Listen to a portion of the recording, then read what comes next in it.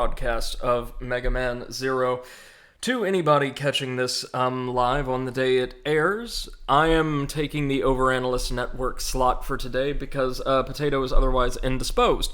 So, no worries, I will just be with you playing through probably the end of Mega Man Zero. There's not a whole lot left to this game, believe it or not. And we'll probably get to slide on over into the second game, which is just more of the same with a much higher level of quality and sophistication today as well. I noticed as well, there's all kinds of graphical options in the actual, compilation menu we didn't check out earlier. We can emulate, a CRT monitor. Oh, that's great. Right now we're playing with smoothed out graphics, idealized for, modern styles. Okay, that's why things look a bit less pixelated than I remember. Also, apparently we can choose our own border wallpapers as we like. That's pretty cool. Oh, and there's a special wallpaper just for that time trial mode. Alright. Well, alright, fine. Why don't we go for this wallpaper for the back half of this game's stream. Anything else? Screen layout. Higher aspect ratio. Alright. Original aspect ratio. Horizontal stretch. Oh, yikes.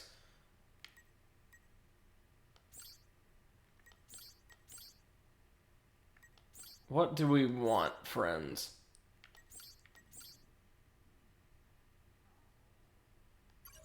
I mean, higher aspect ratio, I suppose? Let's see how this goes. So, we actually just have a few missions left before the end of the game, believe it or not. We have, a mission that's going to allow us to show down against the last Guardian of Neo Arcadia, the hardest one. It says, Brady is ready to teach you all about games. I'm insulted, sir. I did not choose the live notifications. I think they're great, though. How's it going, Exit? Hope you're doing well, man. Hold on just a moment.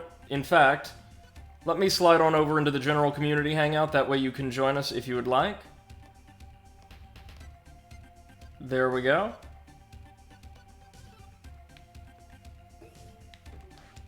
Exit is doing good. Glad to hear it. How are you today? I'm doing alright, thank you. Exhausted, as per usual, just kind of trying to gear myself up for thesis work while shaking off the last of the pandemic doldrums, but doing fine, just fine. Glad we get to play some more Mega Man today. I love these games. And yes, we are going to grind just one last little time to unlock, hopefully, the full moveset for each of our weapons. Starting, of course, with our dear friend Triple Roderick here. I think the ultimate upgrade here is just going to give us a faster charge attack, which actually will be really useful. I remember the Triple Rod charge doing wonders against some of the final bosses.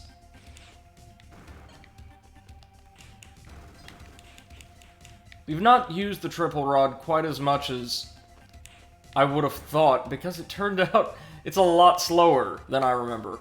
Like, much, much slower. Still got good range, but I think I prefer the Saber overall. That's a good charge attack, though. That's probably the best charge attack we have.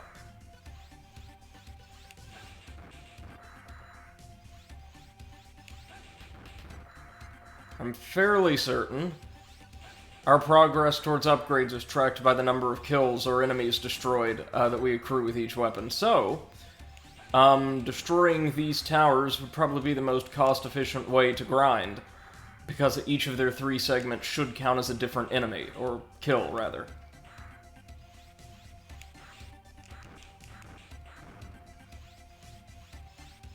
I want to say we get... There we go! Some even better weapons in the other entries in the series. I remember either 2 or 3 having an absolutely phenomenal weapon that I preferred over the Z-Saber. Funny thing though, I cannot for the life of me remember what it actually was. Now we're just going to grind up our blaster. because I do remember definitely needing this during Neo Arcadia. The game's final stretch of stages, akin to the Wily or Sigma stages from the first and X series, respectively, are relatively platform heavy, so we want to be careful. Oh, we can now shoot 4 bullets at a time, or rather 4 projectiles can be on screen at once. That's something, I guess. And can we... Yeah, so we can charge our Buster to begin with. We can hold down the fire button for a moment and launch one of those green projectiles, which is slightly stronger than our basic little energy pellet. Still not very good, though.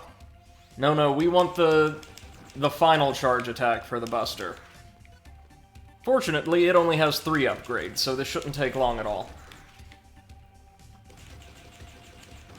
Then the last thing we may grind for is just enough energy to convert that Cyber Elf into an energy tank, because having some additional health to take into the final bosses might be worthwhile. Yep, now we unlock the next form of our charge shot, this blue projectile that, as you can see, is way more powerful.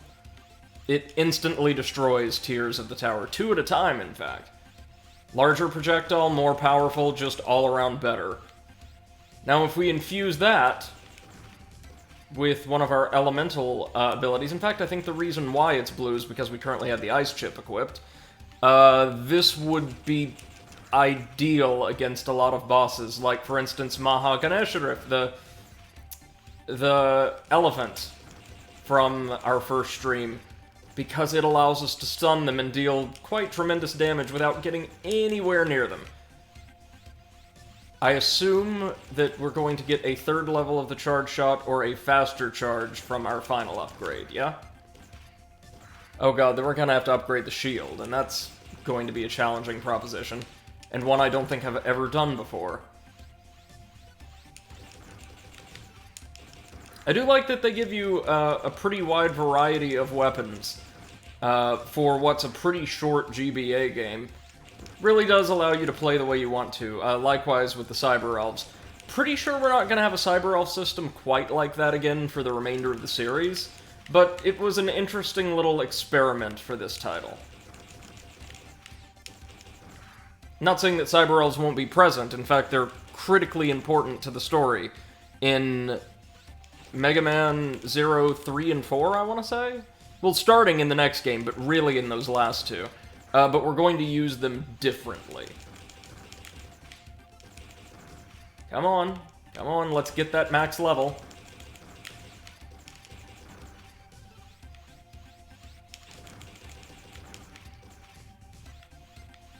If only we could grind this efficiently by fighting enemies that drop energy crystals, yeah? Speaking of...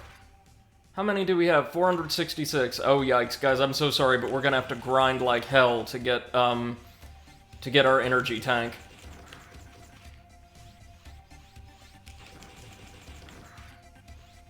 I'm liking the higher aspect ratio so far. I hope it looks as good on stream as it does on my TV. Hey, Angel, how we doing, man? Good evening. We are just trying to get all of our weapons up to max level so we can say we got them. And then earn just enough energy crystals to convert a Cyber Elf into an E-Tank. Then it's on to the end game, so this shouldn't take long at all. Hey, Schnaufy, good evening, man. How are the Cyber Shadow runs treating you? Doing alright? Big thanks to everyone for tuning in this evening. It's a pleasure to have you all here. Sorry, again, this isn't the most entertaining viewing. We will never have to grind like this in a Mega Man Zero game again because of the way that progression works in the other entries. Again, this isn't necessarily a bad thing, I just want our full moveset unlocked before we go on to the final battles, which we are just a hair's breadth away from. We've got, if I recall, 2 very short stages, and then it's just straight on to Neo Arcadia.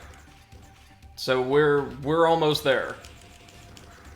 Oh, these last ranks take for friggin' ever to unlock, don't they?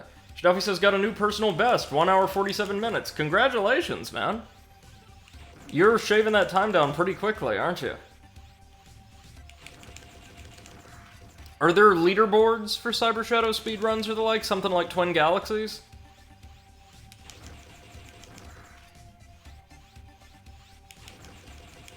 Is it in level max for the Buster? Is it? No. No. We've got one more level to unlock. There it is! Do we get another charge? No, we just charge it in less time. It goes straight from uncharged to fully charged. Alright. Now finally, the weapon I never use. Angel says speedrun.com is the gold standard for timekeeping. Really? For newer games, I would assume. Back in the day, it was Twin Galaxies for, like, a lot of older games. Games through, like, roughly the N64, PlayStation 1 era, I want to say. Schnalfy says, yeah, it works fine. I'm training a lot offline. And, okay, oh, Cyber Shadow's, like, top leaderboards are on speedrun.com. I got you. So I do like that the shield reflects projectiles. I am all but certain that does not apply to most bosses' projectiles. And the little Captain America shield toss is pretty cute. Angel says, nope, all games. SDA came in between Twin Galaxies and speedrun.com. Alright. Didn't know about them at all. That's really interesting. Okay, so the arc of attack of this weapon makes it really cumbersome, but for grinding against enemies like this, it seems pretty handy. Schnalfy says, my personal best would place 48th. Hey, right on! How high are you hoping to climb by the end of this adventure? You gonna try to top the leaderboard?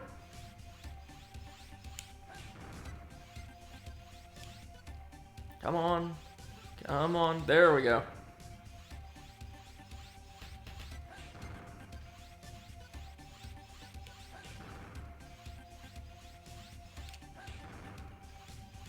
What on earth are we going to unlock with this other than the requisite stronger or faster charge attack?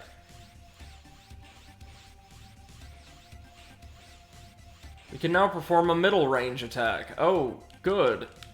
How?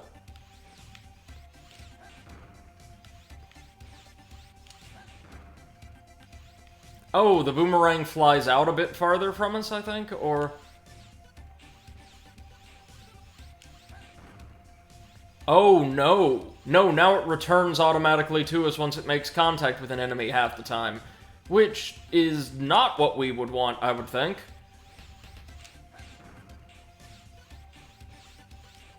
That is a bizarre upgrade. That's actually kind of a terrible upgrade. I mean, yes, it's faster, but it's also way less efficient if you're trying to attack any enemy that would be above you.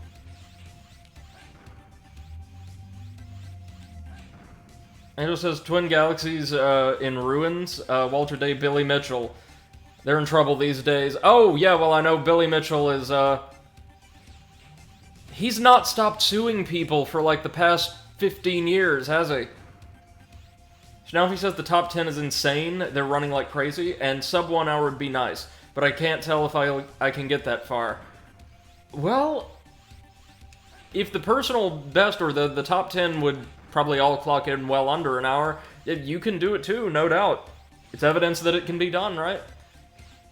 Oh, do we even want to upgrade the boomerang fully? Our first upgrade actually made it substantially worse. Which, I mean, I guess is fine, because this is intended as more of a utility than anything else. And just says, yeah, but one of the people he sued was doing discovery and found illegal things. Billy brought it on himself. No, he did. He did. He definitely deserves everything he's getting right now. But I meant, like, for the past generation or so, he never stopped suing other people for calling him out on his lies and BS. And losing very, very regularly. Like, I get being proud of your accomplishments, or stated accomplishments, but to think that there's people out there, that guy with the, I think it was the Dragster record too, what was his name? Todd Rogers or something? Like, having your entire life defined by a video game high score. Angel says, I kinda half feel bad for Walter Day. At least Billy got to live like a minor king for 20 years. Walter got shafted. I don't know him by name. I'm sorry to say. Yeah, Todd Rogers and Dragster. Yeah. The guy that looks like a very, very sad plumber. That's all I can think of when I see him.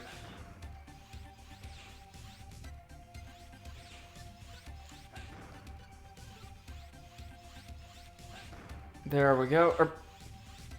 Is whatever we're gonna get for this worth it? Oh, Angel says Walter Day was the one who always wore a referee uniform. I might have seen photographs of him, but that's about it. I'm relatively new to the whole speedrun fan community. I really like videos by Summoning Salt and Carl Jobst, and have started watching like GDQ runs. Even though I'm not interested in speedrunning personally, I think it's a great deal of fun to watch. Okay, max level. We can now perform a long-range attack. Hell yeah. How long is long range? Not long enough. It just says, are you gonna try the Trackmania run challenge with me? I got 24 so far. I'm not aware of the Trackmania challenge. Not at all.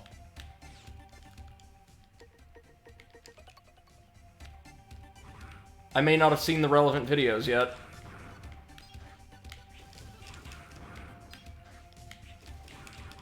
Well, let's see about getting our goodies then. Oh, Carl Jobst's latest video? Have not seen that yet, mate. Not yet, but I will check it out. Got a big old list of stuff to watch. Along with God knows how many Netflix series I have to get around to actually watching at some point. So let's see. Up. Yikes, the scaffolding. Collect as many crystals as we can, which won't be many.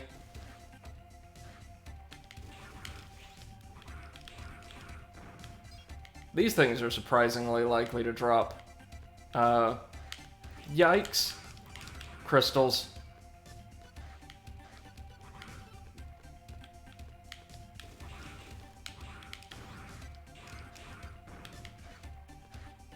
Not likely enough, though. I think the items that enemies drop may be largely random and not dependent upon the specific enemy or model you're fighting.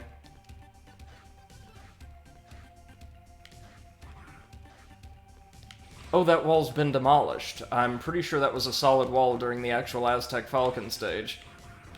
Let's see. How many crystals do we have? God's sake, not enough. Well, that helped a little. Maybe instead of boring everybody to tears, we'll just try the end game with what we've got and go back to an earlier save if need be. Yeah, let's live recklessly.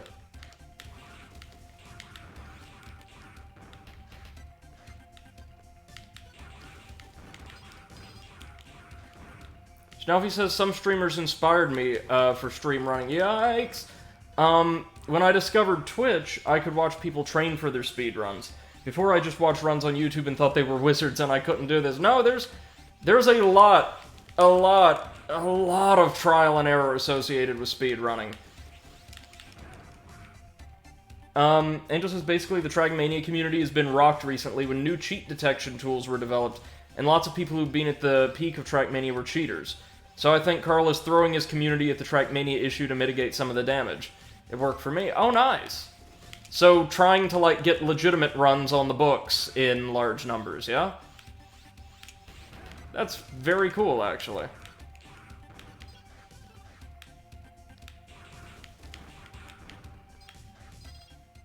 Oh, well, now we're getting some crystal.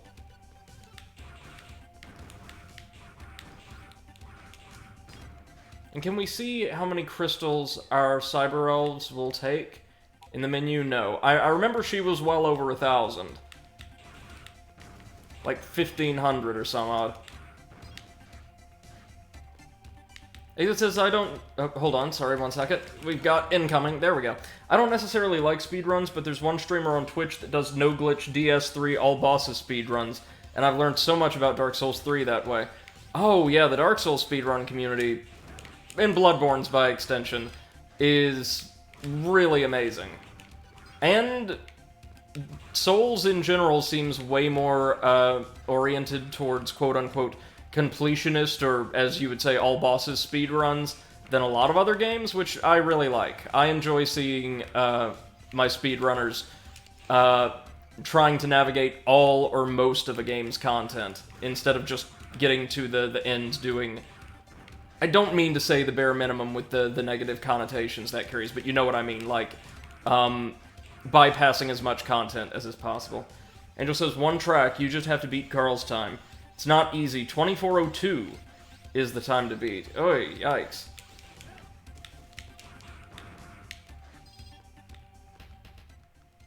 $6.50.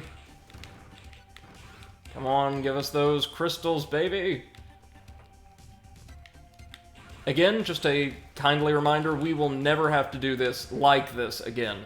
Progression works pretty differently in the other games, if I recall correctly. And there's far more interesting goodies to collect than crystals in most stages. I want to say introduced in 02 is like a model viewer with the sprites and data pertaining to every single friendly and hostile character in the game, which you can collect one at a time from the relevant stages where those characters would appear. That's pretty damn cool. I'm always a fan of things like that. And it does beat this. It definitely beats this.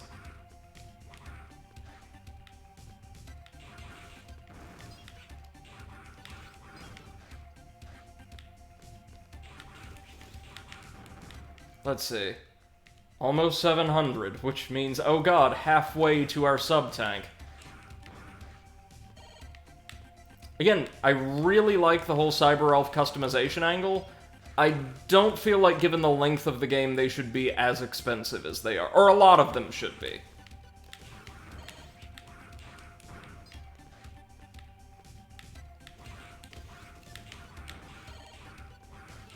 Like a lot of the permanent upgrades, and I don't think they carry through to New Game Plus or anything like that. I don't believe there is such a thing for this game. Oh, hold on. They're kind of prohibitively costly, to the point where unless you grind like this, you'll never see those upgrades or the ways in which they can impact your play. Other than that, though, this is a pretty damn great game. I don't have any major complaints. None whatsoever. For, like, a side-scrolling action game from very early in the Game Boy Advance's life cycle, this is really, really good stuff. Well, almost to 800. That's something, right?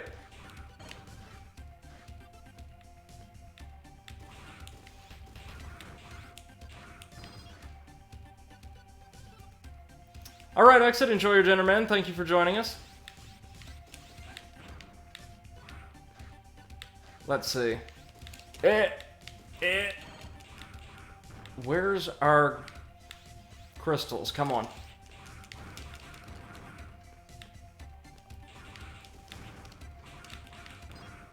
And yeah, they do seem to drop at, yikes, complete random. As does health.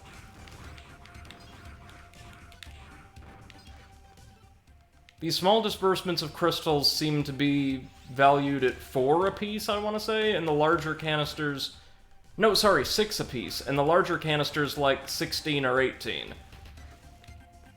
Which is something. Not enough, but something. Oh, there we go. And think, if we had a sub-tank, we could be storing all this excess energy.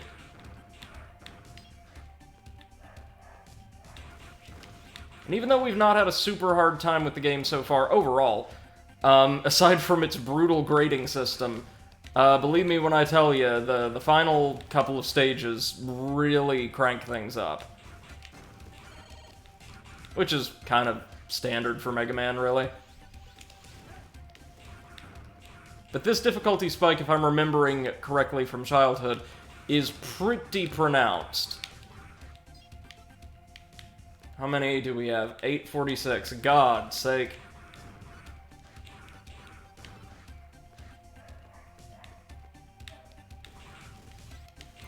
We'll complete our playthrough of Mega Man Zero probably having spent more time on the grind than actually challenging stages and the like, you know? But that's alright, we're almost there.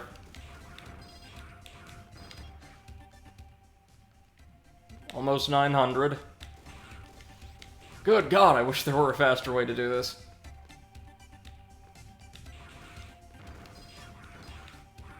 Out of curiosity, are there any of these consumable elves that we can use for EC? Full cure, defense, okay.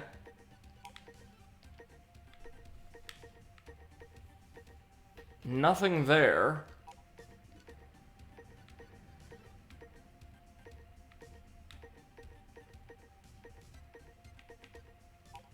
So, no. No, there is no way to expedite this grind, unfortunately.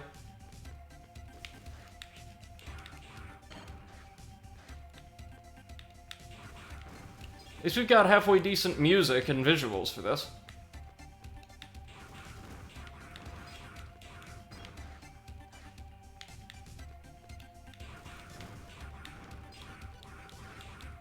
Trust me, just wait till you see some of the stuff that Zero can unlock later in the series without the Cyber Elf grind. It's gonna make our current form look absolutely pitiful, by contrast. As good as this feels, and as fantastic as our loadout is now, by the end of 2 or 3, God's sakes, we're going to be incredible.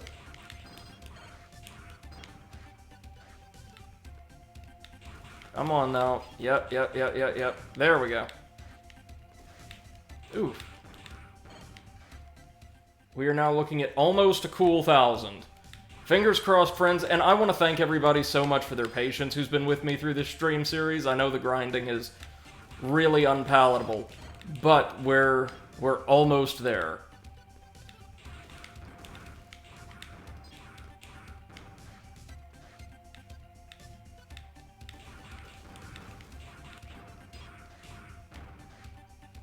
Let's see. Can we get... No, apparently we can't get the good stuff right now. We've got over 1,000. Once we hit around 1,500, I'll just call it and purchase whatever Cyber Elf evolutions we can get our paws on, and then carry on. Cyber Tank or E-Tank or no.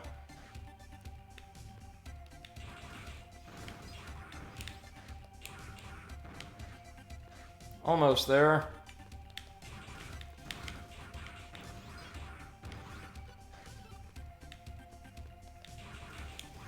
And to the best of my knowledge, this game does have the series standard Mega Man boss rush, so you can look forward to that. 2 of them, actually, I believe.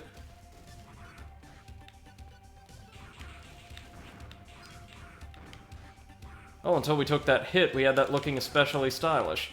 Ooh! That was a good... Whoa, good one.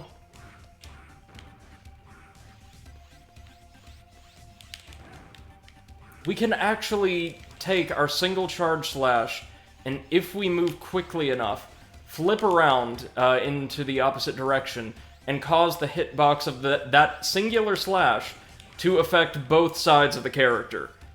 That's actually pretty sick. Have a look. Because the frames associated with that attack linger for a while.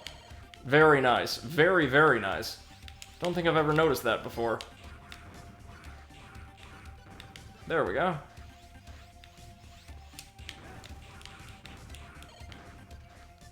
What are we looking at? Just over 1,100. Come on, don't... That's it. That's it. Don't just stop giving them out now. Come on, game. Almost there. Yeah, they are getting... Or rather, the RNG is getting a little stingy with us. That's more like it.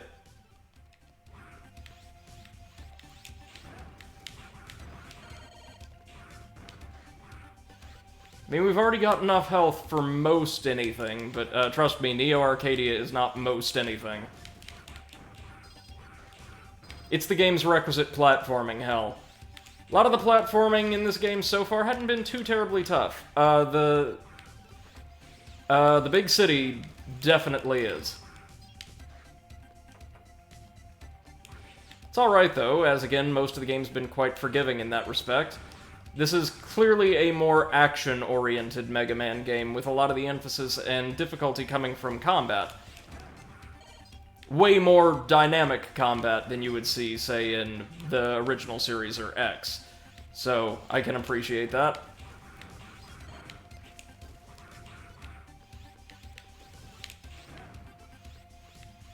Okay, so do we have anything at... Whoops.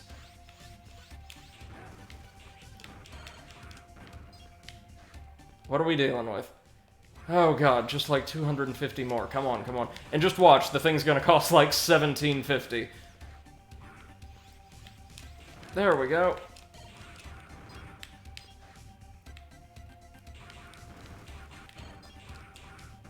You know, if those tower segments could drop items, we'd probably already be there.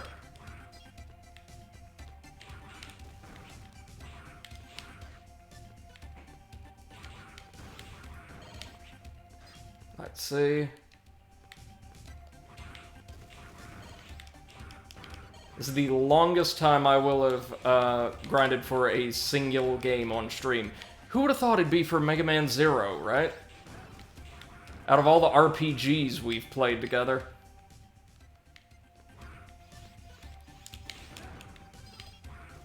I mean, I guess this is something like an action RPG, a very light one.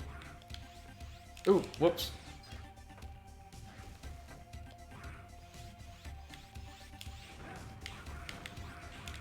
Oh, and don't let me forget, when we do hit the boss rush, we now have all 3 elemental chips, and so should be able to exploit the weakness of every single boss that, well, actually has a weakness.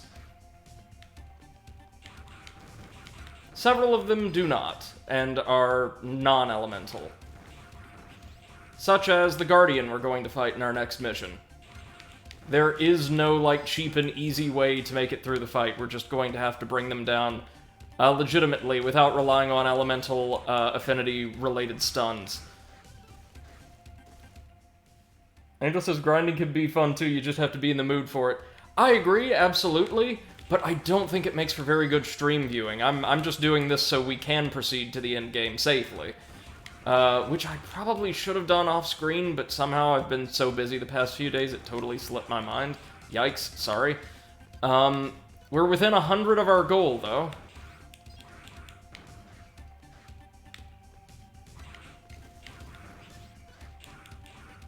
Let's see.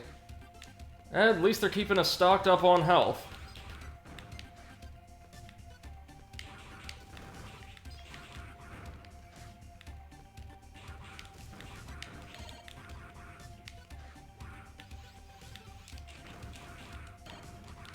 We were actually having to watch and monitor our health reserves. This would be not just kind of tedious, it would be downright agonizing.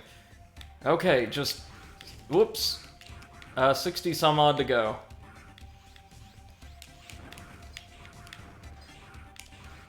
Man, apparently Neo Arcadia isn't doing too bad if they can keep churning these same 4 robots out over and over again. Just imagine the cost of producing these units hundreds of times over just to guard this one little section. Like, the enemy's infrastructure should just be crippled at this point. Really.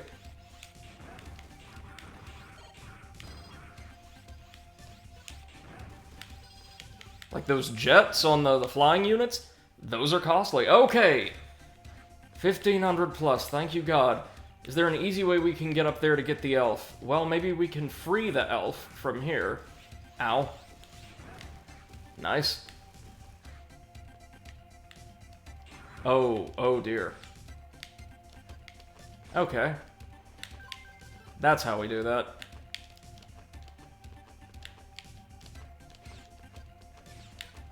As for getting up there, don't think it can be easily done, and it's definitely not worth it. But what on earth was, whoops, the elf we just got? Nothing new over here. Nothing new or big. Okay, so it wasn't anything major. Maybe another one of those consumable blue elves? That's what it looked like.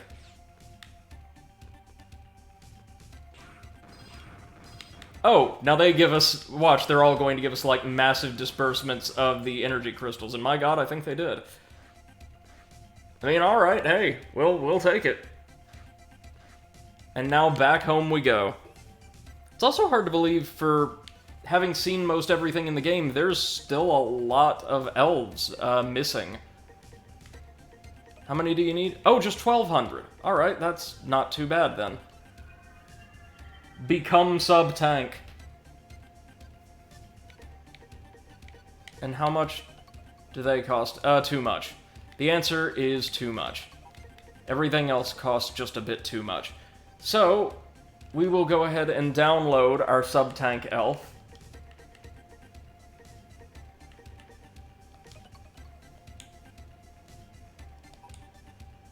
And then we'll go ahead and consume her. Yeah, it becomes a sub-tank. There we go! Finally unlocked a sub-tank. Not sure I prefer that to just finding them, but it's nice that it's there. Oh, wait a moment. Real quick, it would probably behoove us to head somewhere other than that one area we've been stuck in the entire time, and, actually fill up our sub-tank, because the next mission, if I recall, is a little special, in that it begins with a boss fight.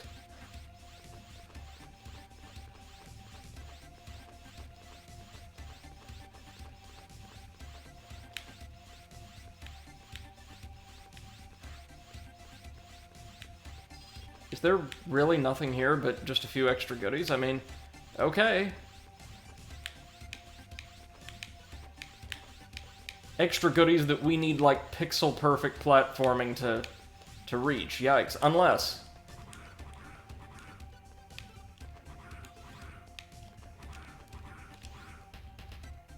Hold on, we can...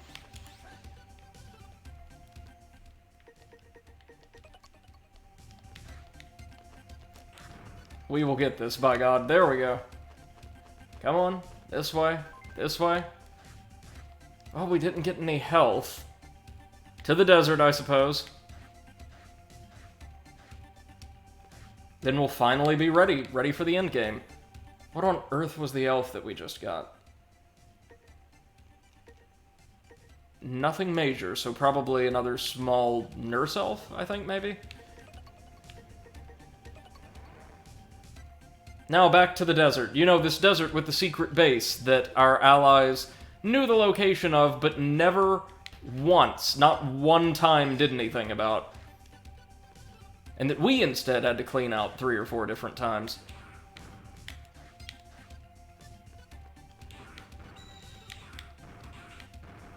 Ooh, there's some of the good stuff.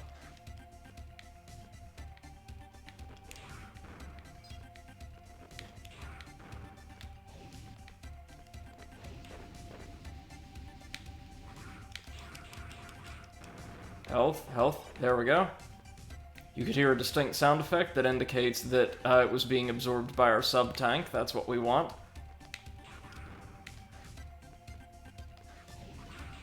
Oops. This will not be absorbed by our sub-tank, unfortunately. You have to collect a health pickup when you are at 100% full health, or else absolutely none of it, any even residual that's left over after you're healed to full, will be stored to the sub-tank. Oof, yikes. Ah!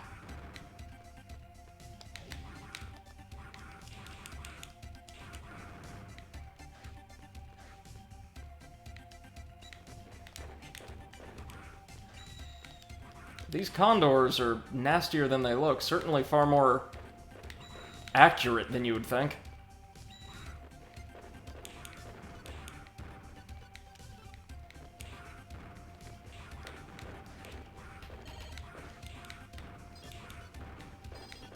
Ah, well, we're getting plenty of goodies. Oof.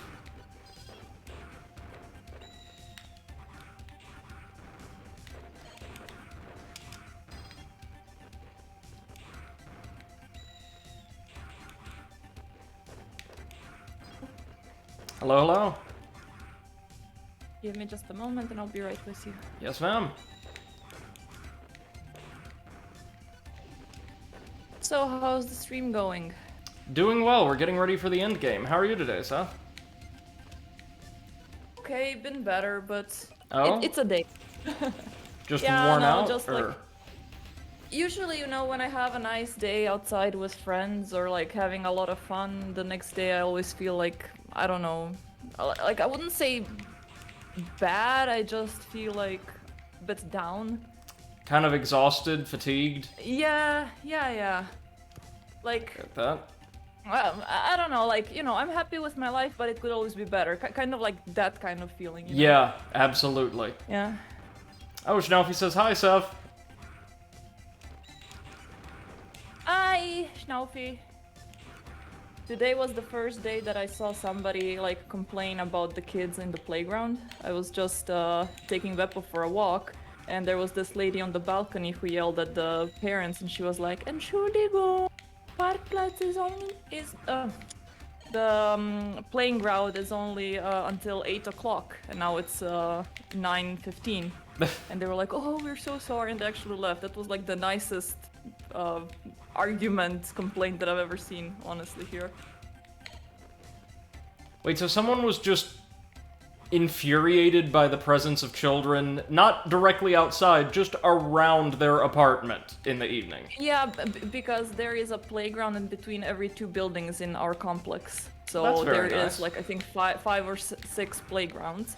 And they're all for children, but it's only allowed until 8 o'clock. So it says on the big sign there, like, children only allowed until 8 o'clock. So that, the residents around can have peace and quiet afterwards. Mm-hmm.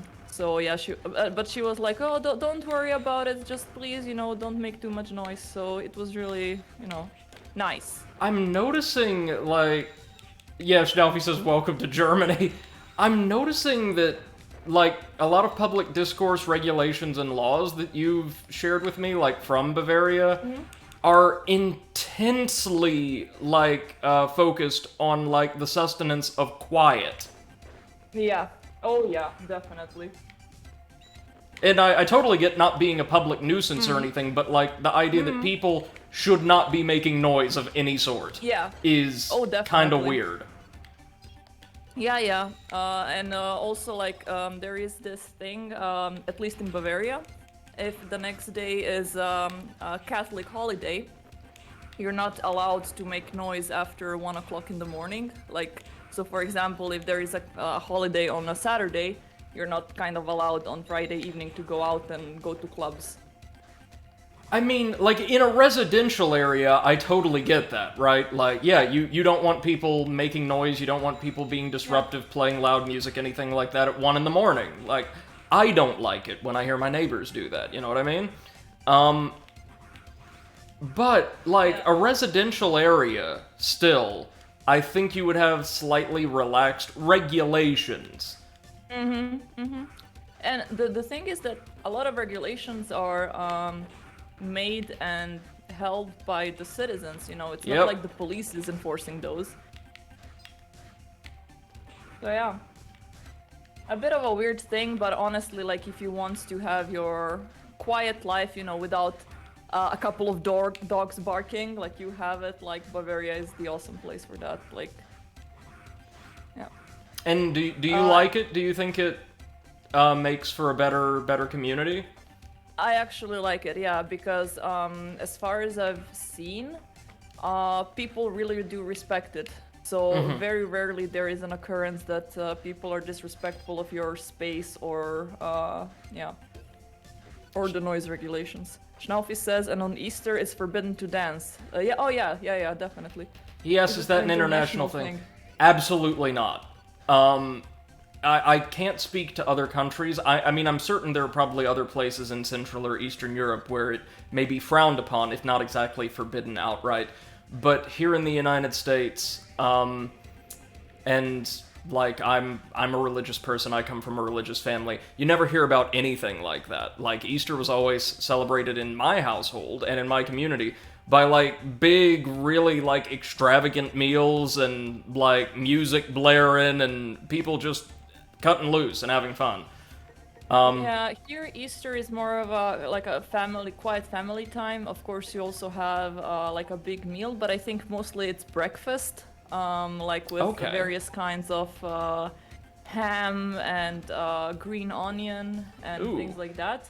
And also it's tradition to like in the morning that all go to church and bring like either a piece of bread or some sort of pastry that gets blessed, and then everybody shares that as their first meal. Oh, that's very nice. Yeah. Am I correct in understanding a lot of like the major feasting leading up to Easter in like a lot of Catholic countries, is like held on the days immediately before Easter, like the. I'm not sure. In Croatia, you're fasting until Easter. Or no, it might be after then. It might be immediately Yeah, after. it could be after. Yeah. Because after, definitely, especially with lamb. For some reason, lamb is a big thing during Easter. But before that, I remember that I was forced to fast for. I think it was just Friday and Saturday before Easter. I'm not sure though. Like the only thing I From was Good allowed Friday to eat was. to the Yeah, time of the yeah. resurrection. Yeah. Yeah, I was only allowed to eat pasta and that very stinky fish, the one that you dry and eat like a paste. What is it called? I don't know the English word. In Croatian, it's bakalar, but No, I know exactly what you're talking about. Almost that like super stinky fish.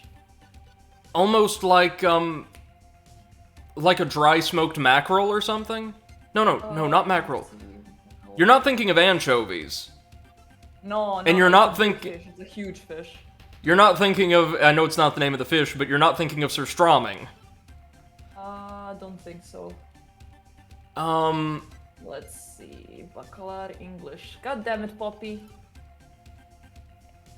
Stop messing with my searches.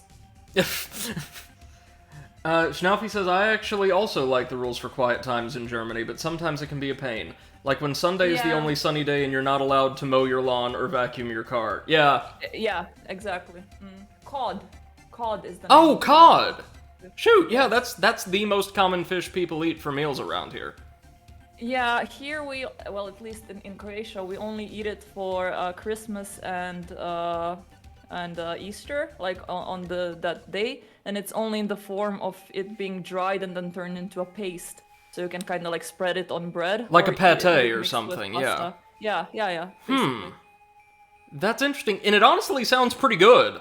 Like a cod pate.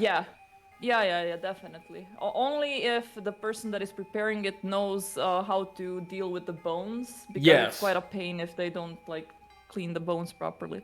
And Schnaufi, I agree with you. Like I usually love the quiet times in Germany, especially the house rules.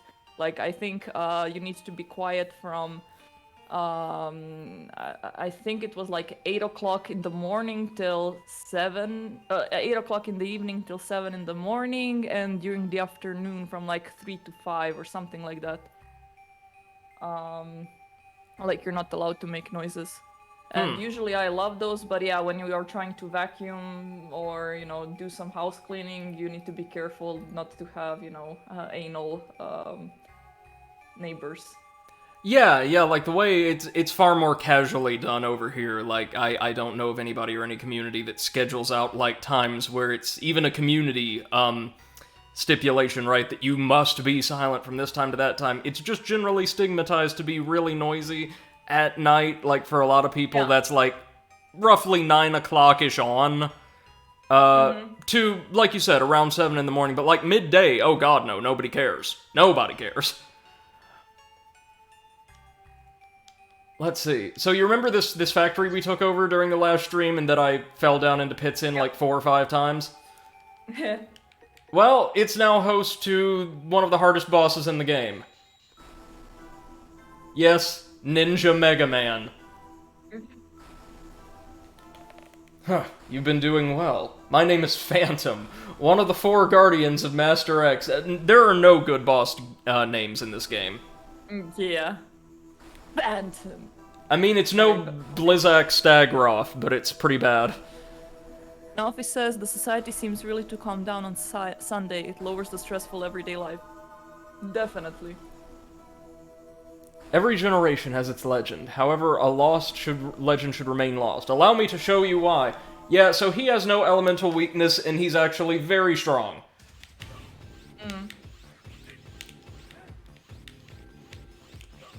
Oh god, damn. See? Yep, yep.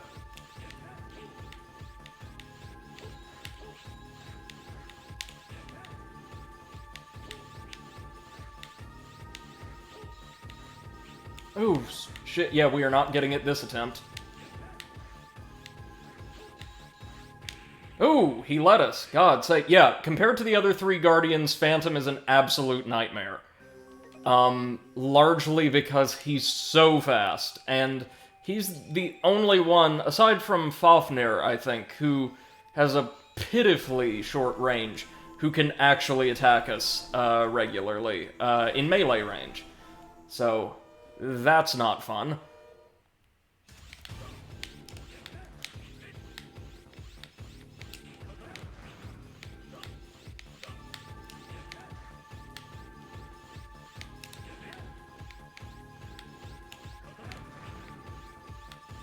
How do we tell which is the real and which are the duplicates there?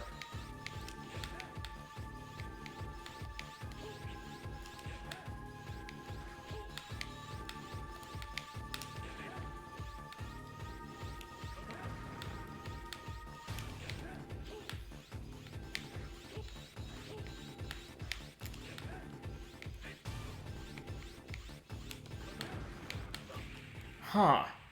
Hey MC, welcome to the stream. We're near the end of Mega Man Zero. In fact, this is the last standard stage in the game, and if I recall, it's more or less just a boss battle. Or a boss battle followed by a time trial, and this one, not gonna lie, is really, really hard.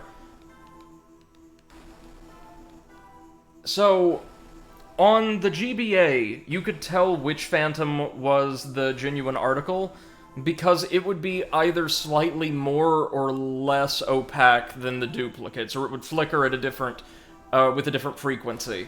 It seems to be a little different here.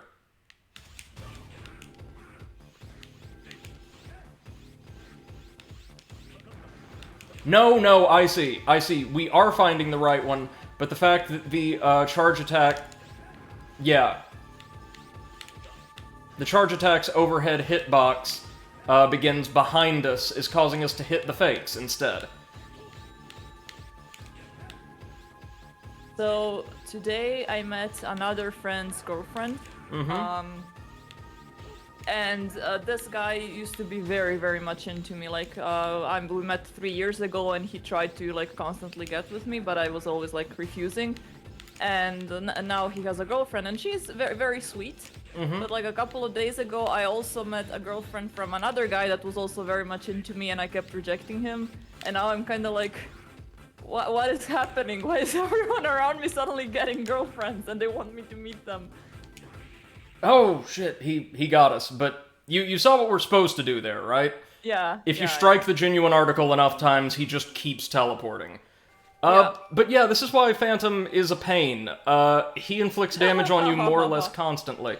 But no, that's very strange. That's very strange. Yeah, MC says power move, Sev. I guess it's a power move. And also, what's very weird was that both of them kind of, not the both of them, like this girl that I met today, she looks very tomboyish.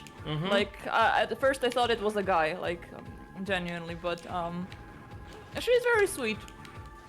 But, yeah, I was like, okay, you went from me to a tomboy, and I'm pretty sure that she's, like, very much younger than us. I mean, oh dear. My friend said that she's just started her internship, so I think she's around, like, 19, maybe 20. Oh, jeez. Yeah.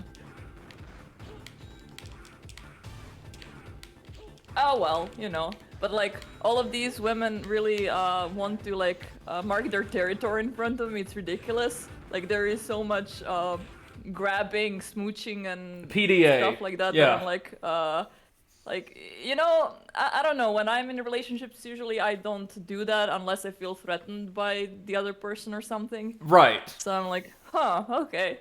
I still got it. You could take a page You're out still of in Poppy's danger. book and, like, just swat their seltzer water in their face. Oh yeah, exactly. Or just, pee on their shoes.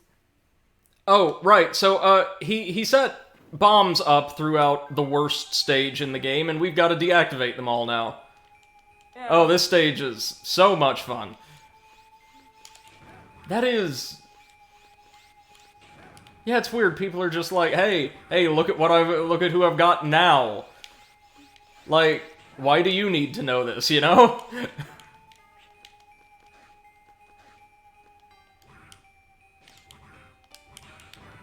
Where are the actual bombs? Oh, get off, dogs.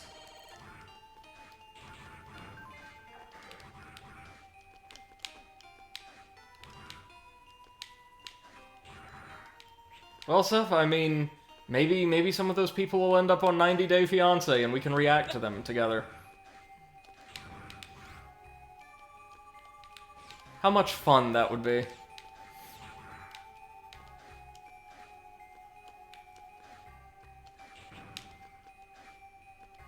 Oh, God.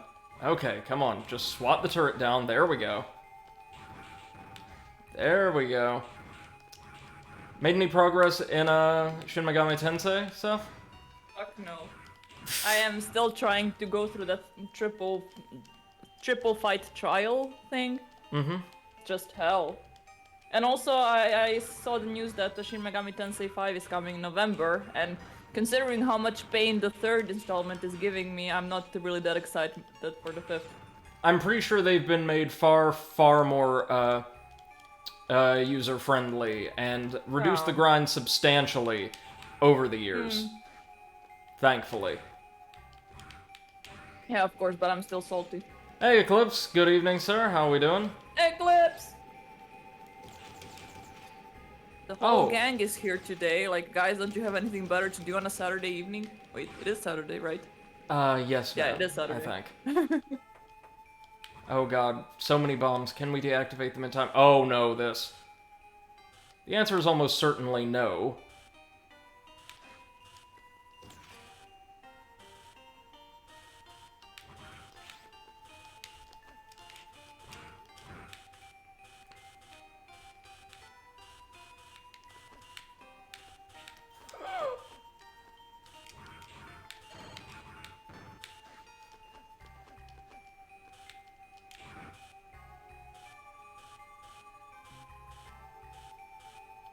Yay, let's go through the most stressful stage in the game on a time limit.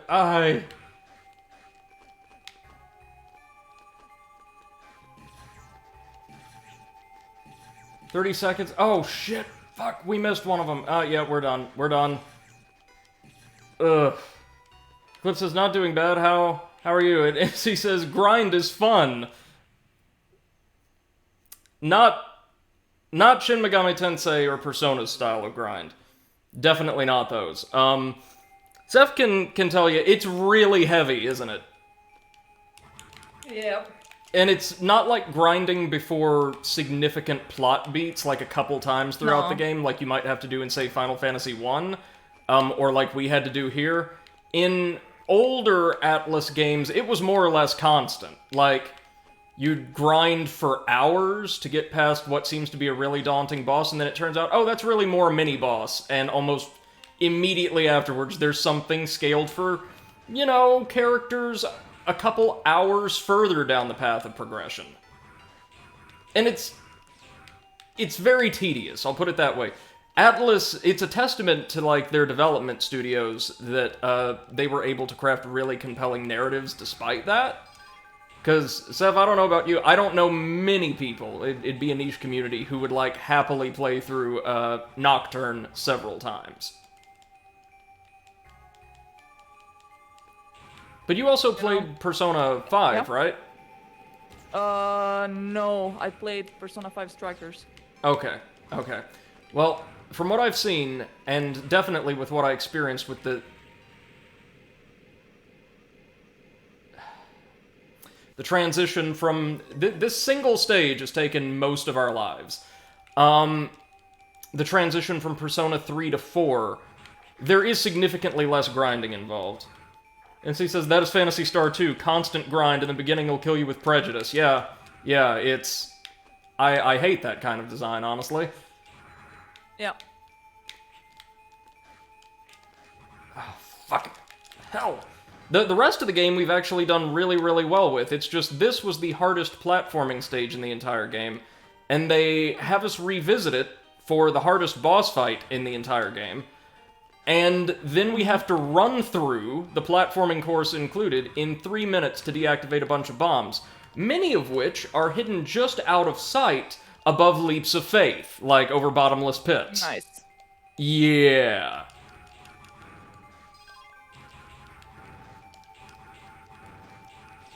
Later games, if I recall, have more challenging platforming throughout, but never does it feel quite as unfair as this one stage, as the factory stage here.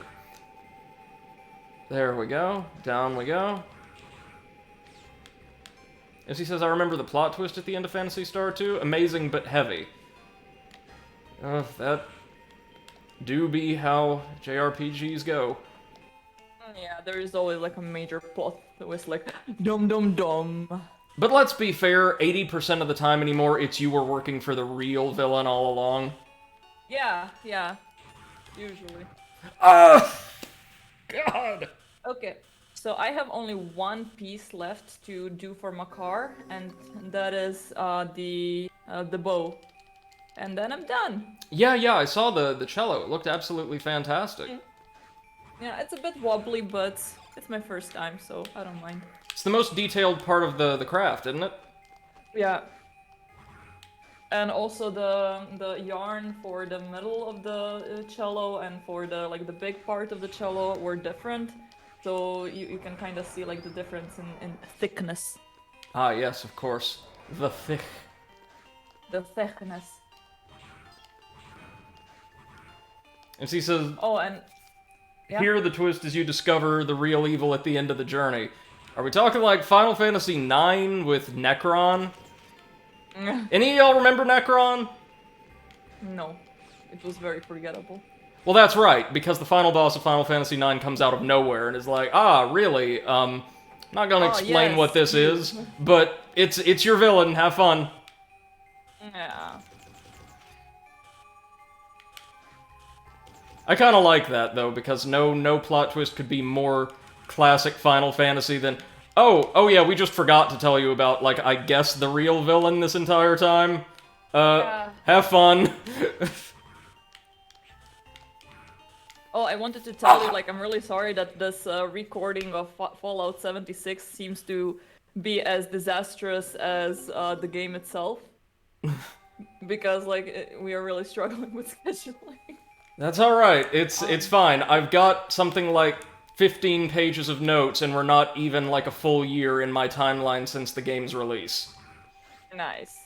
MC says, nope, not Necron. Necron's the final boss, but not the true boss. In Final Fantasy IX, he was, though.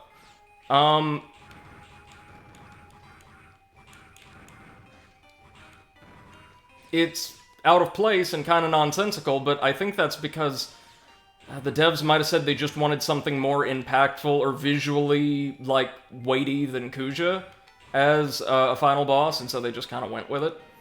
A lot of Final Fantasy development is kind of ad hoc like that, like just, oh, we need XYZ, throw it in. A lot of times it works, sometimes it doesn't. Okay.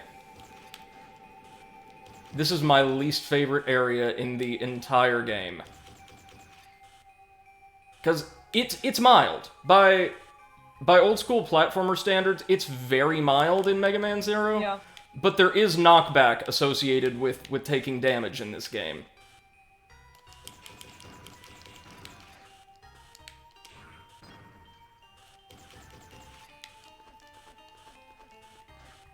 There's our next bomb. 3 more.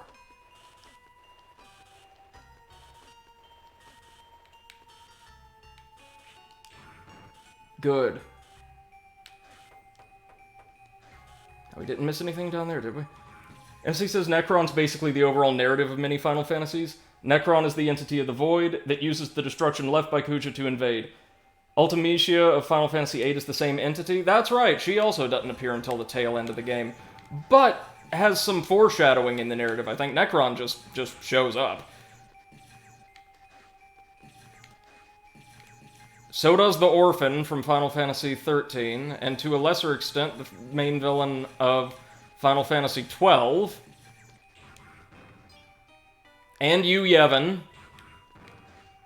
Now that I think of it, I don't think Final Fantasy ever fell out of love with the trope of, but wait, the big villain is X. Even if X is something or someone you don't know. Or have never met. Oh, God. Oh, fuck. Oh, no. We missed one. No, no, no, no, no.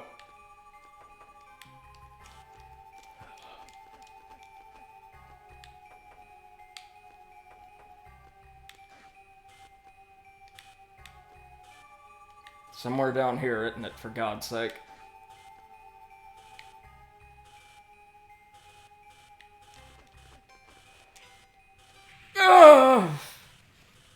You can see how this gets a little frustrating, yeah? Yeah. And this is the last mission in the main game. We've never had to do anything like this, and thankfully we never will again. Goodbye, doggo. Bye, doggo. What are you doing right now, Seth? Creating the bow. Little by little. I would imagine that requires some pretty intricate work, given how thin it is.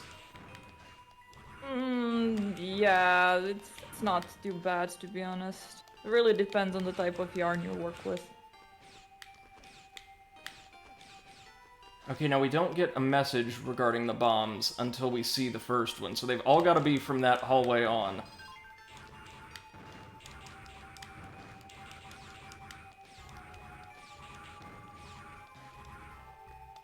Yeah, see, there we go. We get the instructions. Okay, that's 1. 2. Nothing there. 3.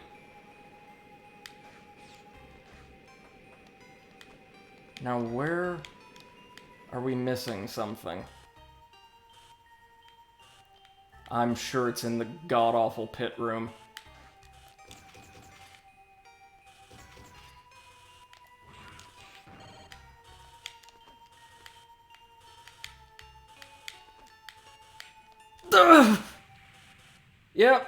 Yep, there's just a blind jump there.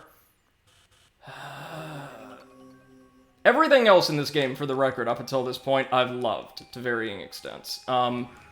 This stage, even though it's got a fantastic boss, that we've already fought, unfortunately, is very, very poorly made. I get what they were going for. I don't like all the leaps of faith and wall crawling over bottomless pits necessary just to find the goddamn things. Who says, oof, that looked painful? Yep. And it may not look it, but the timer we're on is very tight.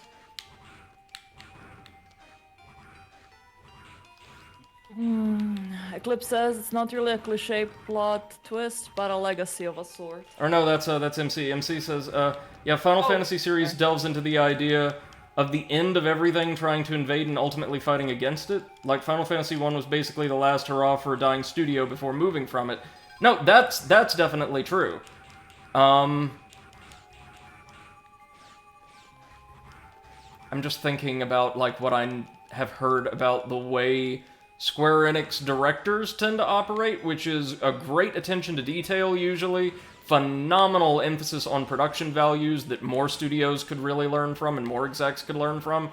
But a real, like, not just recent, inability to get a finalized version of, like, a concept or a product laid out before the 11th hour. Think Final Fantasy 15 and the fact that its plot had to be stitched together last minute because the original director just wouldn't do anything with it.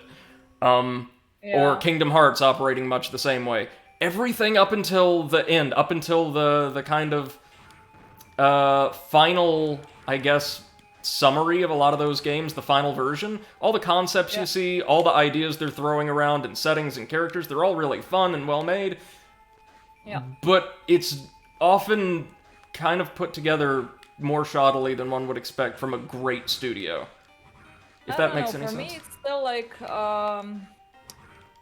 for me, the greatest plot in Final Fantasy was Final Fantasy VI, and I don't know why it doesn't have as big of a fan base as um, 7 has, for Same. example, because I think it's like I don't know. I mean, it's only my opinion. I would love to see a remake or a remaster or something for like the Switch. Yeah, like, Also, yeah. I was gonna say also, I saw that the Final Fantasy VII Part 2 got not so splendid reviews, like 6 out of 10. or no, this is the DLC, right? The Is it Wu the Tai DLC? Yeah, DLC, yeah. whatever came out, right, like a couple of days ago. That's a goddamn shame.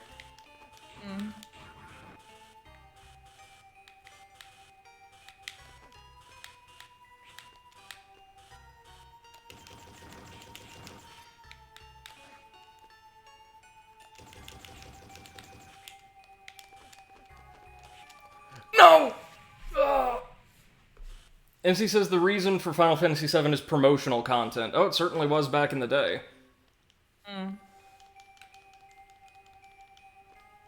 We're going to spend about as long on this one stage as we have on the entire rest of the game's mission roster. Wow.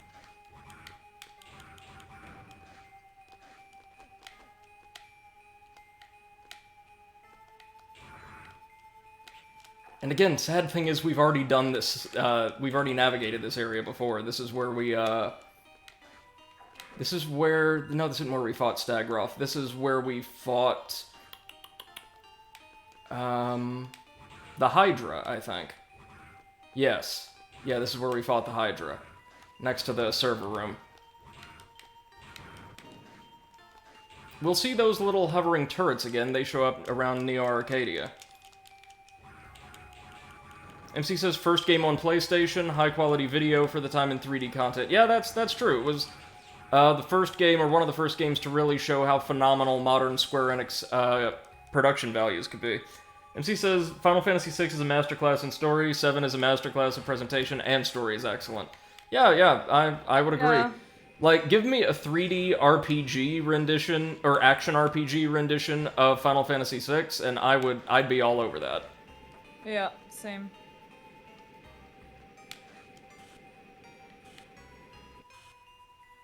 I really like the fact, though, that they're remaking Final Fantasy VII more or less to be still very much an RPG with a lot of depth, but, like, incorporating a lot of action elements, something that just works better with all the capabilities that modern hardware has, you know? Yeah, yeah.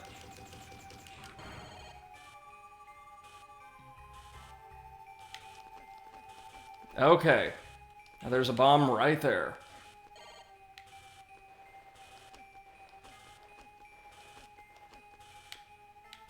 If we slide down low enough...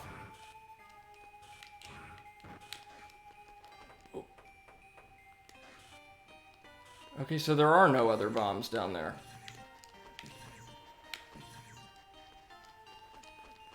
Nor are there any up there, okay.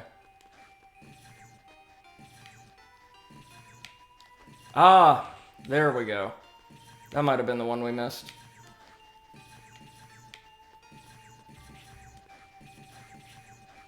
Just hoof it. Just hoof it.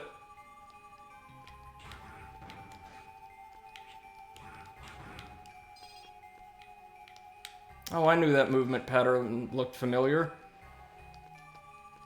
Oh. Elf. On No! a shelf. God fucking damn it! Fell to the... We don't have time now! Oh, fuck! Uh-oh. Oh! God, I hate this. I'm sorry, I know this is not fun to watch. I know frustration is generally not fun, but god damn it, this is terribly designed. Oh no, it's very fun to watch you frustrated. MC asks, ever played Vectorman? Yes, in fact, I like those games quite a lot. Very impressive visuals for the time of release. Have you played them, Seth? Nope. They were Sega titles, I think. Yeah, no. I was never a Sega player. I think Sega's honestly got a better reputation now as like a publisher than they ever did as a Yeah. developer or console manufacturer. They've got Total Yeah. War, they've got Yakuza and the associated franchises. They've got Sonic for what that's still worth. They did announce like a brand new Sonic game, didn't they? Yes, they did. Right. That's what Viper based his new promotional single off of. Of course. Viper the Hedgehog.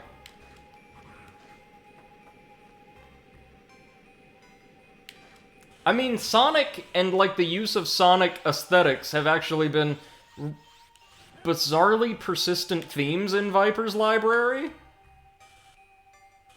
I mean, he's a big fan, I guess. Sure. Maybe he's one of those Sonic persona people thingy. Oh, you just know he is.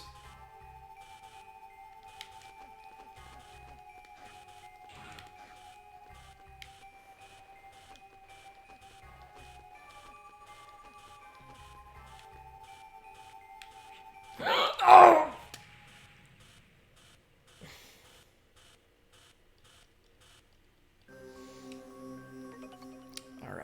Alright, we'll get this. Oh, shit. You can this. I believe.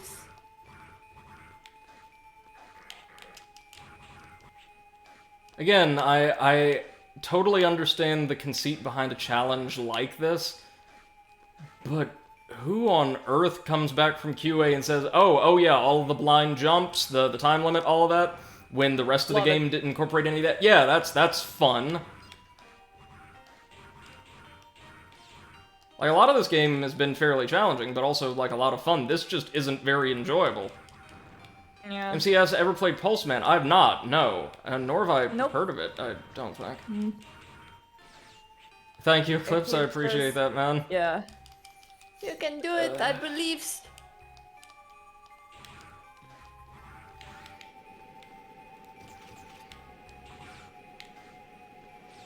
And again, that time limit's much tighter than it looks because we have to ride my favorite, like, fixed moving platforms all the way across.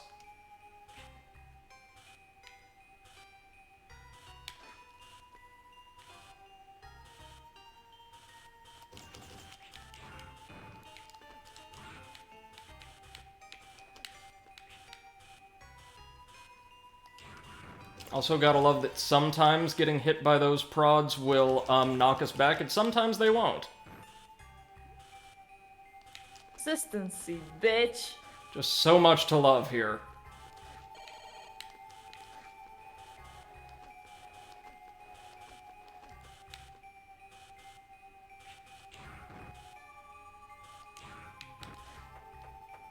Alright, back up.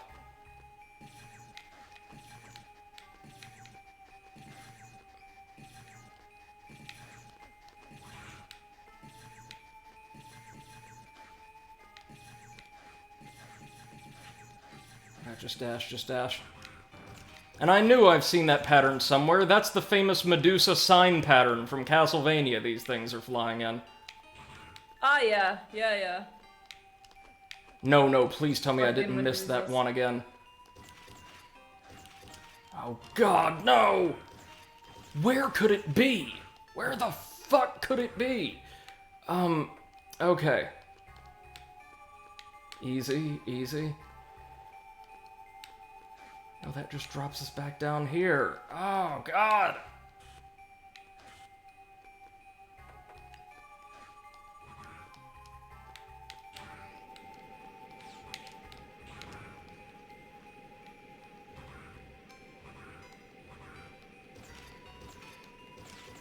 Yep, we're fucked. It's gotta be somewhere in that area with all of the sudden pitfalls, then.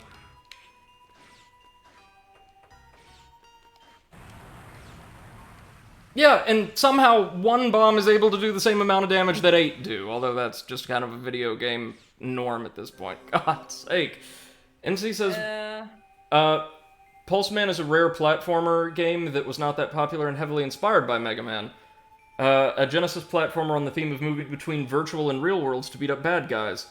Let's see. Most of the staff members who worked on Pulseman would later work on the Pokemon series, including Sugimori, designers Satoshi Tajiri, artist Atsuko Nishida, and composer Junichi Matsuda. That's pretty cool, actually. Nice. Yeah, that's a cool set of names. Many of them still people working at Game Freak to this day, I believe. Yeah. Wow. I'd have to check that out at some point.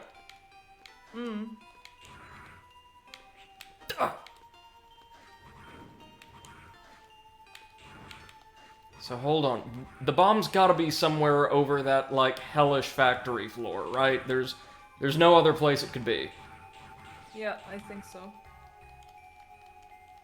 The difficulty, of course, is telling where we can safely jump or which walls we can climb and which ones we can't, where there's landings, where there aren't, because they give us no visual indicators whatsoever. Of course.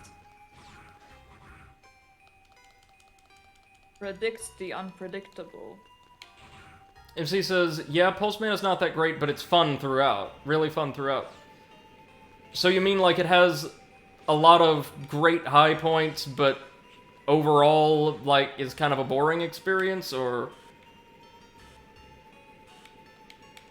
Or, like, just nothing special.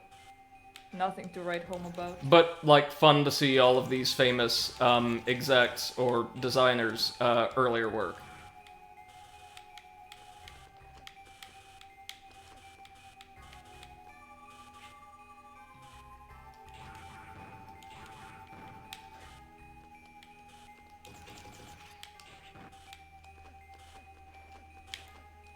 Oh, there it was. Oh. Well, then.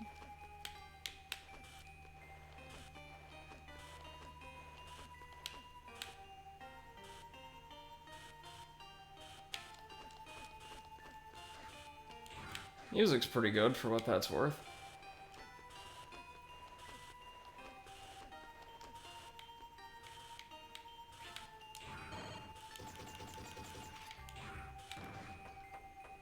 Alright, let's get the hell out of here.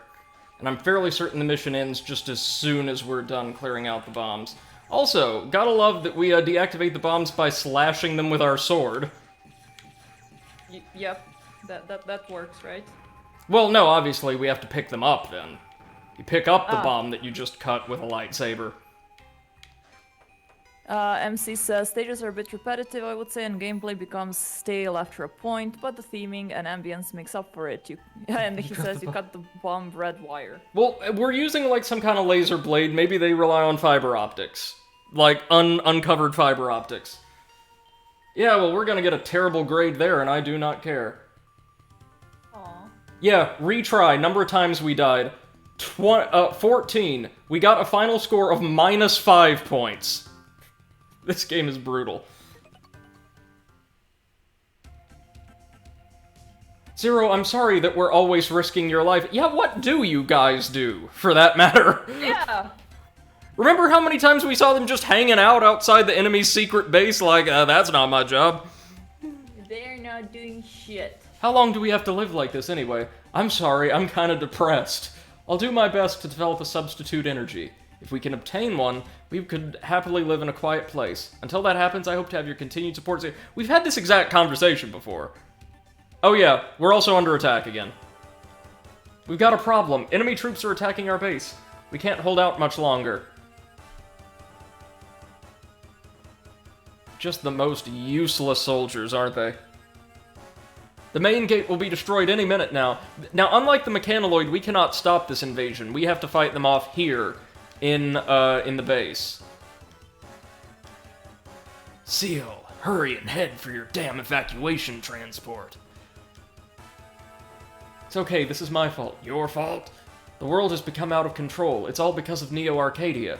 Extreme justice, where peace is maintained by force. Also, it's a police state. Reploids were sacrificed for the happiness of humans. It was I who created Neo Arcadia, And I who regenerated X. It was I. Yeah, this doesn't matter later on, I promise you.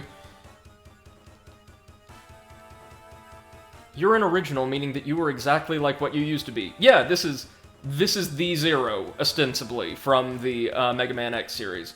But X was kind of regrown from old code, like, reverse engineered, more or less. MC says, we're under attack, not my problem, lol. Yeah.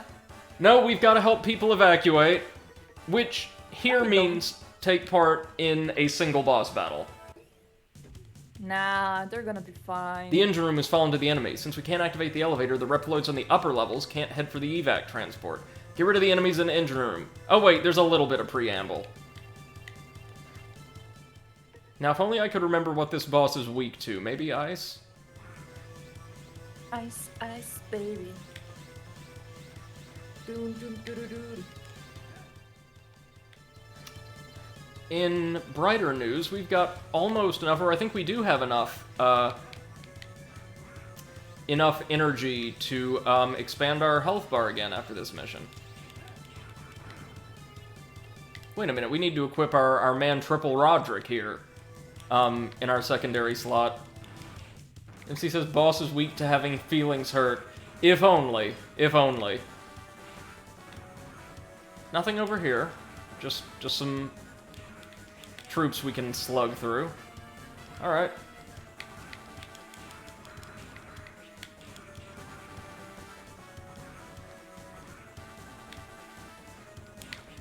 Oof, God.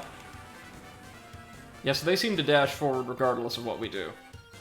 We can't really tank through that. Whoop. Or burn them down, I should say. Alright, we were said to head to the engine room, and yet, sure enough, there are 3 stun baton soldiers here. And just like that, we've got power to the elevator. The enemy commander is occupying the warehouse where the energy crystals are stored. If we lose the crystals, we're done for. Head for the warehouse and get back the energy crystals. I can do that much. Yes.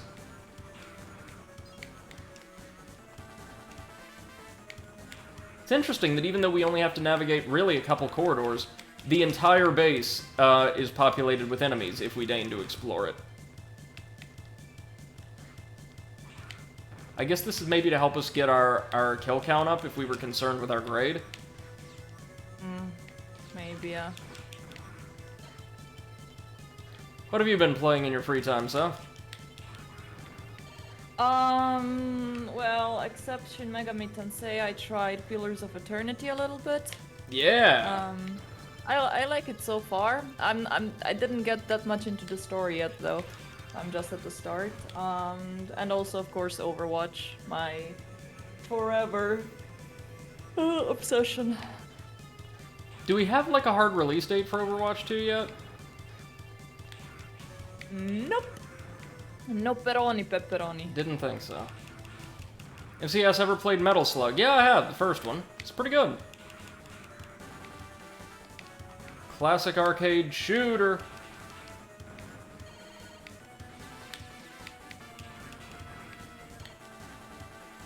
And they made a million of them, too. I think there's even, like, a Metal Slug mobile game, because of course there is. Alright, here's our guy. I love this design. Well, well, well, I've heard a lot about you. You must be Zero, the legendary Reploid. Or should I say the old and out-of-date Reploid? Ooh, burn. Oh, wow. My name is Hanu Machine. I'm the #1 apprentice of Phantom, the Guardian. Hanu Machine! Ever played Metal Slug? Nope. MC says I'm more into 2 and X and 3. 2 or X and 3. If you're ever in the mood for a co-op, it is fun. It is, it really is. I own the Anthology, I think, on PS4. Got it dirt cheap. Yeah, Seth, these boss names are amazing, aren't they? Yeah. I'll retire you for the glory of the stealth unit. En garde! Yep, so he is, of course, modeled after the Monkey King, Sun Wukong. And he's constantly, like, squeaking and chirping through the entire fight. It's adorable. Come on, dude, let me hit you. With a charged attack, preferably, sir. Oh, he's got iframes, though. Okay, so he is weak to lightning, oddly enough.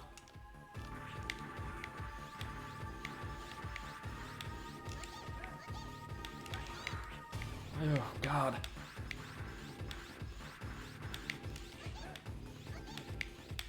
Oh!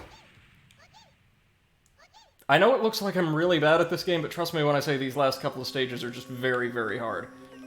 We're actually going to restart that stage.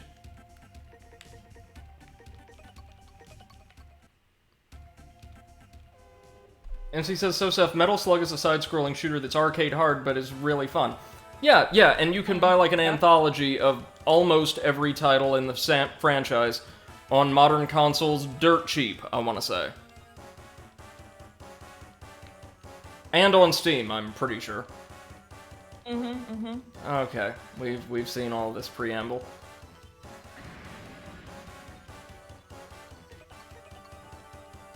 Yeah, go ahead and overwrite, doesn't matter.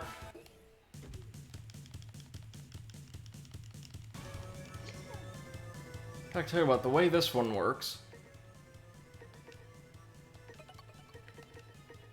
Why don't we go ahead and use our Buster for this?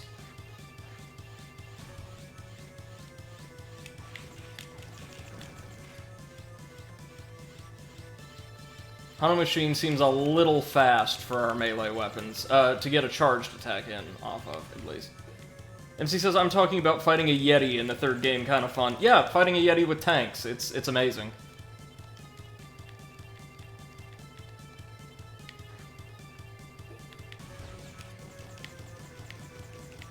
Oh, I'm grinding so much. You're playing Nocturne right now? Yeah. I'm so sorry. I don't even know how many hours I have in it right now, and I'm literally nowhere with the story, like right at the beginning. Ah, I see, they can block our shots, our basic shots. Obviously.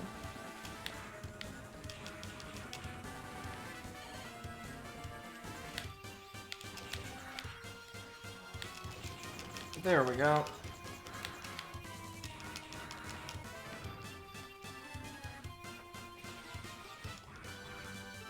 Alright, let's give this another try.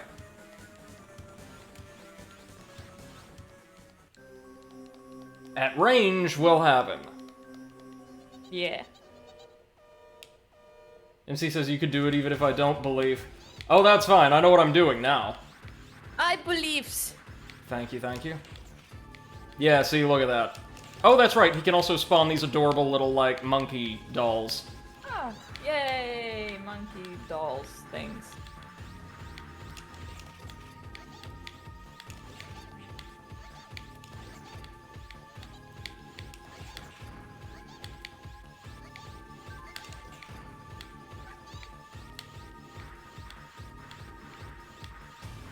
Goodbye, Hanu Machine. Yeah. So, Seth, I don't know if you could hear it, but with every major motion, he was constantly going, "Uki! Uki! Uki!" Well, he deserved to die. Yeah, definitely. So we got an elf from him. Look, so we got 52 points, still level E. I don't know how this game's grading works, and I don't care. We're speedy, Maybe though. E is like excellent. Probably not. If he says, yeah, he is a monkey.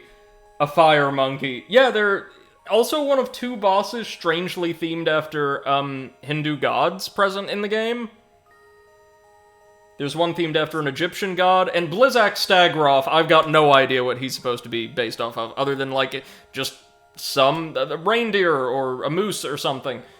Or a stag, rather, my bad. We've been saved again, thanks to you. Still, as long as X exists, maybe someday. So, you'll only be happy if X doesn't exist. What kind of dialogue is that? I'll take care of that. Just tell me where he is. You can go directly to the core of the enemy base with the trans server. Yeah, so that computer we've got downstairs, it's been plugged up to the enemy capital the entire time.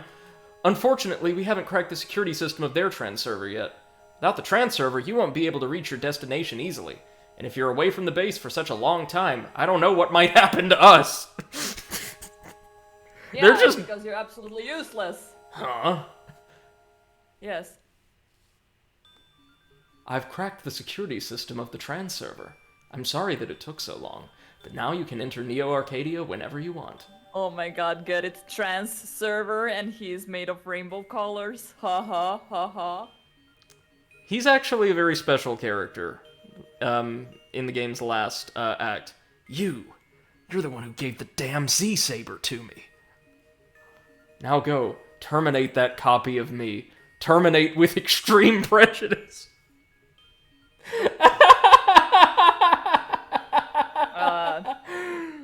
I don't remember the dialogue being this bad. Yeah. Oh, yeah, so that was obviously X, the real X.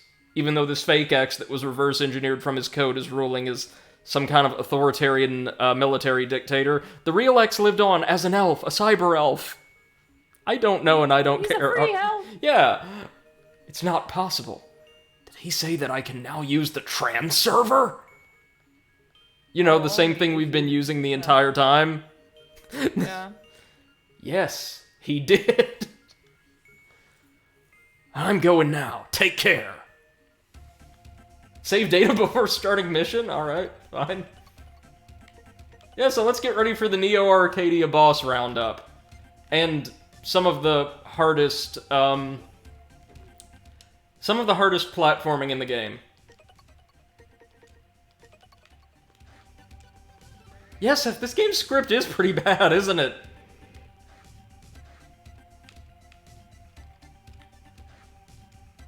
Does the engineer have anything new to give us? Now that we saved him from the Neo Arcadian soldiers? You don't need to worry about me in my laboratory anymore, you should go and check Seal. Yeah, okay. My question is, can we ever find a way to open that door in Seal's lab? I mean, I'm sure you can, but probably just with something super secret.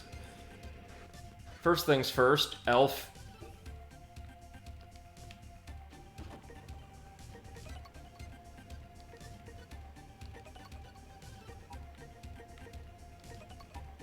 Another sub-tank? No, we'll take more health, thank you.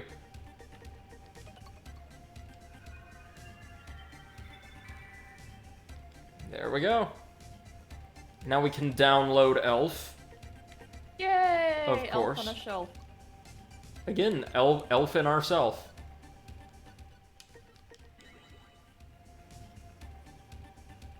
Now that's what I call a health bar. So, were you able to make it past that little boss gauntlet stuff? Nope. Still grinding? Yep. Have you gotten close? Have you, like, brought Thor down to low health before? Yeah, I did, but then he heals himself for almost the entire health that I took down, and then one-shots me, so...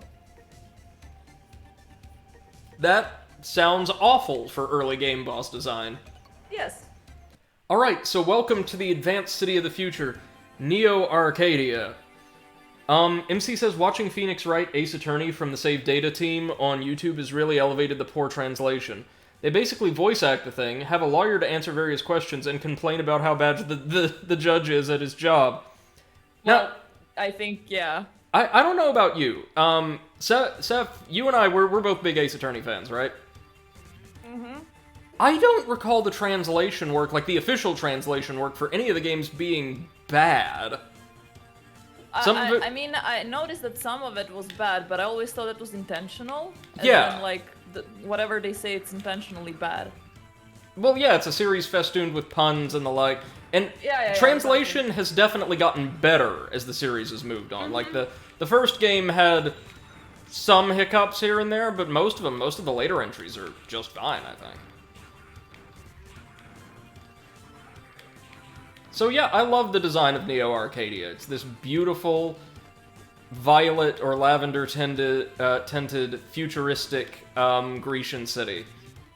And, of course, our soundtrack is awesome.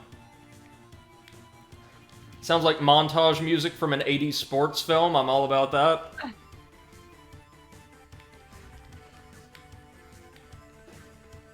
MC says, I binged the whole thing. Oh, yeah, Ace... It sounds like they had a great setup. I'll have to check that out later. Yeah. But Ace Attorney as just a series is so good. It's like video game comfort food. Yeah, it's one of those games that I really loved playing on my 3DS, just like lying in bed and tapping along. And they're top-notch adventure games without a lot of crazy logic most of the time. Yeah. Condor? You need to check that out too. Yes, Eclipse, you shall. Yes, sir, please do. It may be right up your I believe alley. so.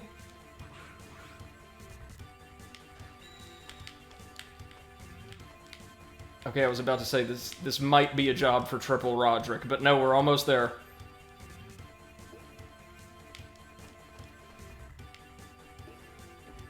Oh, it's boss time already. Oh god, it's this boss. Okay, so it's going to be 2 of those hover troopers we've seen so far.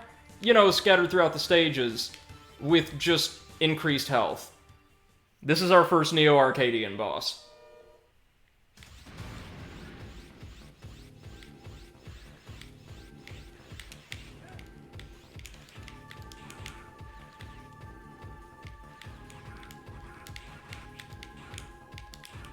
Hold on, might be a couple better ways of doing this. Oh no, never mind, we can just face tank these, they're not very strong. Ah, but they're not a stage boss. I see, I see. This game's only had a couple mini-bosses. MC says the group that did this voice acting with a real lawyer started the series with maybe 15 viewers. They start their streams with 200 viewers now with that content. Also the pool stream. Pool stream? Is that the hot tub stream level up? How What is is the next ocean stream? How is that its own category on Twitch now? Because they didn't want to lose Thirsty Boy viewership, so they just put it in the different category so the real life streamers can shut up about it.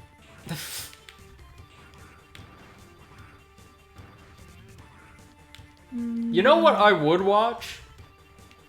A stream by, like, an industry professional, like, evaluating the quality of various hot tubs, like, different models of hot tub.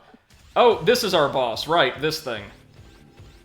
I mean, I wouldn't watch that, but that would be very funny.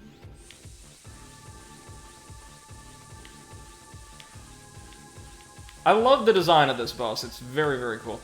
What are you weak to? What are you weak to? Are you weak to electricity?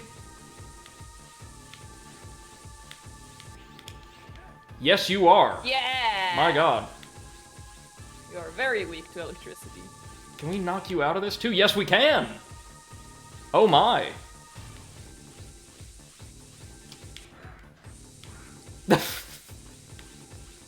Behold, Neo Top Man! Woohoo! Na na na na na na na na. Neo Top Man! Na na na na. NC says, they put on a suit and got into the bathtub for 5 to 10 minutes. Basically, they did the viewers for a donation goal and obviously got met. Okay, that's kind of funny and wholesome. Yeah.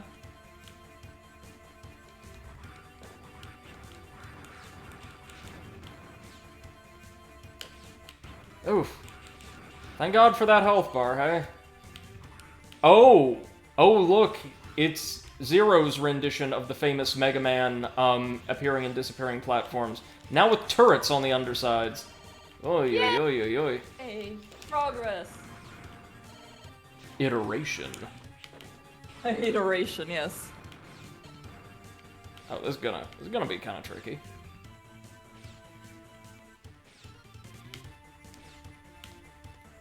Oh yeah, we've got just a very brief opportunity to mount the platforms. Zero doesn't get much in the way of like mobility upgrades in this title. Oh, almost. Ooh, we were so far up though that the enemies respawned. Yikes! Yikes! Yikes! He will get mobility upgrades in future titles, though. I recall some pretty good ones. There we go.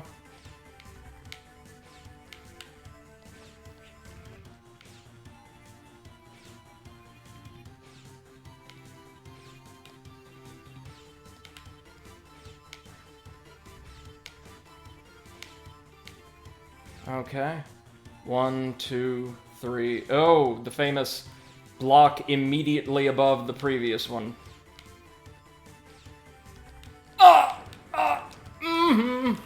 Sorry, folks. This always takes me a while in these games. It's a lot harder than it looks.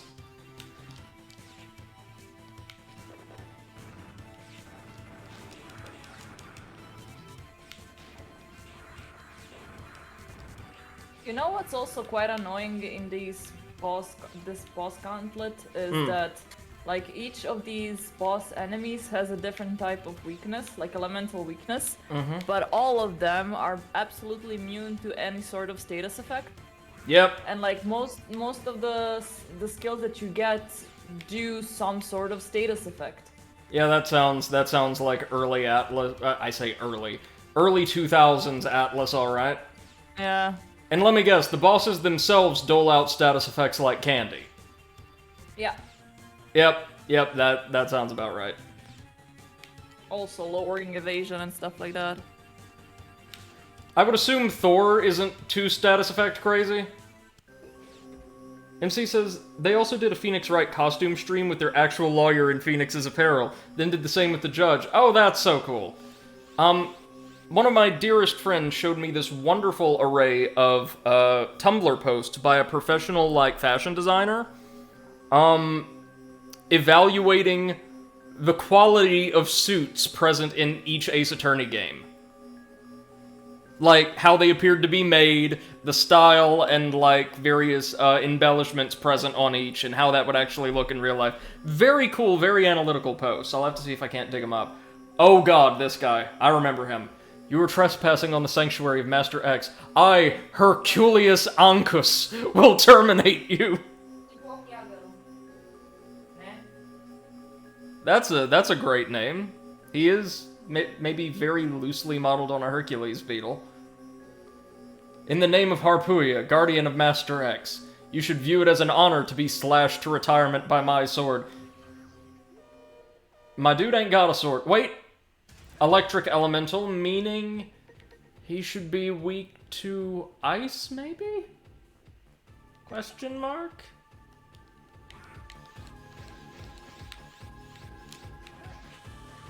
Yeah, now he's going to ram himself. Yep, he is weak to ice. Nice. Oh, that was not what I was expecting. Obviously.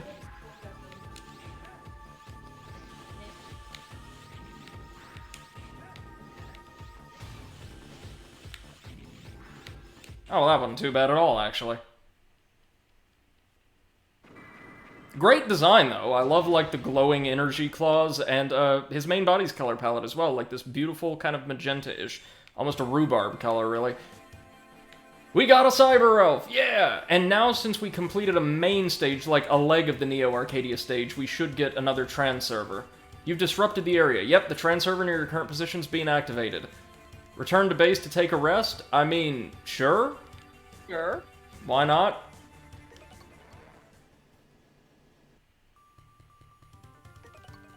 Oh, Seth, you missed another great boss name. Yeah. The giant Hercules beetle warrior was named Herculeus Ancus. Nice. I don't know if they keep getting better or worse. Or both. Or both, yeah. Now, begin mission Neo Arcadia 2. Alright, we've made it into X's Citadel now.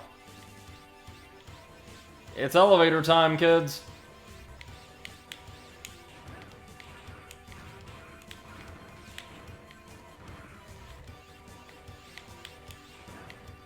Now, these turrets can be kind of nasty, but hey, you know what? Instead of triple Roderick, maybe this is the boomerang's time to shine. Yeah, baby, look at this. Alright. Try something, I dare you. I don't even like this weapon, but it's coming in handy. Those turrets, I'm sure you saw earlier, we can also sever the rotors of, causing the main body to survive but go crashing helplessly to the ground, effectively eliminating the threat from the enemy.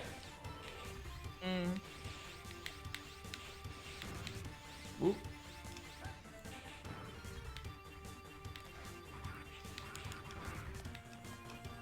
MC says, this makes me nostalgic for Restart. Really? Oh, okay.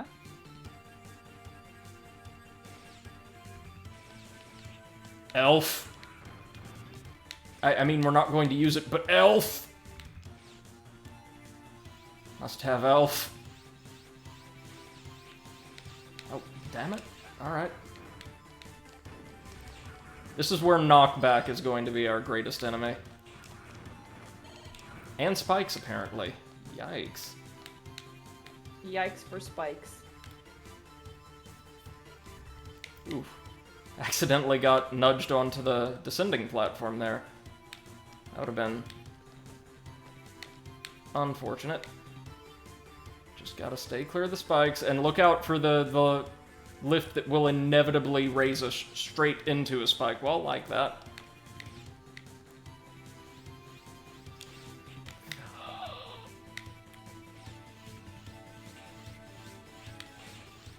Alright, iframes can also be our friend here.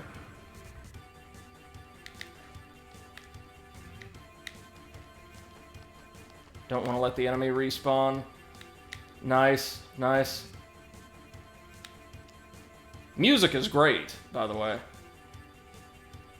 It has been consistently since... Oh god. Since we began the game. Like, Mega Man soundtracks have always been phenomenal, and this one is certainly no exception.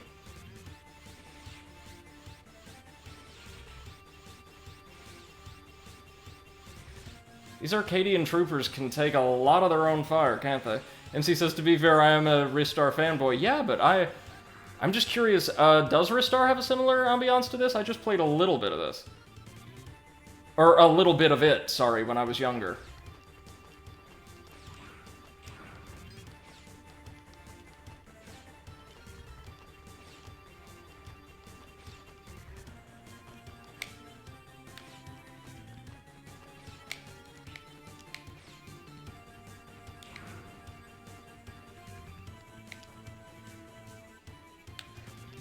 Oh no.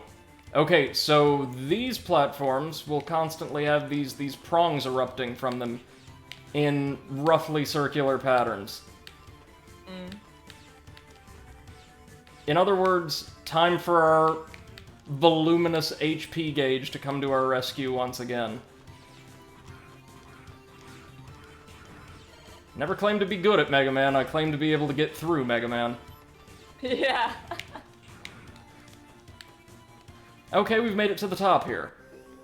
What is our boss gonna be? MC says, even then, unique boss mechanics, unique stage mechanics, and it has certain elements of the same ambiance. Yeah, okay.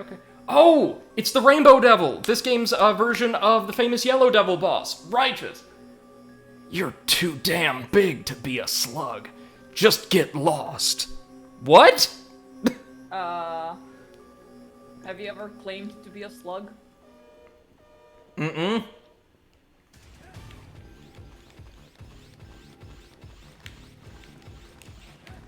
Okay, so it seems to be maybe Ice Elemental itself. Would fire do the trick? So it's going to shed out these little particles and bring them back in towards itself. Nope, it may have no elemental affinity.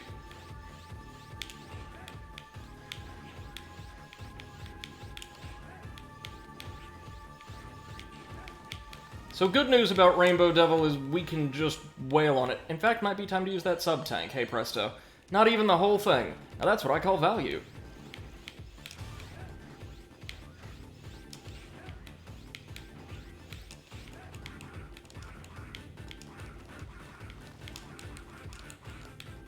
Rainbow Devil is a very, very good fight. I can clearly remember even from my childhood. I was always fond of the various, like, Gel Devil fights from the Mega Man games. Even Yellow Devil from Mega Man 1 making me something of a weird child. There we go! Not a clean victory, but a victory nonetheless. Let's go get that grade and see how much we sucked now. Yep. Warrior. Alright. Seal, what made you come here? Hi, I'm sorry, it was I who recreated the duplication of X. What? No, so she already told us this bit, but she recreated a duplicate. I think she means she created a duplicate, and that duplicate is what we're fighting against this entire time, which it is. Or maybe there's triplicates? Maybe that's why you don't have to apologize. It's not your damn fault. You did it because you thought it would be good for everyone. Please just leave everything for now. Zero, thank you. Alright, Yes, yeah. Zero. Thank you. Fight, Zero, for everlasting peace.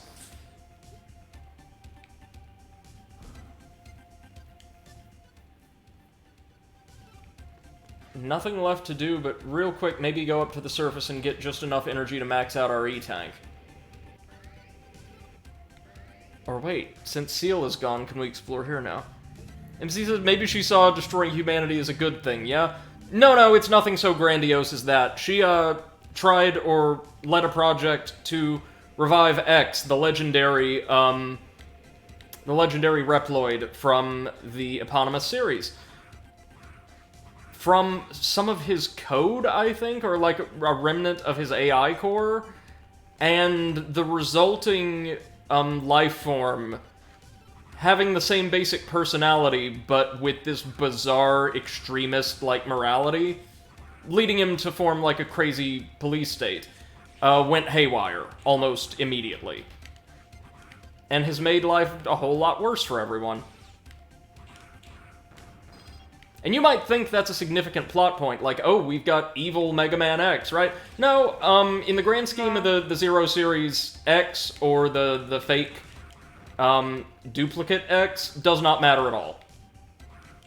He's just the villain of this game, and that's more or less it. And I'm fine with that, honestly.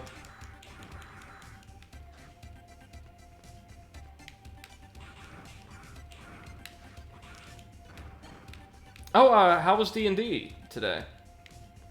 Was pretty good, but a bit short. Potato had to go to this birthday party. Right.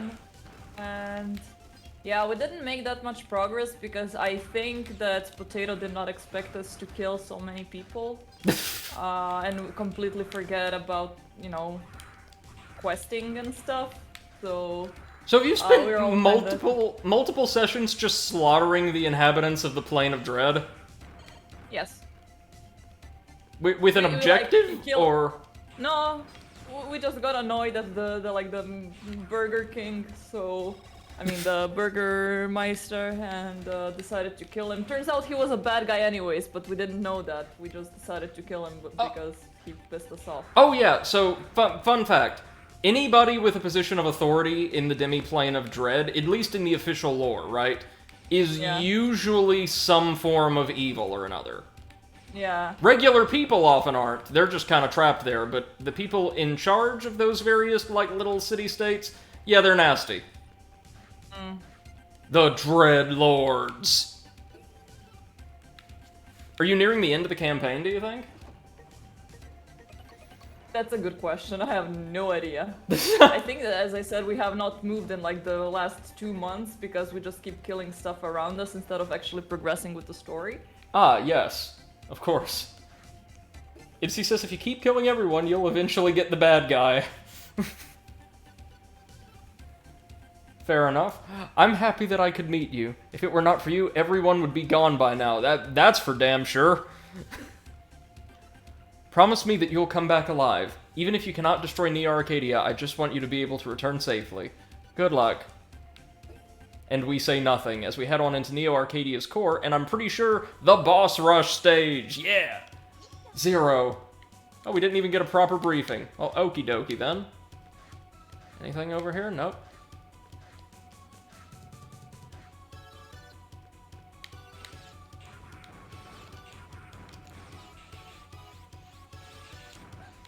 My god, Shield Boomerang is actually coming through for us more than Triple Roderick.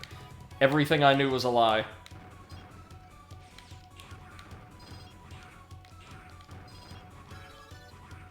Yep, it's boss rush time. Look at this area. Sick. Alright, so there's going to be 2 waves of bosses to fight through. First up are the regular Reploid bosses. Let's see who's up first. Oh, it's Anubis. Sorry, I killed Thor. Congratulations! Wow. That must feel both good and a little exhausting. Yes. And I just, like, barely won. And I won because he missed the last attack, otherwise I would have been dead. So it's not skill, it's just pure goddamn fucking luck. Well, how many times does it feel like you've lost entirely due to luck, you know what I mean? Like, doesn't it feel oftentimes in Atlas games that you, or games like that you, end up getting wiped just because, oh, several of your attacks miss in succession, and there's nothing to be done for it. Wait, is Anubis not weak to any element?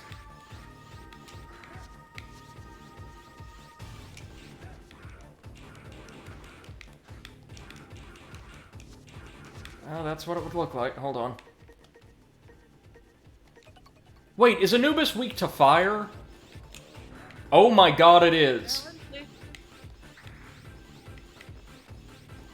Not what you'd expect from the Pharaonic boss, but alright. Oh shit, I'm just playing terribly. Sorry, folks. Oh, god damn it. God damn it. I am absolutely humiliated by that, truth be told. I mean, I guess we have to give up, or retry, because we didn't save before coming in here. Bad decision. So it seems like the bosses are maybe a little bit faster, but other than that, their base stats have not been changed at all. There we go.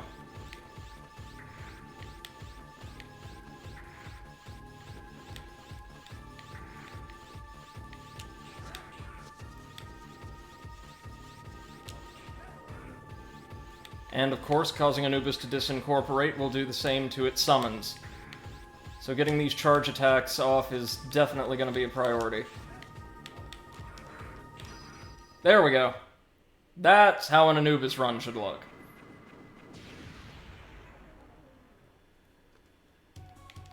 And we get some healing. Always handy. Next up is... Staggeroff. Outdated Reploid garbage. You should have remained in your place of rest. With my blizzard, you'll regret not staying there. Time to go back to sleep.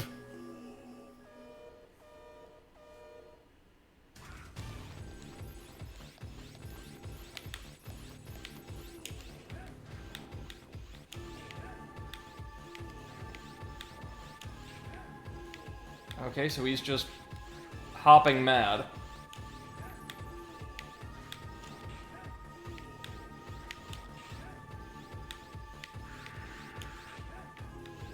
One more.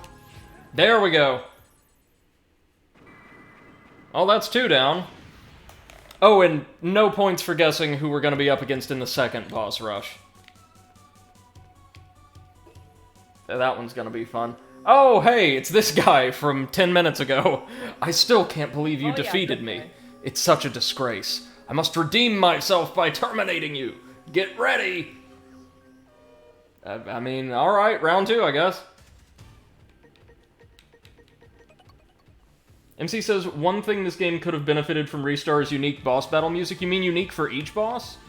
I mean, I think there's maybe 3 boss themes in this game? That sounds right. I see what you're saying.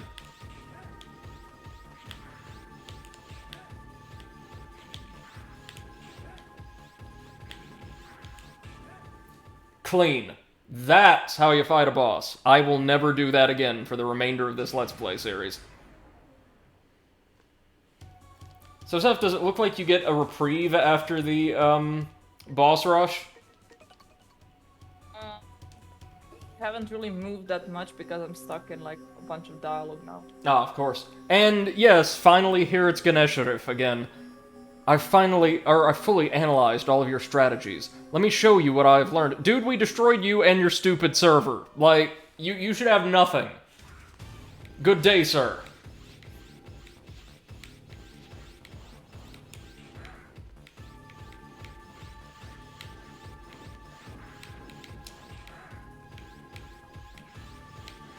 Huh. Nice. Oop. That's alright, that's alright. Seems like it's pretty easy to get bosses stuck in a pattern of using the same attack over and over again. Or just attempting to walk. Okay. MC says, yep, one of Restar's bosses is based entirely on music, or the theme of music at least. Oh, nice! That sounds very cool, honestly. Oh wait, now we've got some platforming, right?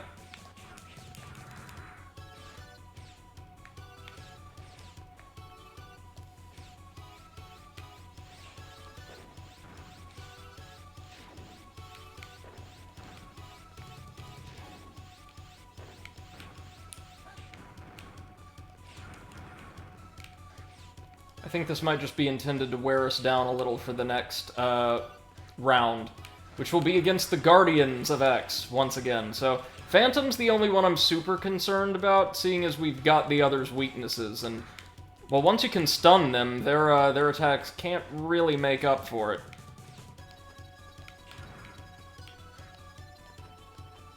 Oh yep, here we go. What's in here? Oh. Oh, that was just like a secret room with an extra life. Silly me.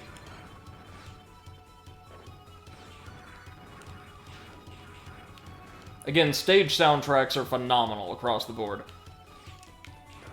Sounds like some pulse-pounding early 90s console BGM. This is how you modernize on, like, a classic property, if you're not inclined to change the formula, in a really, really solid way. Okay, who's first? Oh, Harpooia. Weak to ice, right? This is not a place for someone like you. You'll regret coming here. Is that it? Alright. I mean, sure. Bring it on.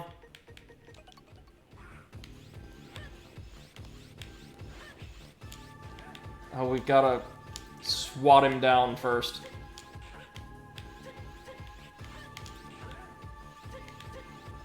Now we've got him in his feedback loop. That's it. Fight's over. Oh, mother of fuck. Another boss? You know what? Yes, Raido. Seriously? Yes. I literally just went to save the game, went back so I can loot the room where I was, and Raido attacked me. Jesus Christ. Izzy says, he's right. I could hear you regretted coming, but not for the reason the boss expects. Well, yeah, he's down. Eclipse says, I regret going to a lot of places, but telling me that when I'm there is never helpful. No, the last place I regret everything right now. The last place I've regretted going is this apartment building. No, but before that, probably that restaurant where I got the famous appetizer. No! I'll never forget this. And yeah, the Guardians survive. We will be seeing them again in, at the very least, 02. Don't worry, they have some really cool, new kind of gimmicks there. Hee. Welcome, Zero. I've been expecting you. You've kept me waiting for quite some time, so please don't give up too easily. Let's get started. Dude, you're the easiest of the four to take down, usually. What are you weak to again? Are you weak to electricity? That sounds right.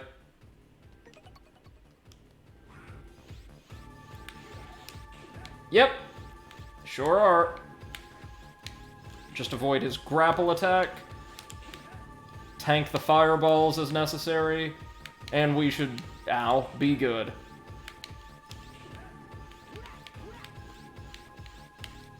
Oh, now he's got his aura. Which boosts his range and the power of his attacks, but didn't do him much good. No! Not yet! But no! Why can't I move my leg? My leg! So be it. I'll let you live for a little while longer. Farewell. Alright, bye. Two left. Leviathan and Phantom. Oh good. Here we go. Give light to the people. Give destruction to Mavericks. Dude, you are a Reploid. The same species that can become or be declared Mavericks. No one shall disgrace Master X.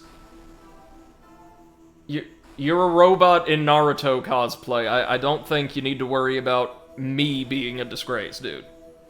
We got this. So Seth, how's Rido? Motherfucking piece of shit. He already killed one of my guys. Even cheaper, then. Yeah. Your termination will now commence. Alright, bring it on. Hold on, real quick. This one will call for our dear friend Triple Roderick.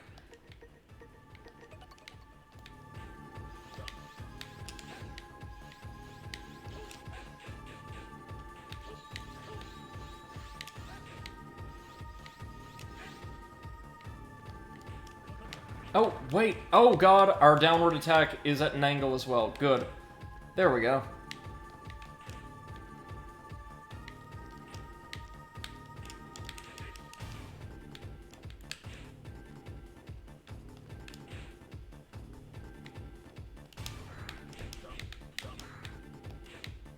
And again. Alright.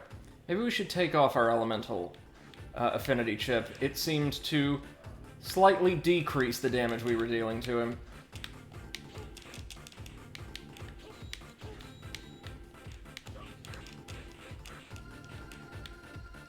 Now we can combo him fairly easily. And he killed me. God's sake, I'm sorry, the game sounds, honestly, really tedious. Like, with a cool world. It is really tedious. But this is kind of the issue I had with the Bloodborne DLC. Hopefully Potato won't. When I talk about difficulty and the way it can get to me sometimes, I'm all for really big, significant challenges in games, but I also tend to like them to be sporadic, spread out. So it's not like every encounter or every stage is pushing me up against a wall. That gets to be really draining, and it also reaches a point where, especially in like a lot of RPGs, right, it doesn't feel like my characters or myself as a player are really being allowed to grow. Because every time you get something new, the enemies gain 3 or 4 new things, you know what I mean? Yeah. Impossible. How could I? I won't allow you to reach where Master X is. I'll take you with me. So, yeah, No. that actually can damage us. He self-destructs. Great. Oh god. Whew. So, he's the only one of the Guardians to die here. Good news, no more Phantom. Now we want to bust out our sword again. Get our flame on. I've been looking forward to playing with you again. You have no chance to win this time. We have your weakness now, ma'am. You may want to reconsider that statement. Yeah.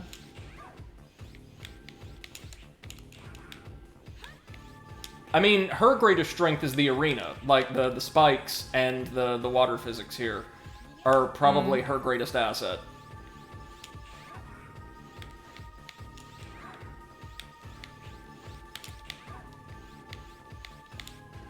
Okay.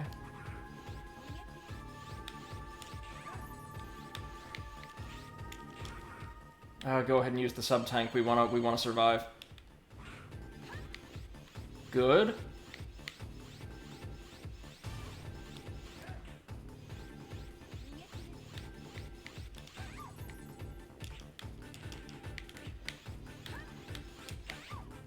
Triple Roderick coming through. But you were able to save before fighting Rido, right, Seth? Yeah. So at least I got the gauntlet down, but still, meh. That's enough. You won. I accept my defeat. Haha. I am happy that I've met someone who can defeat me. I've been looking for a Reploid like you. I'll personally terminate you someday. Alright, bye. Oh my god, bye. Oh my god, bye. And with that, we're up to the final battle.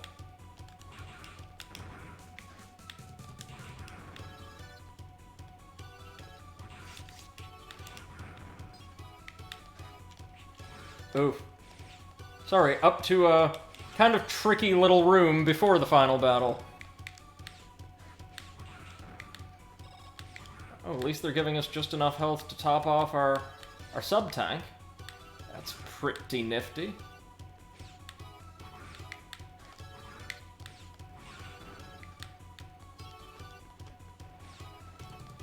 So friends, in chat, how do you guys feel about Mega Man Zero, especially those of you who've never seen it before? Have I, despite my somewhat clumsy playstyle, managed to do a good job depicting it as a pretty solid time for a Game Boy era action-adventure title? I think this is great. This is one of my favorite games from childhood, believe it or not. Is it time? Oh yeah, final boss time. No? Maybe not? Stop!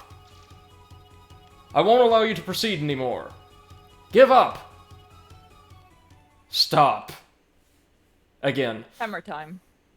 NC says a classic GBA game. It really is. It is. Yep, it's time for the false X. You're no match for him. Leave.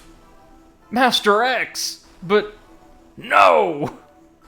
As you wish, my master. Oh, yeah, the dialogue is pretty rough overall. We meet at last, Zero. I've been looking forward to this moment. You must be the pirate copy of X! The pirate copy. The final boss! Software piracy! This was a ghost launch for that Mario Party DS ARG the entire time. No, a perfect copy of the original X. The new hero who saved the human race from this wasted world. Didn't you notice? The humans have found happiness more than ever before. The utopia that humans have searched for, it's here in Neo Arcadia. This is something that you in the original X could never create. Only I could do this. This is a peace that can only be achieved by retiring uncountable numbers of innocent Reploids. This is not what anyone wanted. This place is just a damn joke. You are so funny. It's been fun. Now let's get down to business. To defeat the Huns. MC says, so you're basically a DMCA specialist. Protector of private interest, defender of publishers. Yeah. So this is a really good fight, at least in Phase 1. X is fast, hits hard, switches his elemental affinities constantly.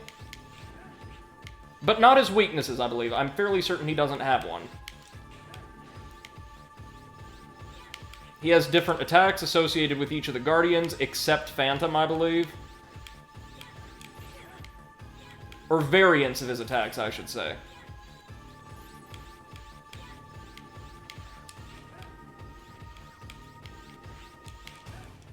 Alright, with that down, we move on to Phase 2, which is Hell.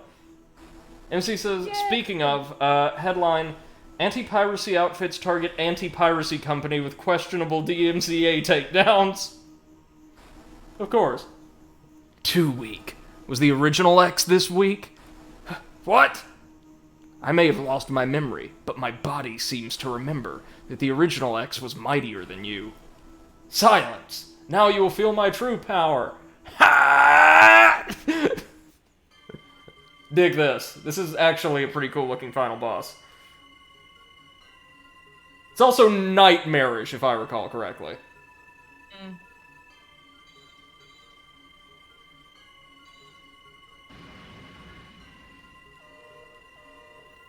Because we have to jump on those platforms, or wall jump on those to actually be able to reach him in the first place.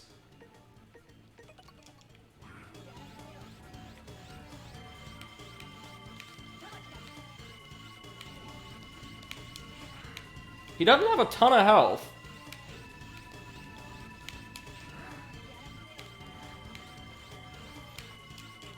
It's just that actually dealing damage to him is something of a pain.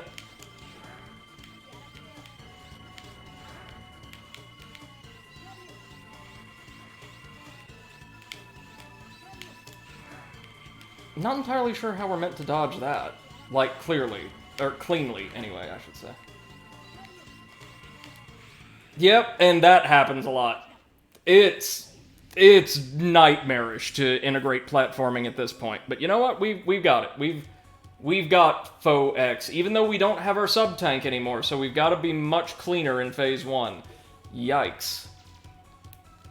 And we do have to button mash our way through all this. Something I don't really like, that I think gets improved as a QOL measure in future titles.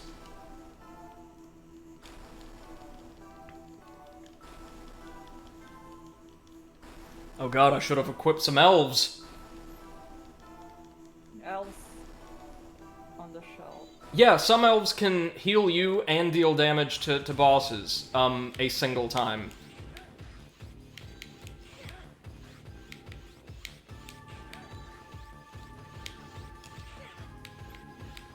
Alright, well that's half his health gone.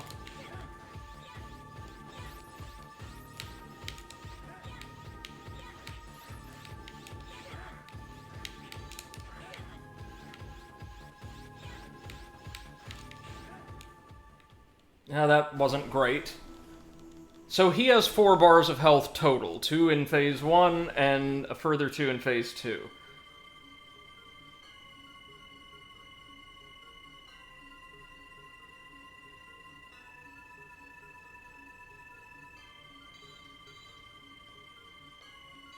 And yeah, if it weren't for the pits, I think we'd be in business here. Welcome back, Exit. We're at the final boss, and not gonna lie, this one is pretty tough. It's a poopy head.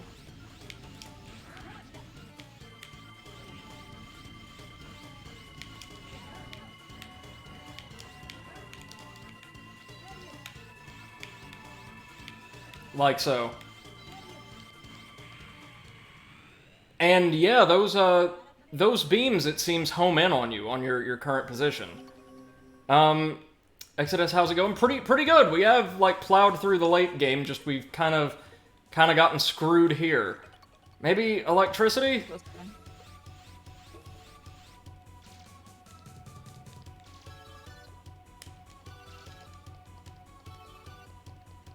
We will get through this game today, even if it means I have to replay the last stage with a couple elves equipped. We will do it.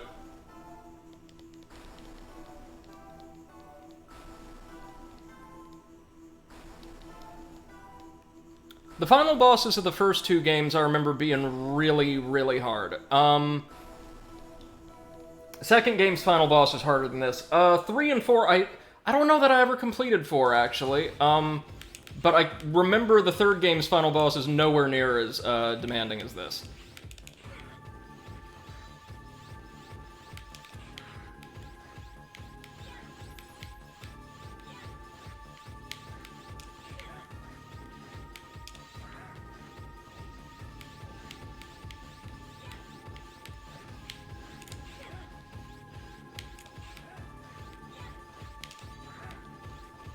Okay, so it seems like sometimes he's...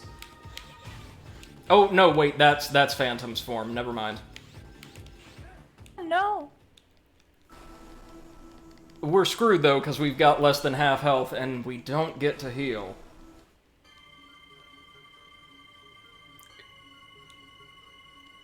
Well, hold on. I may have an idea. There may be a solution here. What if we didn't have to do that crazy jump every time we wanted to attack him? What if we could instead rely on the power of triple Roderick at last? Oh!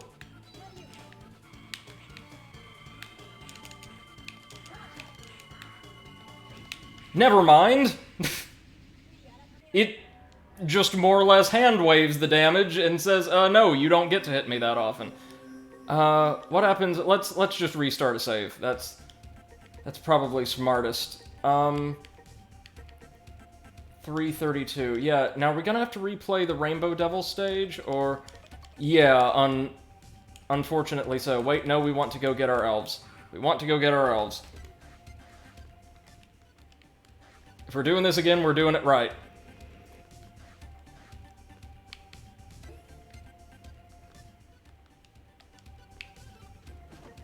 So we are going to download some single-use elves.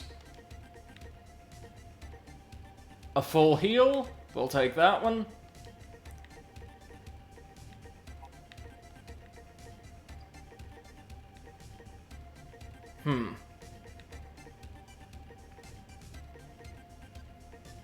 Stuns, slowing time, we'll take one of these that can slow time temporarily.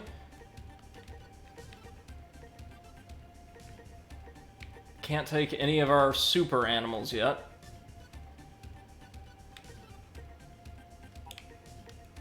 And another full heal, why not? So, apologies in advance if we have to play through Neo Arcadia 2 once again. It should be pretty quick, though. That was just the elevator stage. How's your boss battle going, Seth? That's all I can say about it. That well, huh? Yeah, I decided fuck it and went to Overwatch. I feel like I'm gonna get less salty with stupid people than with a stupid game. So, on the whole, I'm kind of getting the sense that you do not like Shin Megami Tensei 3. No, honestly, Not worth it, right? I played 1 and 2 and I love them. 3 is just giving me butt cancer. Now, did you play Shin Megami Tensei 1 and 2, or did you play Persona 1 and 2? Because I think the first two games were marketed as Shin Megami Tensei Persona, and then SMT Persona 2. Well, I played the one that's called, that was with Raido. Digital Devil Summoner? Yes. Those were side games. They were released Great. later. I just remember that I was playing as Raido, and there was this talking cat, and there were like gray, the gray Shibuya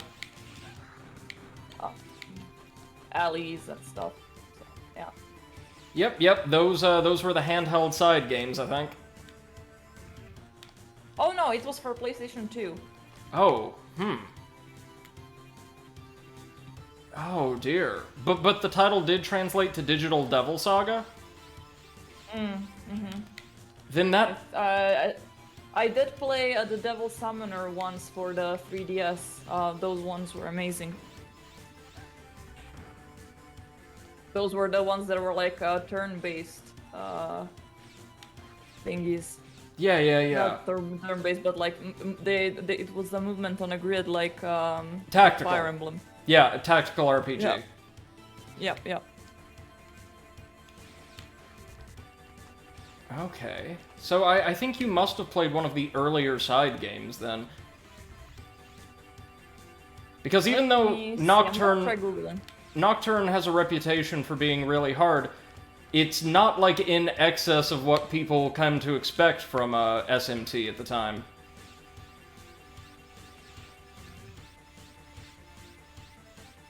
Come on. There we go. Oh yeah, I played Shin Megami Tensei Digital Devil Saga. Yeah, that... It is a spin-off, yes, you're right. That would explain it. They were on PlayStation 2 though. Huh, alright. Oh, you know what it was? I think years later they, released one for the DS. Could be, yeah. Because I remember it, got, of all things, I think it might have gotten a cover feature in Nintendo Power one month. Great. Nintendo Power is something that I never saw in real life. I think that's something only you guys had in the States. Yeah, and I think it was relaunched as a website or something? Am I correct, chat, in saying Nintendo Power was relaunched in some form or another, or might be in future?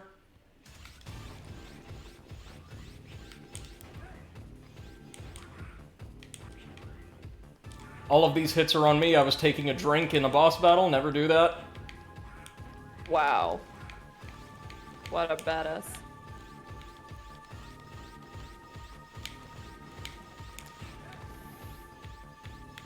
Woo!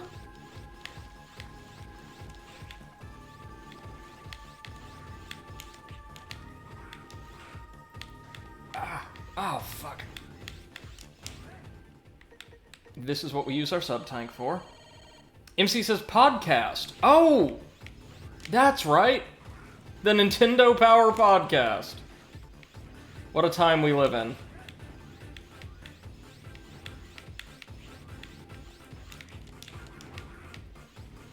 That attack is an absolute nightmare. Everything else we could deal with. And in fact, everything else gives us copious opportunities to deal damage to the Rainbow Devil. There we go. And she says, speaking of PS2, I watched a stream of Project Zero the other day. Really? Oh, interesting. And Nintendo Power Returns the podcast of 2017. And she says, it's definitely an interesting, spooky game. Yes, it is. I love Project Zero. One of the rare spoopy games that I actually enjoy. No, don't send us on to the final stage, not before we save. Oh wait, can we use the trans server to do so? Maybe we can't. Alright, well we've got our elves. Let's cross our fingers and pray for a better run, friends.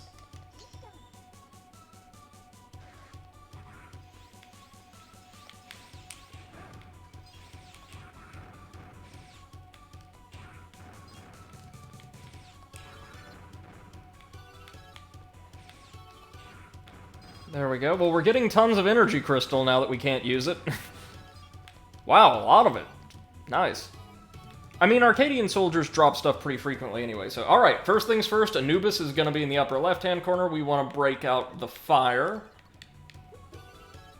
Time to start spitting that fire, y'all. Yay!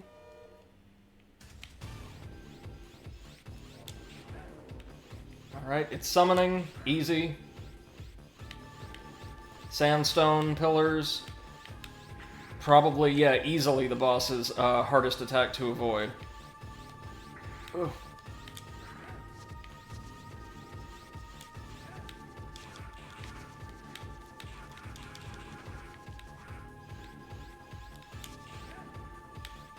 Here it comes again. He can survive maybe 2 more fully charged attacks. Nice! And now when it reincorporates, it instantly summons the zombies, I think, once we get it down around half health. That's interesting. It's dead. Nice.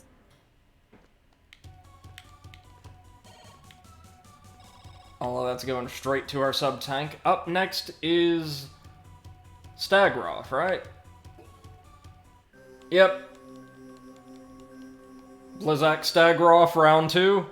3, technically.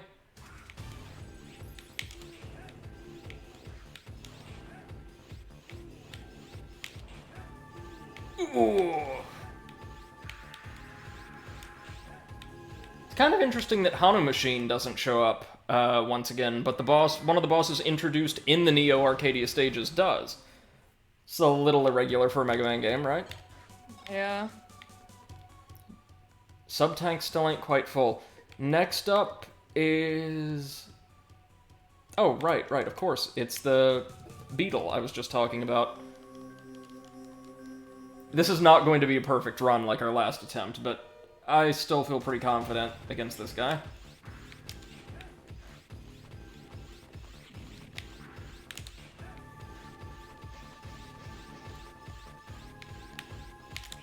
Oh god.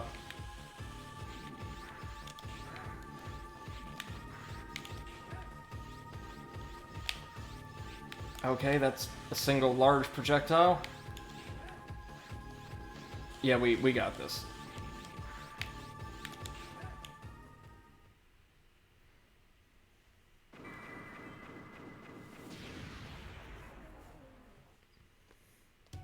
This means another Phantom run, but I think we can do it.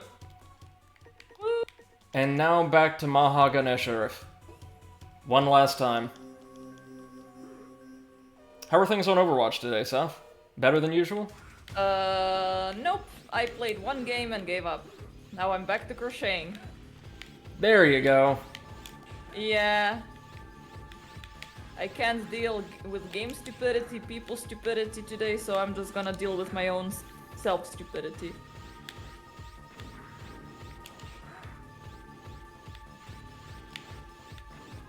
It's a good way to live. Yeah.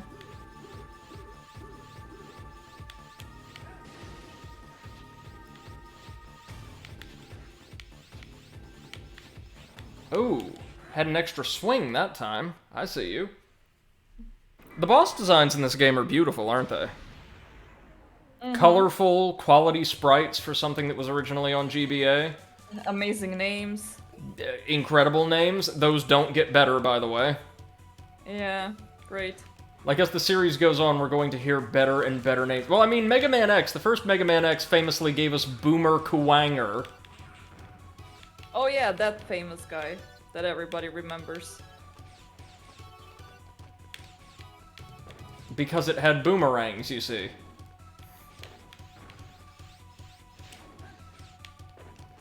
What was it? Was it Mega Man X6 or X7 where all of the bosses were originally named after members of Guns N' Roses? I don't know, but I remember there was a game like that, yeah. It was one of the later Mega Man X games. There was like a giant whale named Duff McWhalen, because of course. There was an evil flower named like Axel the Red, after Axl Rose. Yeah, because he couldn't have been named Axl Rose. Well, no, not legally. If he says Boomer X. What is that gonna be, like a crazy sci-fi series starring somebody born in like 1964 or something? Alright, Harpuya should be up first, also a great name. Like a person that is both a boomer and from Gen X. Oh god! The ultimate Boomer X. The ultimate life form. Feedback loop, and we got you, Harpuya. Thanks for playing, though. Wait till we reach the later entries and Zero, like, gains new movesets, like entirely new movesets. That's when the series gets really good. Exit says, okay, Boomer X. Affirmative, Boomer X. And MC says an old soul from Gen X. Oh. Aww. That would also So like work. Grady. Oi, I'm not... I'm technically a millennial, unfortunately. Really? I thought that I was the last year of the millennials. Nope, I was born in 97. Oh well. Chosen element. Do we want electricity for Fafnir? Yes, we do. That awkward moment when being a millennial is actually the better choice. Hey, we didn't get raised with TikTok. This is the better choice. Yeah.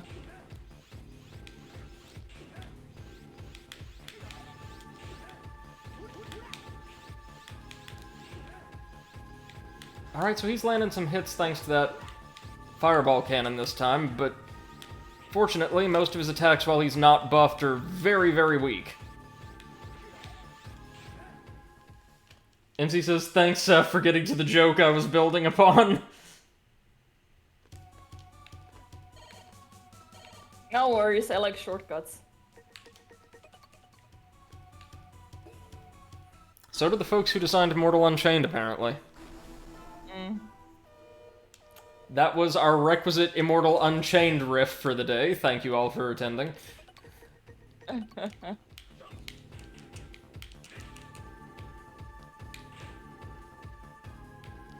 Oh man, Exit, if you're here with us, you missed Immortal Unchained entirely, I think. Like the terrible Souls-like, the worst Souls-like I've ever played.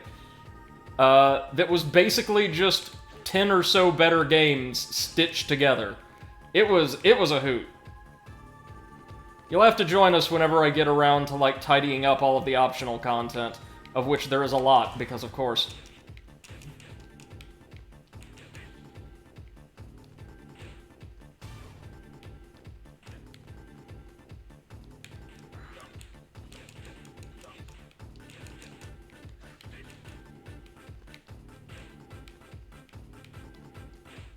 Alright.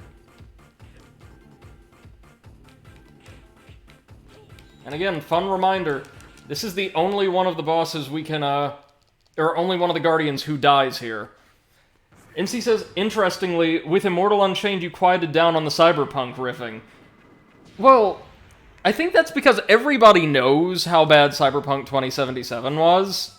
Yeah. The world at large does not know about Immortal Unchained. The world is innocent to its ways, which are horrible by and large. We need to educate the world about Immortal Unchained, and it's people that say that they have never heard of Dark Souls. No, you can't really compare it to Dark Souls, which is true. Yeah. Just not in the way the devs hoped it would be.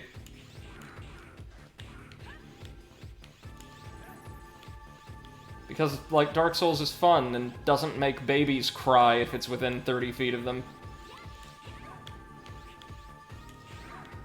Doesn't make Beppo bark at it. Exit says, sounds like fun. MC says, I cannot wait for, Cyberpunk Unchained. Ooh! Oh, yeah. Well, yeah, that... Oops. A mashup that we never knew we wanted, but... That dev studio's gotta get around to ripping off Cyberpunk at some point, right? Yeah. Maybe one day when Cyberpunk gets released. MC says, Immortal Unchained is the Dark Soul of Dark Souls. Yup.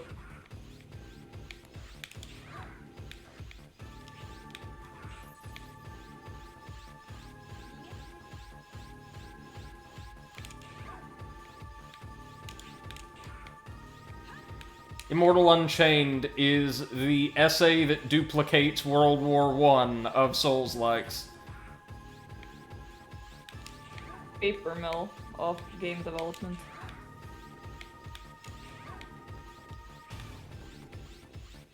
That's right, it was about as close to outright plagiarism in world design I think I've ever seen in a major Souls-like.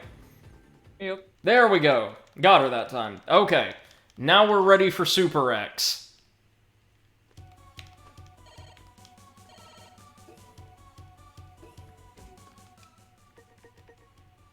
As long as it doesn't swat us into the pit, we should be good with our elves.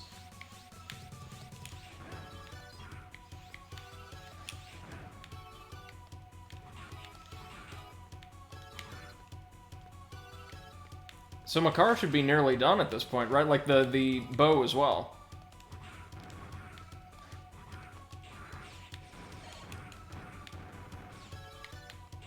Do you know what you're going to work on after that stuff?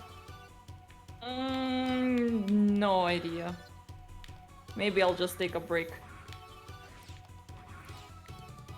If only there were, like, a pattern for Ganondorf. Ganondorf! Ganondorf! You have any I'm idea? not ready for Ganondorf. You have any idea how crazy Potato would go for something like that? He's probably gonna 3D print it himself. Ah, right. Yes, of course. Okay, let's see. I think he said he's actually printing a model, a transformable pimp cane. Yeah, he is. You thought he was joking. Ha! No, I had hoped.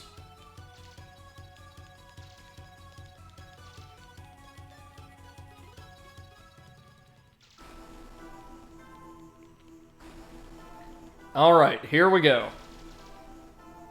Let's see if we can't do this properly. And by properly, I mean with exploits.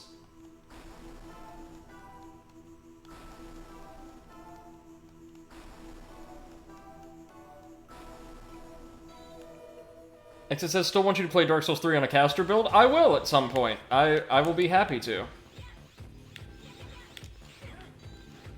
It's something I've been wanting to do for a while, really. Any Souls game on a largely magic-oriented build, really.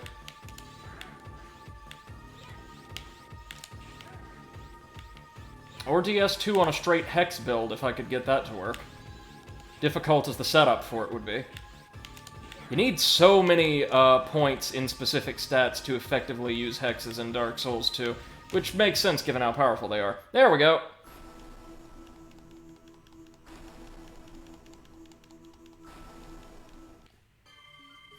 If he says, Brady, you already are magical. Thank you. Exit says, no, you won't be happy, but it'll be great content. I don't know! I've heard if you properly tune magic builds in that franchise, you can accomplish some wonderful things. You can, but are you gonna?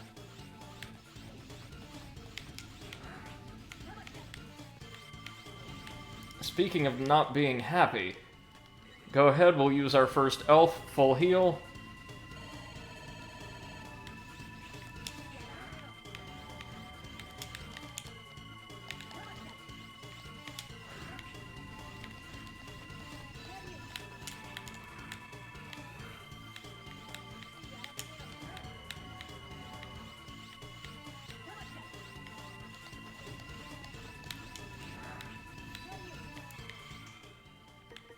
We're not doing this elegantly, but we are doing it. This one slows time. Go for it.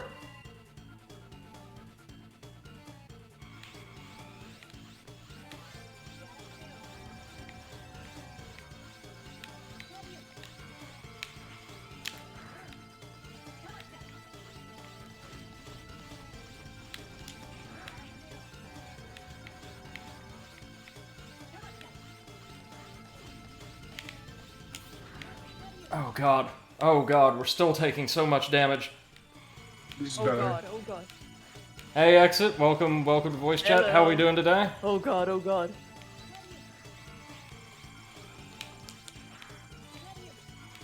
Oh, Lord. Thank God for that second full heal. We've got him down to around 40% health, thankfully.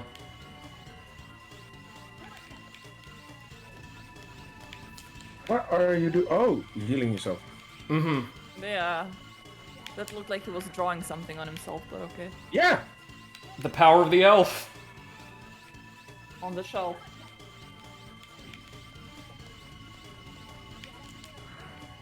Oh god, it goes invulnerable when it's summoning these, or casting the little ah!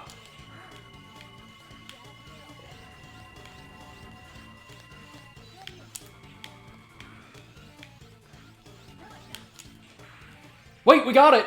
Then we died. So, Aww.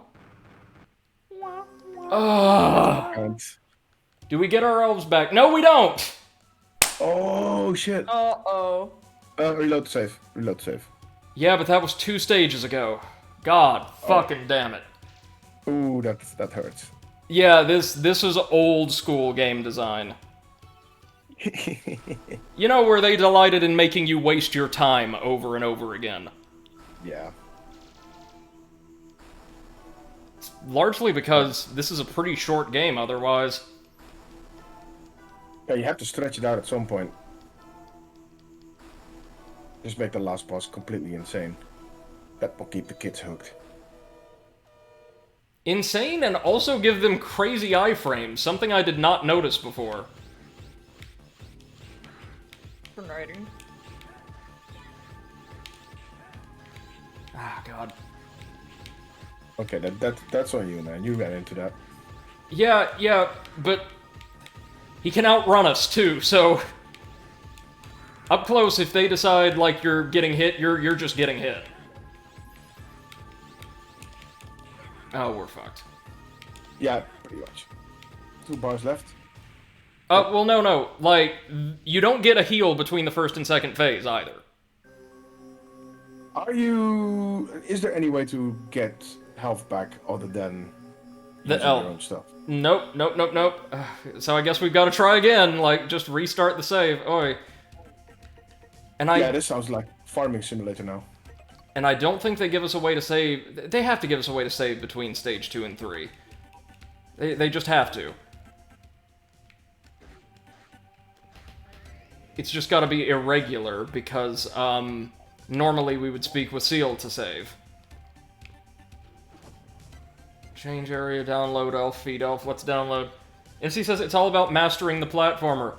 Actually, no it's not, because that boss, as we saw, is not only invulnerable, quite frequently in Phase 2, but it has a hitbox, or a collision hitbox, so large that unless we attack from the very periphery of said hitbox, doing damage to the boss will also deal damage to us. Whoopee. Like, maybe we could try using our Buster, but it deals way less damage. And we know slowing time did nothing, so what we want to do You Is want to get something that eat the laser beams, if you can have one. I don't know if you have an elf like that, but something that, because that's what's killing you the most is the spray of bullets coming off him randomly. I was even looking for if you can like see a tell before he does something like that, but I couldn't find any. it's Like there's almost no animation at all. not just that, but I'm sure you noticed it tracks. It's It not does. one spread from each hand sweeping the main platform. If he targets you with that while you're like on one of the walls, they will aim for you no matter what. Oh, MC says you can hear him saying the attack. To be honest, I don't have the sound up that much, so I probably missed that. He does announce his attacks, but it's less that there's not a telegraph and more that there's no way to effectively and consistently dodge the attack. So if you can, I don't know if you have an elf that can like absorb bullets like that, or use a shield maybe. Shield might do the job, actually. I don't know, because it can deflect bullets like these, and they are the same color. Color's often used to denote, like, you know, how you can interact with certain projectiles in games like these. That might be a half-decent idea, yeah. But it does only protect us in the direction where we're facing, so we'll have to see. Anyway, Rainbow Devil again. This'll be fun. MC says, the main issue I would say is the timing on the fire. Well, no, the main issue is we can't hit him. How many attacks, for instance, did it look like we got off on him in that last attempt that, thanks to his iframes associated with the binding attack, he just no-sold? No-sold? Yeah, did not react to or provide any, like, substantial feedback for whatsoever. In other words, he just ate them. Diva defense matrix. Right. She's playing Overwatch. So I have to put it into Overwatch terms. How are your games? How are my what? How are your games? All my Overwatch games? Yes. Let's just have fun. It was fun to hang out with somebody and play and Yeah, Yeah. just chill. just chill. We just did the quick play classic. I had a blast. It was fun. But yeah, still I don't know. There's still a massive time sink in it. But I did enjoy hanging out with friends and Yeah. playing games. It's always fun. I'm glad you were in so late, Seth. I was like, oh, we were all very tired. Eventually we all stopped at the same time. And then, like, I think 10 minutes later you go, I'm home! It's like, yeah, great timing, Seth. And C says staying on the side platform a little longer. Yeah, that might help. Those flames burn a lot longer than you would expect from an attack like that, don't they? Also, I don't know if you've noticed, I certainly have, given how many friggin' hits I've been taking throughout this entire playthrough. X's attacks, unlike almost everything else, which deals largely a consistent amount of damage, whether they come from a boss or an enemy, X's attacks deal way more damage than anything else in the game. Like, I want to say twice as much? You figured out the element to use for El Bosso Giganto? This one does not have an elemental affinity. No, I meant the last one. I don't believe he does either, unfortunately. Okay. Maybe the second phase is weak to lightning or something, but I didn't get any reaction. Go ahead and use our sub-tank.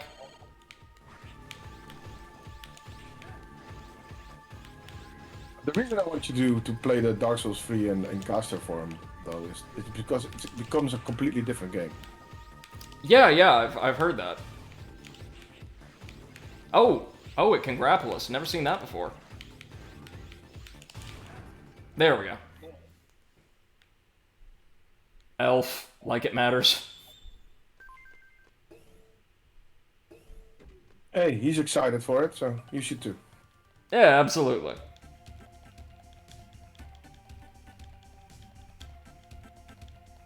Okay. At least we get a full heal. This is a save game, lady, right? Yeah, it didn't look like I could speak to her earlier though. Let's see. Well, because moving forward too much, I think, throws us into the next area. Seal? Seal? Yeah, we can't talk to her, so maybe we have to go back to What? We can do it, but only from the other side of the door. All right. Yes. Sure. Let's do it. Let's do it. You can do it. Oh, this makes life a lot easier. Yes, it does. Whew. All right. Like I said, difficulty spikes at like the very, very last moment in games tend to be kind of an Inti Creates team staple. If you recall, that was also true in most of the Azure Striker Gunvolt games. Not the second game. The second game was pretty evenly paced regarding its challenge and increase thereof throughout the game, but the first and third, woo boy, after pretty breezy experiences, those final bosses were murderous. Alright. Anubis up first. So you kill Anubis, can you go back and save again? That's it. No. Take that into it. No. Oh, man. That's alright, these guys are nothing. As long as we reserve our materials for X, we should be good.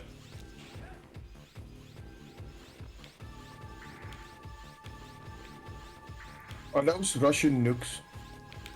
No. Is this game communist? Yeah. Probably not. I mean... Probably not.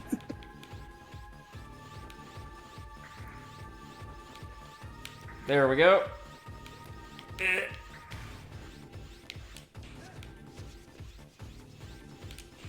There. Easy. NC says, when talking about brutal difficulty, I remembered Super Star Wars Return of the Jedi on the Game Boy. Ooh.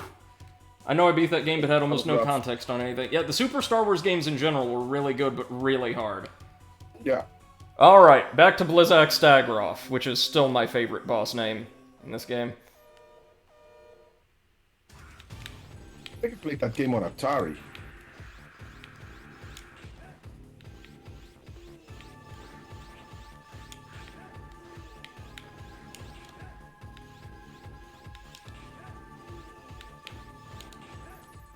Yeah, that was easy.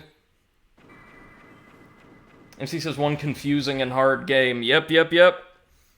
Yeah, wasn't that also part of the game that you didn't know what was actually going on and what you needed to do? Because that's my vivid remember. That's what I vividly remember from those games. That I was put into a situation and I had to figure out what the fuck am I supposed to do in this situation. See also every Sierra adventure game ever made. Oh, the Sierra games? I will gladly counter that with any LucasArts games. True. Adventure games in general. Oh, alright.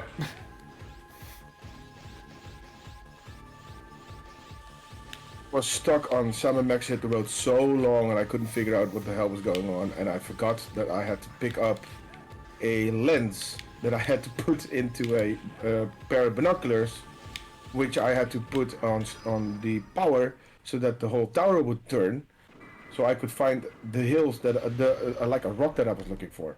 So that took me so long.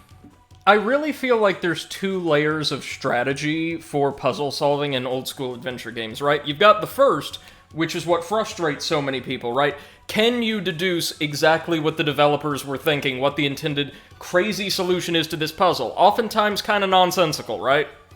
But the second layer, the metagame, is can you deduce the exact cocktail of drugs the developers were on that led them to that logic? I think of 3 letters, starts with an L, and then an S, and then a D. Yeah, no, exactly. And lots of it. Alien Legacy, the MC2 says Sierra did Alien Legacy. I think I remember Alien Legacy. That was a long time ago. And I'm old, but I don't remember everything. Let me look it up. Alien Legacy. It sounds familiar to me, too. No, I haven't played this. What is this? It's like a base building game or something? It looks strangely familiar to Dune 2. Is it like a licensed product from the Alien franchise, like James Cameron's?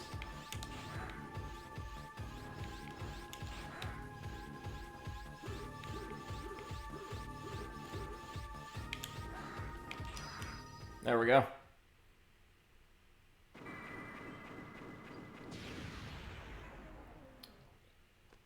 I remember a wonderful little boss rush game called Alien Soldier that was released by Treasure back in the day. Anybody remember Treasure?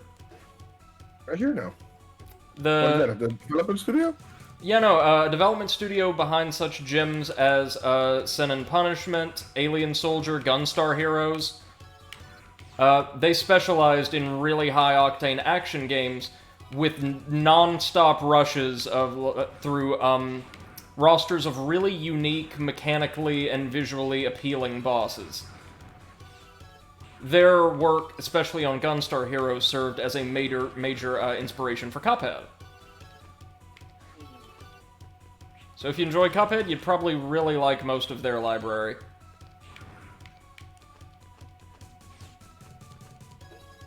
NC says building cities on planets, exploring the solar system, discovering the fate of the previous siege ship, and surviving dangerous events. That game has an ending if you do nothing for 1,000 turns at the start of the game. Basically, you get replaced as a commander. Well, I can't imagine why. Oh, yeah, here we go. Gunstar Heroes, Alien Soldier on the Genesis. I'm just looking through the list. Oh, they did Ikaruga? Yep. Okay, that is the game. I had a Dreamcast. I remember that game. Ikaruga's very good. Yeah, it almost broke my TV. You remember Ikaruga? You could there was a setting in the options menu that you would play vertically. Yep. And then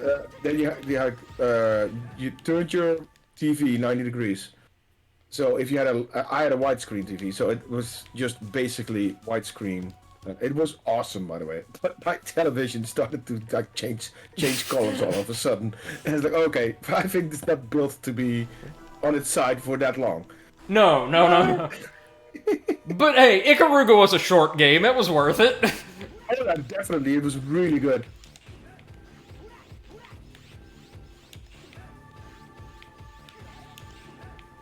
Hey, they actually made a game called Bleach Dark Souls for the Nintendo DS. Huh. I think I found your new game. A licensed product, huh? It has Dark Souls in the name, Brady. Yeah, but it's based on the Bleach manga and anime, isn't it? Probably. You didn't like the Bleach? Didn't like Bleach? Oh no, I'm alright with Bleach. I played the Muso game based on it. Welcome back.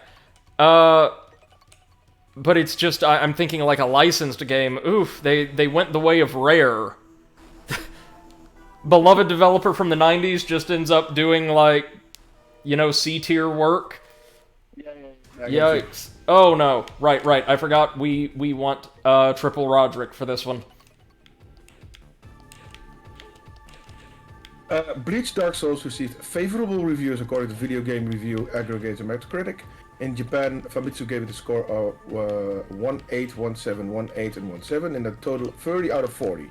Nice. That's Game pretty was damn awarded good.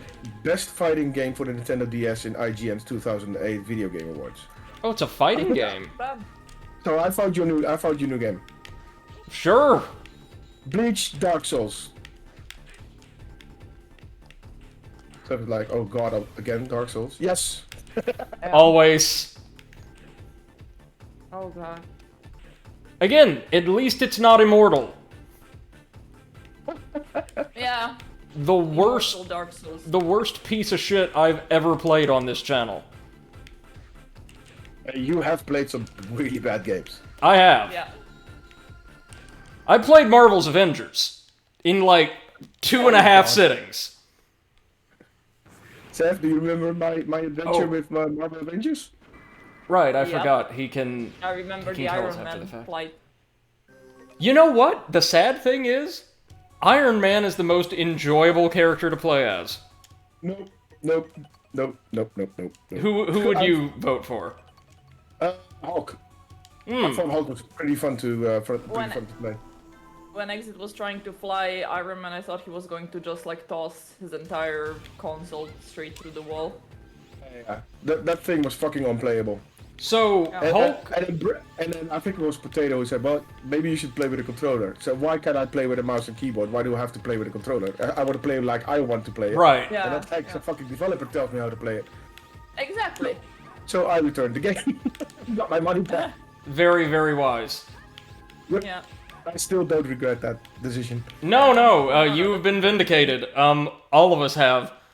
See, I actually found Hulk the least enjoyable because of how cumbersome he was. I was okay with Iron Man because you could, like, unlock missiles that would just lock onto enemies and, like, destroy them. It was hilarious. And I really liked Black Widow's gameplay, even though the main game was kind of garbage. I did get to I think it was the second or the third part with Iron Man. So the first time you find him, he's in his house, and he gradually gets his suit back. And then there's like a rescue mission of some sort. You have to fly through all these canyons and stuff. Yeah, and that's yeah. why I was like, fuck this garbage. Yeah, they really want you to fly with Iron Man when flying is the worst part of Iron Man's gameplay. Yeah. Yep.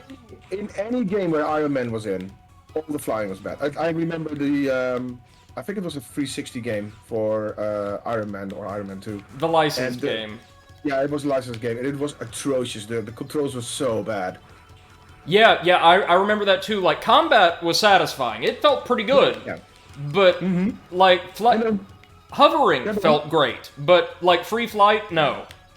No, it was almost uncontrollable, and it was too bad too, because for the 360 game, it really had some really good graphics and effects. And So you really wanted to go in and like the game, but you just couldn't because you was flying into walls constantly.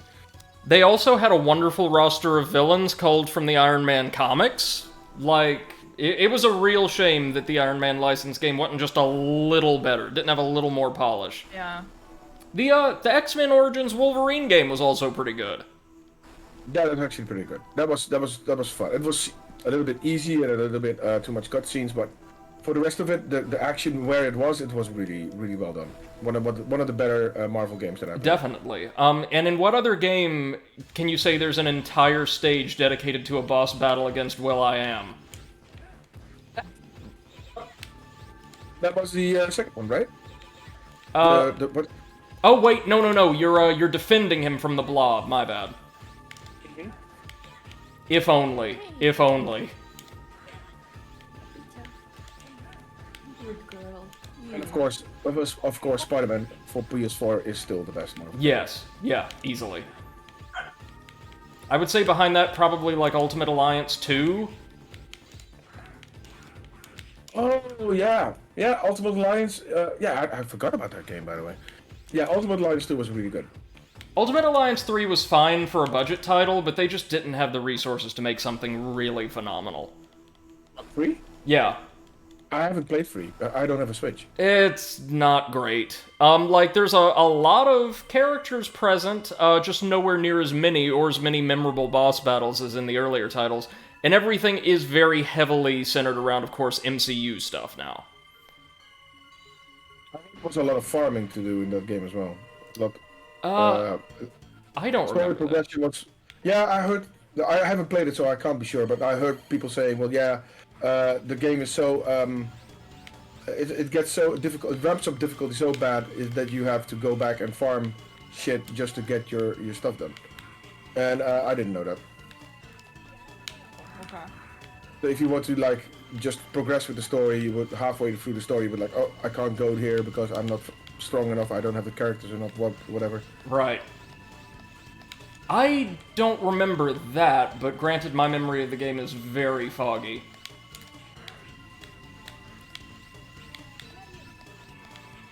Oh god.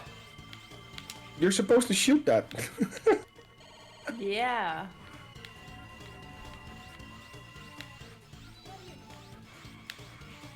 Yeah, and I tried the boomerang shield. No luck there.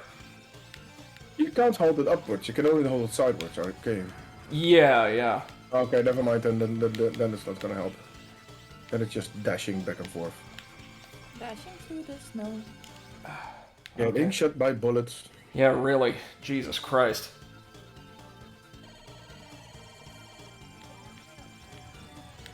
And it keeps shooting these binding rings at us that we can not damage it during the deployment of, for whatever profane reason.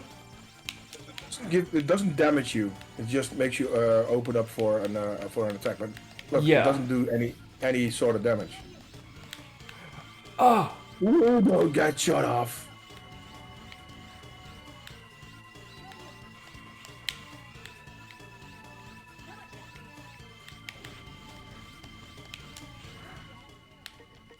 Like, it feels like they want us to punish his attacks in an extraordinarily specific way.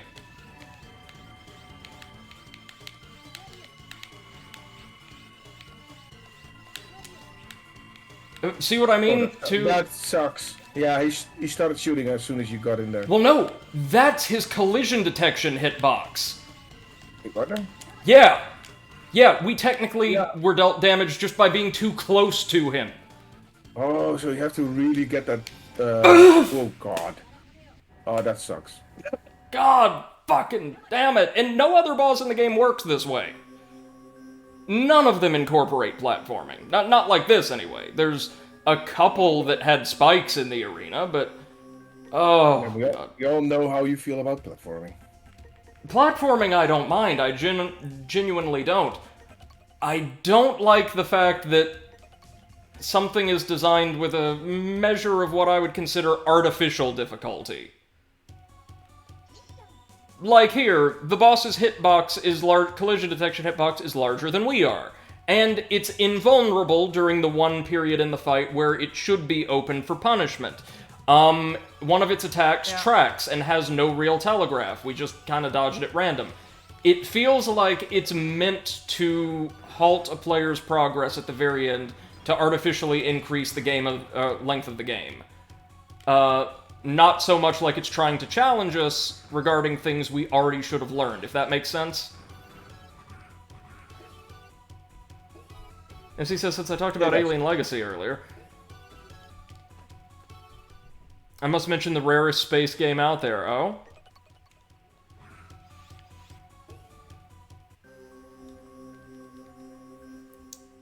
Personally, I'm a big fan of the Star Control series. Yeah? Served as, like, one of the major narrative inspirations for, like, Mass Effect. The second title, insanely well-regarded, was released as, like, freeware under the title The Urquan Masters. Old school games, but they recently released, a somewhat, moderately received, prequel called Star Control Origins, like, from a different studio a couple years ago. I think it's really good, for what I'm worth, but, MC says, a truer gem, too. Millennia Altered Destinies. Not familiar with that one. No, me neither. Oh, fuck. Sorry, what were you going to say, Seth? I said never heard of the Millennia Altered Destiny. MC says you have to seed 4 species and then influence the timeline so they can survive. Oh. That sounds very interesting. Not like Spore. Like Spore but good, maybe? Oh, this is even worse. They can wage war against each other, according to MC2. Ooh. Good. Yes, this sounds good. Good. War. Yes. What was that movie again with Nicolas Cage? The Art of God of War, Art of War or something? Lord of War. Lord of War. That is a terrible name for a film. So generic. Basically, he's basically a warlord. He sells guns to both parties. Ah, of course. He's an arms merchant. Yeah. And he says, for the controls, you have all mouse control pushing buttons to move around and do stuff. Okay. Including getting to gas giants to recharge your ship's reserves. I see. Something else I really hate about that boss, now that I think about it, the beams seem designed to just, like, initiate your knockback or recovery frames so that you fall into the pits, not so much to deal damage. Yeah, I noticed that too. Because you get stunned as soon as you get hit. That is like Castlevania 1 level shit. Yeah. Show me what you've learned, big elephant man. He seems to do the same attacks as he did before. Of course. Yeah. Well, I mean, we destroyed his last internal server, so... He thinks he learned something, but it's just basically made a copy of himself. Let's clip that for use in our eventual Overwatch 2 review. Well, I am very interested in seeing what's gonna happen with PvP now that it's been reduced to 5 versus 5. Yeah. The tank players are gonna have to find jobs in McDonald's. Yeah, probably. All the Zarya players can now flip burgers for the rest of their life. NC says, including getting the gas giants to recharge your ship reserves, then fighting against an antagonist that also toys with the timeline. The controls are so unique and the game itself is fascinating. Like watching a civilization falling into cannibalism and destroying itself. That reminds me. You are very interesting with MC2. I'm calling the FBI. I'm really looking forward to what's its name? Humankind, that civilization-like, being published by Sega over the next I think I heard few about months. that one. Yeah, like you can proceed through history with your culture taking on unique traits and aesthetics from various different civilizations with every new age.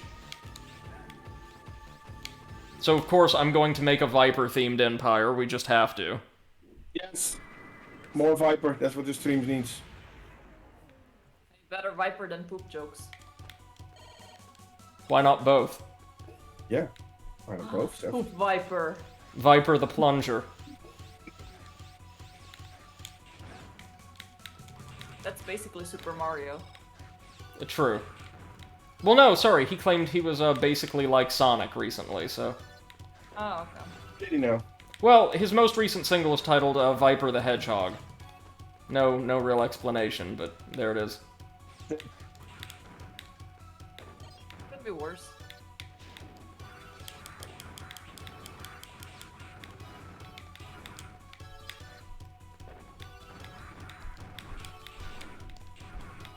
Let's see, MC says, and you never get quite in a soft lock since you can just change that and then they never discover cannibalism.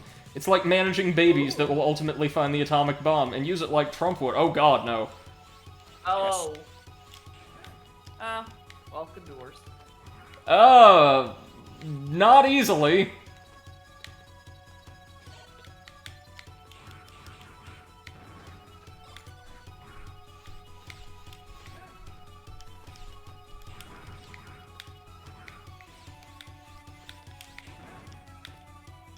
There we go. Alright, Guardian time.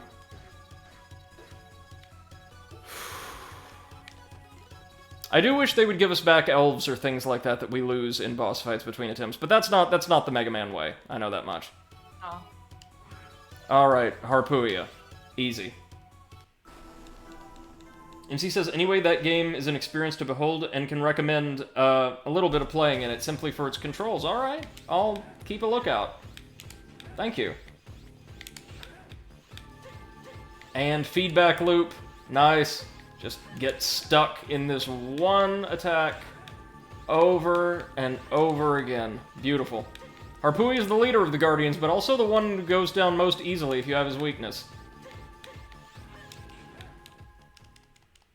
Nice. Love me a good boss rush, but slightly less so when we have to do it like 5 times. In we go.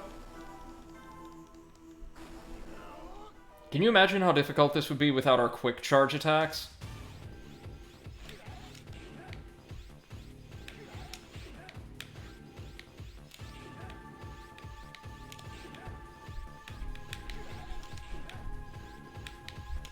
There we go. Oh no, he's got his aura, and it did him no good. Really looking forward to running into the Guardians again in 0-2, because I recall they give us some awesome stuff. We finally get, like, actual treasure from them. Leviathan will be up next. Ding!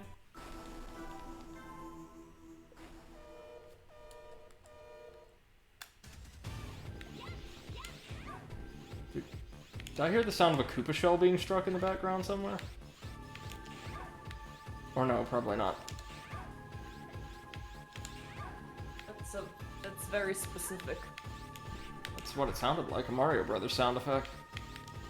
Whoop, whoop. Okay.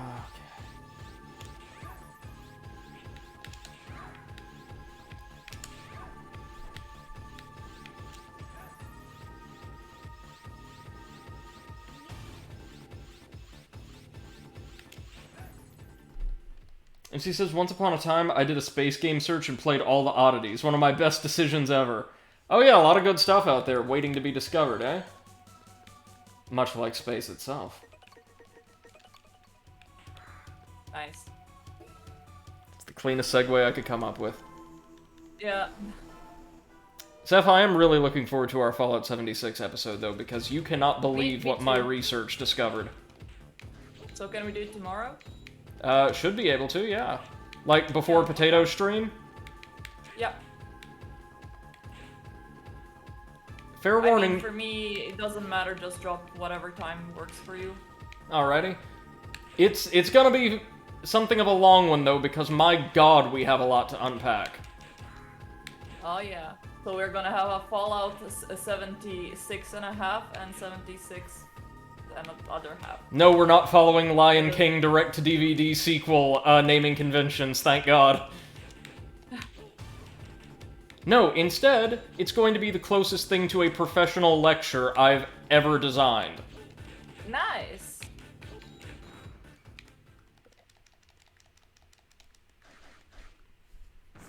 And she says, Brady, give us highlights? Wait! No, you have to stay tuned. I was about to say, did he somehow hit us? He did not, though, thank god. No, you'll have to tune into the Overanalyst podcasts to get the highlights. Trust me, Fallout 76's development and immediate post-release are nothing but one, like, massive comedy of errors, so I think we're all going to have a lot of fun.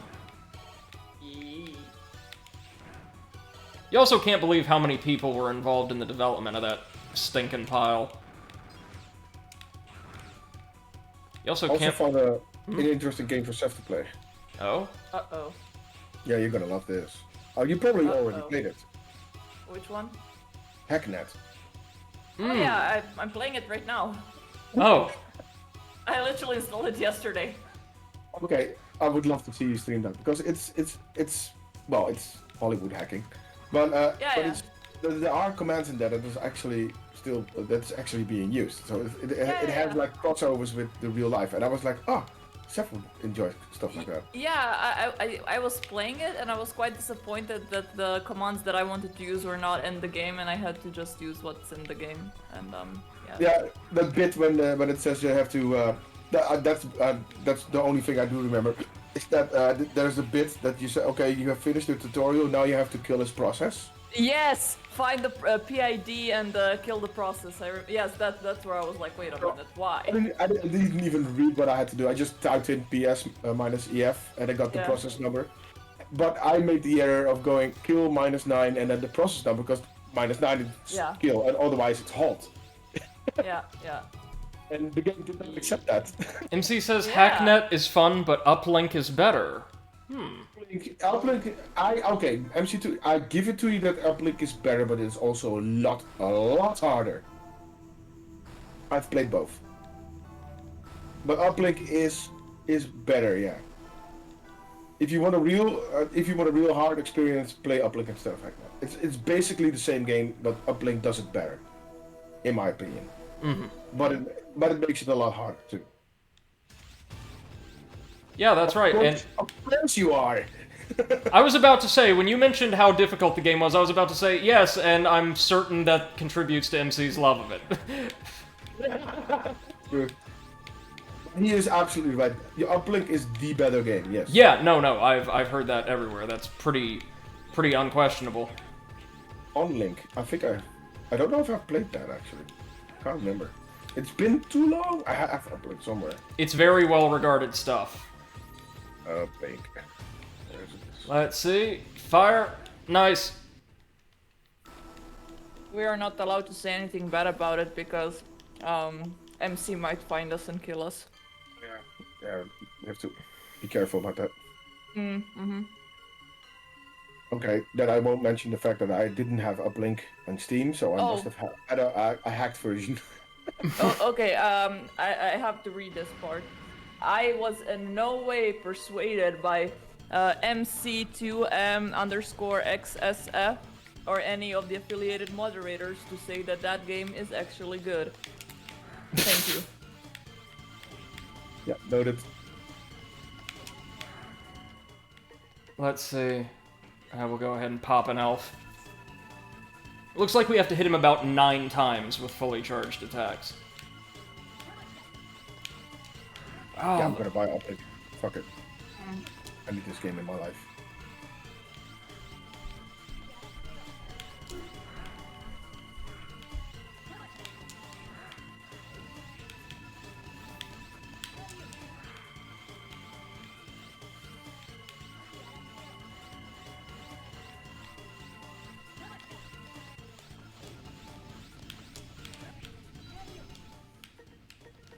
As long as we don't get knocked into the pit, we're good. But he starts using the beams more frequently in the second half of this health bar, I think.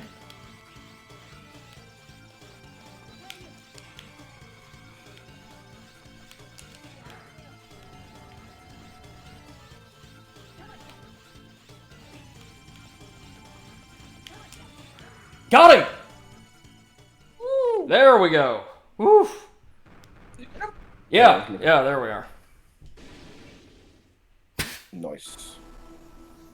Why? Why? I was supposed to be the perfect copy. How can this be possible? I was supposed to be a hero. I've just remembered something. He was not as naive as you are. That's what made him... We've been talking to the guy for all of 30 seconds. And most of that was spent with him slapping us into a giant pit. It's kind of early to make value judgment, Zero. That's not a heroic thing to do. I won't forgive you. I'll take you with me. We're gonna go Predator stealthing? Yep, there we go. The final defense line has been destroyed. Self-destruction mode activated in Area X. All dangerous elements are to be eliminated. It's time to go. Yeah, no, I think that's it. I don't think we have to escape Neo Arcadia. Yeah, because Neo Arcadia is gonna be destroyed. Yeah. Actually, no! Neo Arcadia is also the final stage in the sequel. Wait, what happened? Apparently just this area. You don't see it all that well.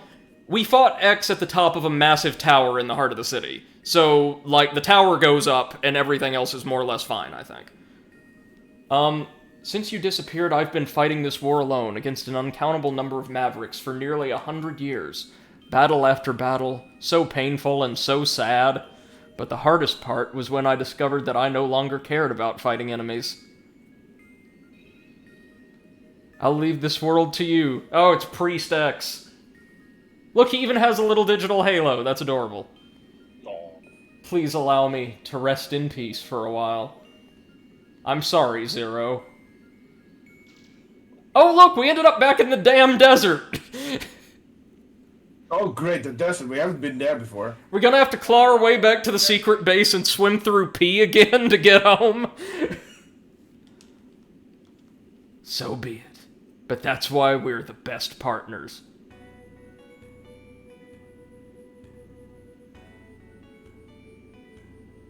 MC says, to be fair, introversion software games are great. And Perfect Copy, he sure copied the loser part. No, he was pretty challenging. Rest for a while. I'll handle it. You can count on me. I won't stop. When an enemy appears, I'll terminate it. Wait, so we didn't... We cut the head off the snake, so to speak, but the Arcadian forces are still active. What the fuck? Where did you get this, Seth? Sorry. Alright, so that was Megaman 0. Final thoughts from me. As stressful as that last bit could be, that and the Phantom stage, I do really like the game, on the whole. It's challenging in both its combat and its navigation without being brutal, again, most of the time, or feeling unfair, again, with those two little exceptions. The bosses were varied in their movesets, and the choice to have 3 elemental chips that most bosses or enemies would have certain weaknesses to, instead of a comprehensive weapon system in the vein of, like, the Mega Man and X series, kind of fits Zero as a character a bit better. He's supposed to, and this goes back to the X series, have a narrower, more defined moveset that's overall more versatile. So, even though we're going to see a much better way that weakness system gets handled in future games, and that our moveset gets expanded exponentially in the same, the way it was handled here was not bad at all. There was a number of points, or there were a number of points, I'm sorry, where it felt as though we needed to grind a little bit to actually use the really powerful cyber elves that we acquired in order to earn permanent upgrades, like sub-tanks, additional health, faster wall jumps, and the like. And I don't like the fact that at the end of the stage, our grade would be penalized for having used them in the past if we just proceed along the intended upgrade path. But the Cyber Elves, on the whole, were a very interesting experiment for the series, and I like the idea of being able to either equip a roster of one-use consumable buffs, or in the case of those applied to enemies, debuffs, or having to pour some resources, in this case crystal, into developing more permanent buffs that you can take with you through the game. I just wish that the economy were tweaked slightly to allow use of at least some of those Cyber Elves without a great deal of grinding. I do like the fact that we have 4 distinct weapons, each with their own moveset and ideal use cases. I feel like there's something or some style of gameplay here that's ideal for everyone. If you want a little bit of additional range, want to feel a bit safer, you've got the Buster and Spear. If you're reckless, like I am, the Z-Saber is great. It's fast, it deals a lot of damage. And the Shield Boomerang was actually quite useful once we got it fully upgraded, especially during those segments where we were run by several balconies populated by ranged attack enemies in Neo Arcadia. On the whole, I think this is a phenomenal game, especially considering the hardware it was developed for and the time in which it were released. Soundtrack is top-notch. Writing is not phenomenal, but it never has been in Mega Man games, for the most part. There have been rare exceptions. Keiji Inafune, him of Mighty Number 9 fame. This really is a fantastic game, and if I were to rank it on a 10-point scale, an actual 10-point scale, not one that uses the popular 4-point scale, I'd give this like an 8 out of 10. Really solid, enjoyable pick-up-and-play start for a new franchise that only gets better from here. Not many major complaints. Thoughts, friends? Nope. Nothing to add. I can't. I mean, I've never played any Mega Man game, so... Alright. Oh, we could play hard mode, though. No. Nice. Yeah, no thanks. Maybe next time. Well done, Brady. Thank you. It's been a while since I played these games, so... Angel says 8 out of 10 is too generous, and I'm a fan. Well, see, I believe in grading games the same way I would grade papers, which is starting with full credit and subtracting mentally as I encounter major issues. Like, I believe that games, all media, should be evaluated in terms of how effectively they achieved their goals, whatever those goals are, and then you can talk about whether or not there's an audience for that, whether it was a good goal to achieve or something like that. It's something I like to do on Overanalyzing Creepypasta. For a pretty basic, like, side-scroller that iterates on the Mega Man formula and expands it in some great ways, this was pretty good.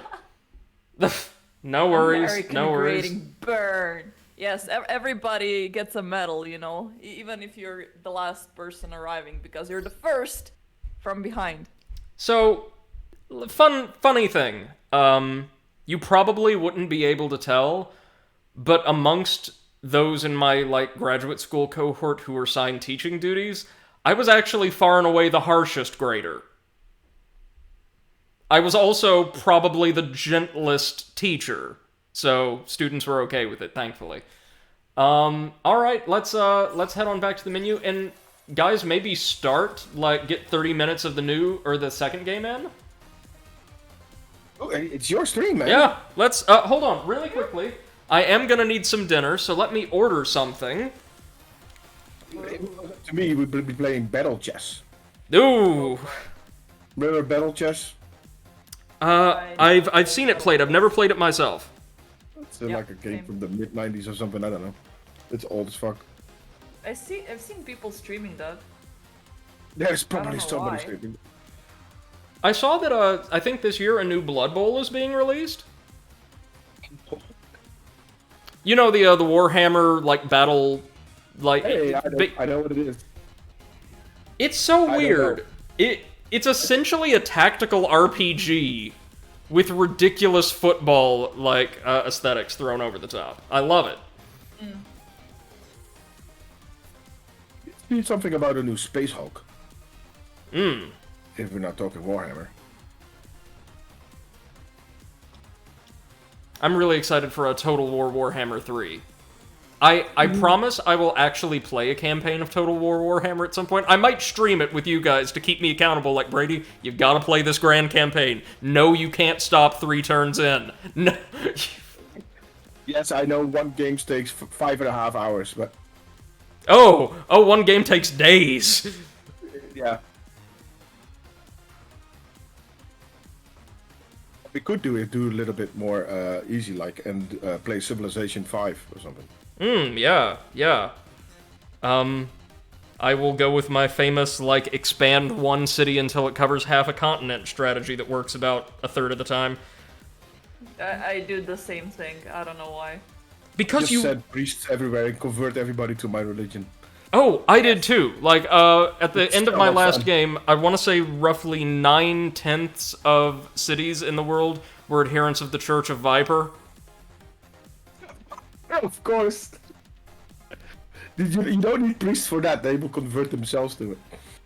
Well, that's the thing. Imagine, like, you've got a religion based around, like, crack cocaine, and then all of the cities you spread it to, like, production just tanks because everybody's, like, blitzed out of their mind 24/7. The new warfare. Exactly. That's what Reagan tried. Oh, never mind. Yeah, we want to stay as far away from that as possible. All things Reagan. Let's not go there. Let's see. I just got a push notification from Google saying, from TechCrunch, Twitch introduces animated emotes for their 10th anniversary. Remove. Don't need that. Any whoosies. Great stuff, Twitch. When do we get my money? Yeah. Where my Twitch money? Where my dollar bills? Hold on, let's see here.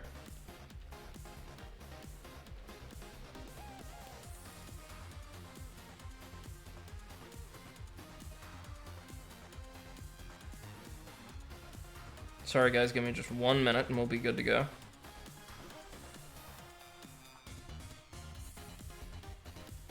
Easy! Oh, bless you. Oh, Wow, thank you. that was very vocal.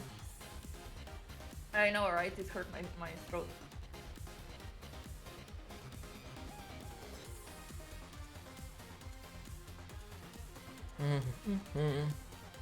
So my buddy gave me Starpoint Gemini 2. Ooh. Why? I don't know. He likes it. And he thinks I would like it too. But I have never played any of those games.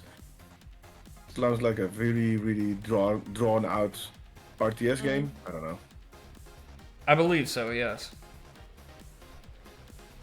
There we go, a bunch of barbecue. That'll be dinner. Yeah! Oh, that sounds great, actually. Getting some brisket and some ribs.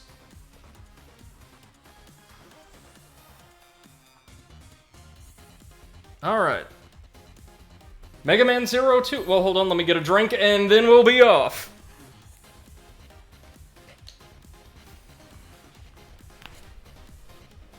Na na na na. Na na. Na na na na. Na na. Angel, are you going to be playing some more Overwatch later?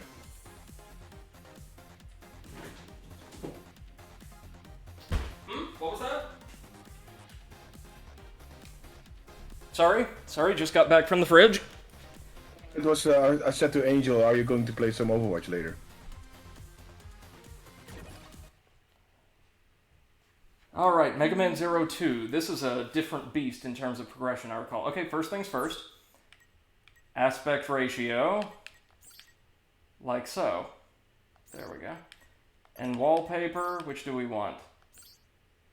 Certainly not that. There we go. Angel says my wife is playing some now. I came to hang out. Right on. Thank you for joining us. Yeah, man. Welcome to Mega Man Wait, Zero why 2. is your wife not here? That's the real question. It has been a year since Zero chose to take a different path from Zio. He still fights against Neo Arcadia. But these battles have lost meaning for him. Oh, you mean the thing he said wouldn't happen at the end of the last game? Exactly. Zero knows that to find his purpose, he should find Seal and the Resistance soldiers. Oh, well, the Resistance soldiers are probably all dead, given their performance in the last game. Wow. It just says They're it doesn't still care in the about desert. Switch. Poor Resistance fighters. Also, you would think Neo Arcadia as a civilization would kind of collapse, you know, after the AI controlling its military, was destroyed. Well, no, the Guardians are kind of carrying on. So, visuals have been improved. Let's go. So we're wounded, I believe. But we've got our Buster and the Saber. Hold on, then. Hold on a moment, football team. Just, give me the Z-Saber. There we go. Notice we don't have an elf menu anymore. Oh, no elf in ourselves. No. Can we just level up like this? Can we level up the Saber like this?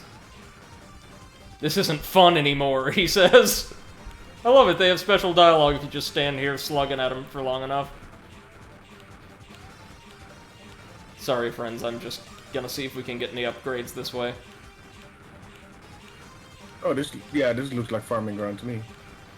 Right at the start of the game. They know me well. This isn't fun anymore. It wasn't fun to begin with, Zero. Don't lie. Music is still great. Angel says, I think with a tiny amount of arm twisting, we could get Brady into a game of Overwatch or two. Oh, I'd love that. I'd love to see Brady play Overwatch. I know, y'all want some easy kills. That's fair. No, you're playing in a team with us. Oh, well then, you want a liability then. Okay, so... We need that player in the back does all the call-outs. And it would be great to do that. Oh, yeah, I don't shut up. You don't know. Which is a good thing in Overwatch. Yeah, I know, communication is key. I love these robo-cacti. Cactotems, maybe? So, apparently Cruella, the new movie by Disney, is actually pretty good. Nice. I've heard some amazing reviews, and I'm actually considering getting Disney Plus for 1 month just to see that movie. Maybe check out The Mandalorian while you've got it. Yeah, exactly. Cruella. Oh yeah, didn't hear that much good stuff about it. Ooh. But yeah. It's a lightning golem. But wait a second. Don't you have to pay extra to watch Cruella? Oh crap, yes, because it's not on Disney Plus, it's on Disney Plus Plus. Yeah, it's on Disney Plus, but if you click on it, you have to have to pay for Premier Access. Ah, of course you do. And that is 21.99 euros. Ooh. Yeah, fuck that. I am gonna do it in the... Oh, completely legally. I'm gonna be doing it completely legally. Singing a pirate song just yeah, for no reason. Yo ho ho and the bottle of rum. There we go. Andrew says you can't play against each other unless you have 12 in total, 6 per team. And MC says the member of the squad who is the meat shield. Yeah, that's me, alright. Oh yeah, let's play. Let Brady play Reinhardt. Yeah, I was gonna say Reinhardt main. Reinhardt main in the Hey, main. Sarah, welcome to the stream. How are you doing, ma'am? She said, my favorite way to watch things is completely legally. TM. Yes. TM. Yeah. For everyone that is listening, I do everything completely legally. I pay my taxes, I pay my bills on time.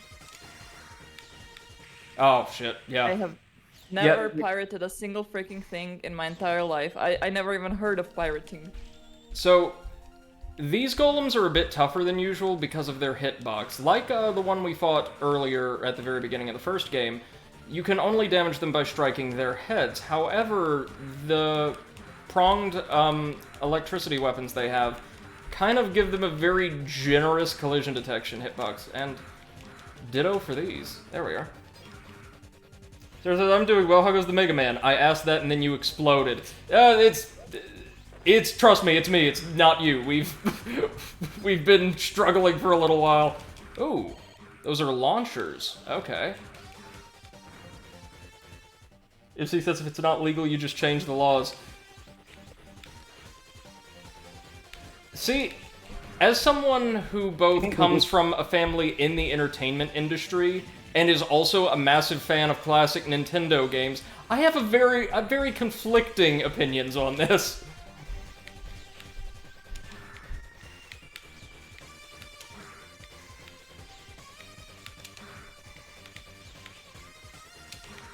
Come on.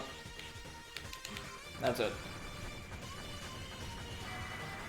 Exit says expect more explosions. Well, yes, obviously.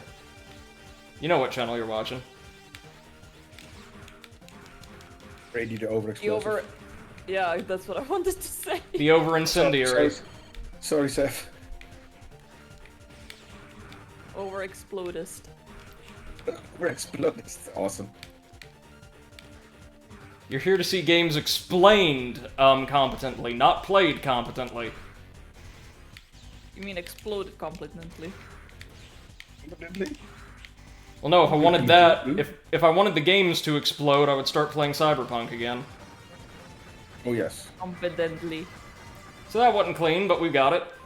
Also, let's admire the character design of our friend El Piso there on the left. He is a really significant character in this installment, and has one of my favorite designs in the entire franchise.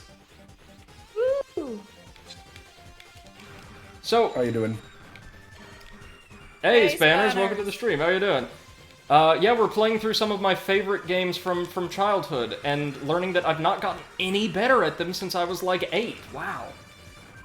Yeah, Wow. you should actually see the name of the cyber elf you pick up. Yeah, so... But we use them differently here, I believe. Also, I think it's really Cyber elf cool. on a shelf. Earlier, you may have noticed some hostile robo-vultures. Yeah, these guys. Not only are they enemies, but the robotic corpses they're feeding on are also enemies. That's adorable. Of course.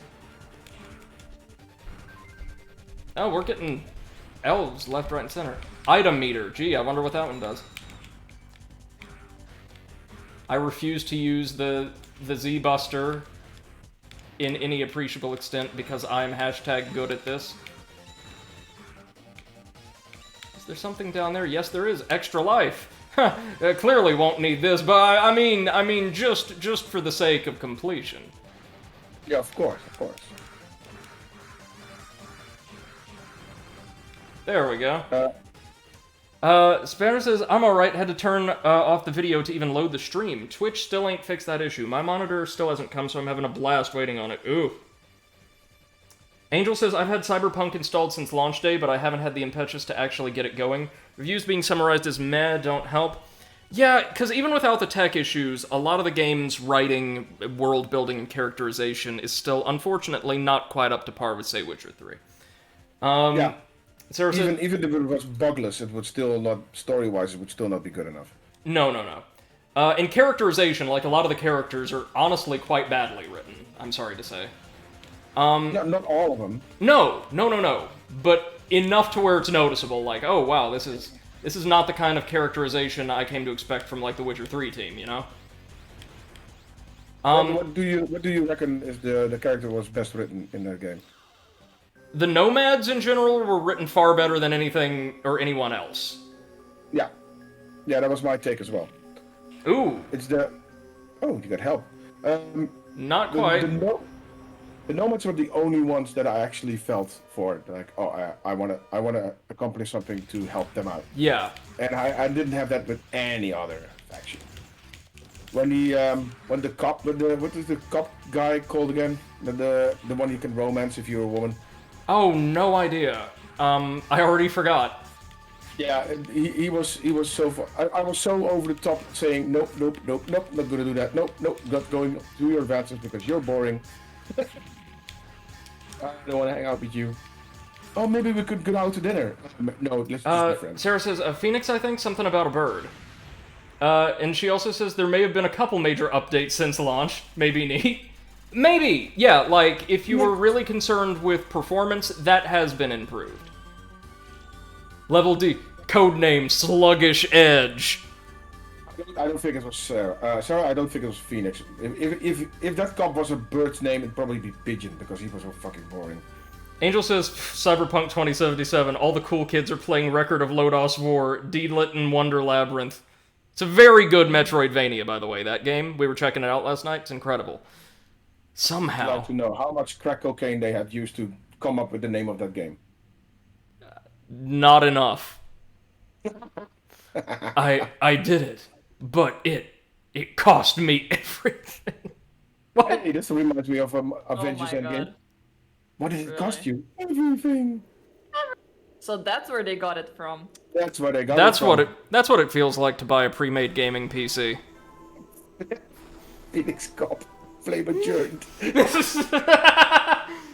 Spanner says, tried the video again, no dice, just gotta listen. Sarah says, oh, you're right, it was River Ward. I was way off. Okay. Yeah, that's the guy. Jesus, he was so boring. Oh, man, I forgot about this. Yes, so the Guardians come back, I remember that much, but look at Harpuia's mount. It's actually Aztec Falcon, the second boss from the first game. 0. To live or perish. Wait, what? Yeah, that was one of our enemies from the first game. Now we get the bow chicka wow wow music and then the game is over? No, we're at the new Resistance base, under the command of General Alpizo here. Ladies and gentlemen, thanks to your great efforts, it gives me great pleasure to announce the completion of this new Resistance base. I thank you all for accepting me as the commander of this new base. I promise to bring about a new era of peace. Oh, Or, they've got new designs, the Resistance fighters. That's right, they look more like an actual fighting force now. Yeah! yeah! Yes! Yeah, it sounds like a couple of girls from the valley. Yeah, like, yes, girl. I'm still a little embarrassed when I think about being a commander. Are you sure about this? Trusting our fate to a Reploid like me? Absolutely. It was you who organized us to fight against Neo Arcadia when we were barely able to escape from there. Okay, yeah, so the Resistance were totally helpless without Zero. Yep. I'm flattered. But you helped me all along. You know how unreliable I am without you, Seal. Yes. You just keep in mind that we had to organize a resistance force in order to defend ourselves. Yes, I'll remember that. And now we're buying time for you to complete your research. Still, since X has not been resurrected yet, we couldn't ask for a better opportunity than now.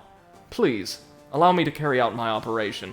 Does it feel kind of like these two are monologuing at each other instead of having a conversation? Yes. Like they're not reacting to what the other's saying. Yep. Alright. But promise me one thing. Do not be too strict. You have my... Excuse me, sir! It's about Zero! He was found lying unconscious just outside the base. Oh no! What? Zero? This way. Excuse me, sir? I think he was reporting to El Piso. Wait, El Piso is it? Okay, never mind. Yes. Zero.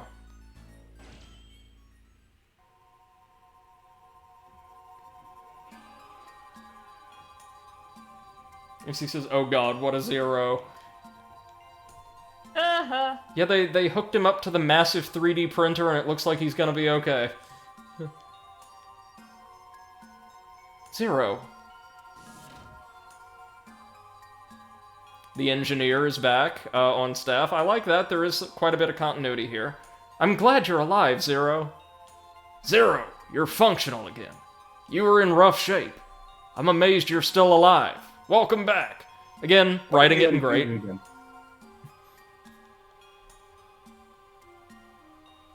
Where am I? You're in our new resistance base. Thanks to you, we were able to escape from Neo Arcadia and start a new life in this place. Thank you so much. And I'm sorry that we were unable to come rescue you. Yeah, how about that? Come on, Seal. Zero must be very tired. I know you have lots to discuss with him, but why don't we let him rest for a bit? Wait a minute. Is the implication then that they didn't even bother looking for him after Neo Arcadia's tower went up? Apparently. So first off, he didn't use the teleporter immediately outside of X's office to get back to the base. Secondly, the people he was keeping alive didn't even bother searching for him. Yep. And Zero, I'm afraid that most of your weapons were broken. Therefore, I fixed them. I also created a new weapon, so why don't you come by later to pick it up? Yes, this game's new weapons are pretty good. Or, sorry, yas. Yeah. Okay, Yes. I'll go. Yes, queen. I'll be in my lab for a while. Come talk to me when you're feeling better. Sure thing. I think the more more pressing question is this base located in the desert? I honestly don't remember. Oh, I kind of hope it is now. You've recovered, Zero. You're known by all of our resistance soldiers, Zero. Well, except for the really new members who have just arrived here recently. If you meet someone, please press up, and then you'll talk with them. They'll be glad to talk with you. I remember! Seal and Servo are looking for you. Okay, thanks. And they'll be on the other side of El Piso's command center.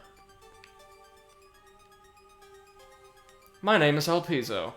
I've been appointed as commander of this new resistance base. I've heard a lot about you. Please lend your support to us. Let's fight together and destroy Neo Arcadia. Destroy Neo Arcadia, huh? It's not that easy. Then what are you gonna do? I don't know. Eat cookies. You're a funny Reploid. Anyway, nice to meet you, Mr. Legend. He's going to be giving our orders for a good portion of the game instead of Seal.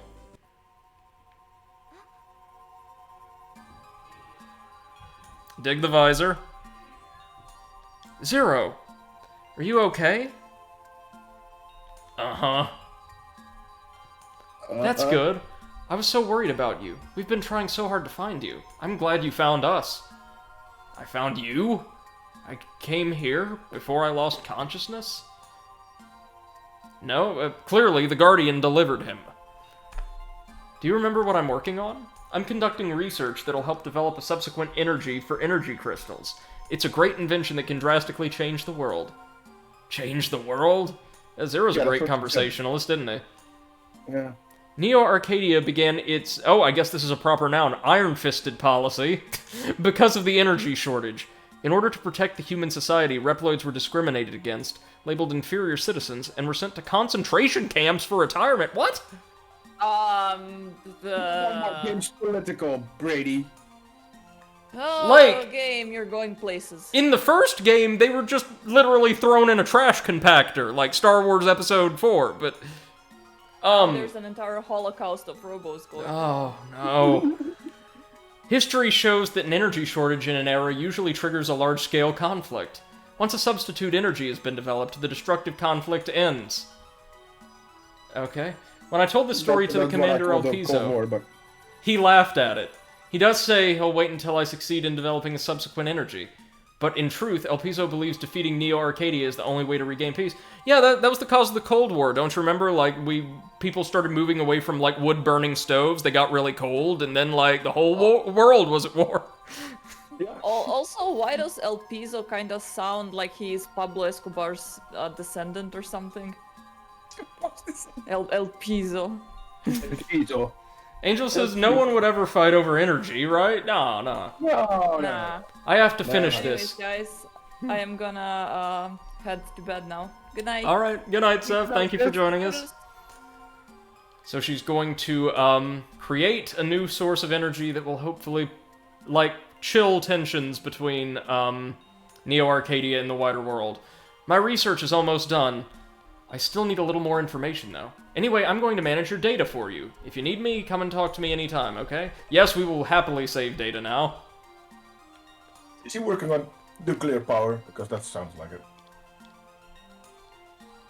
Oh, we can ask about Cyber Elf.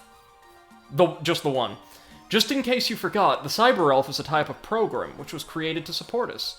Usually you can use it after you download it. However, some of them can't be used unless they're bred. Also, although we created them with our most cutting-edge technology, a Cyber Elf cannot be resurrected, so please use each of them wisely. Okay. Oh! Oh, dude, check this out! I forgot about this! After the intro stage, our pause menu and all of our HUD changes from the original Mega Man Zero elements to new elements created just for this game. Okay. That's really cool. We cannot equip an elf. Look at this, though. Forms. We can acquire new forms by various means, and oh, buddy, those forms are something else. So we've got basic hackers, and oh, the Cyber Elf that'll just give us 2 extra lives. Alright. Don't need those. Definitely. Alright, Servo, what you got for us? How are you doing, Zero? Honestly, how can you wear your weapons out like that? But don't worry, I've fixed them. I even created a new weapon called the Chain Rod for you. It's an outstanding weapon. Want instructions?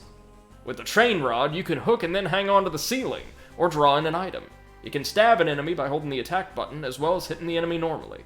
It's a useful weapon. You can also draw in an enemy once they're stabbed by pressing the A button, I believe. Why don't you try to hook the ceiling? Yeah, sure. Oh, And- by the way, Castlevania called they want the weapon back. Yes, of course. So we get the shield boomerang again. That's nice. But Triple Roderick has become Chain Roderick. Which is basically just a hook shot. I kind of love it, really. It's pretty. Yeah, that's pretty cool. What's its charge attack, though? It doesn't have one yet. We'll need to upgrade it. So I think Saber in our primary slot and Chain Rod in secondary is probably going to work pretty well for us, yeah? Yep. Sounds good. How do you like the Chain Rod? Did I master it? I sure did. Okay, that's good. Alright, great. That's a lie.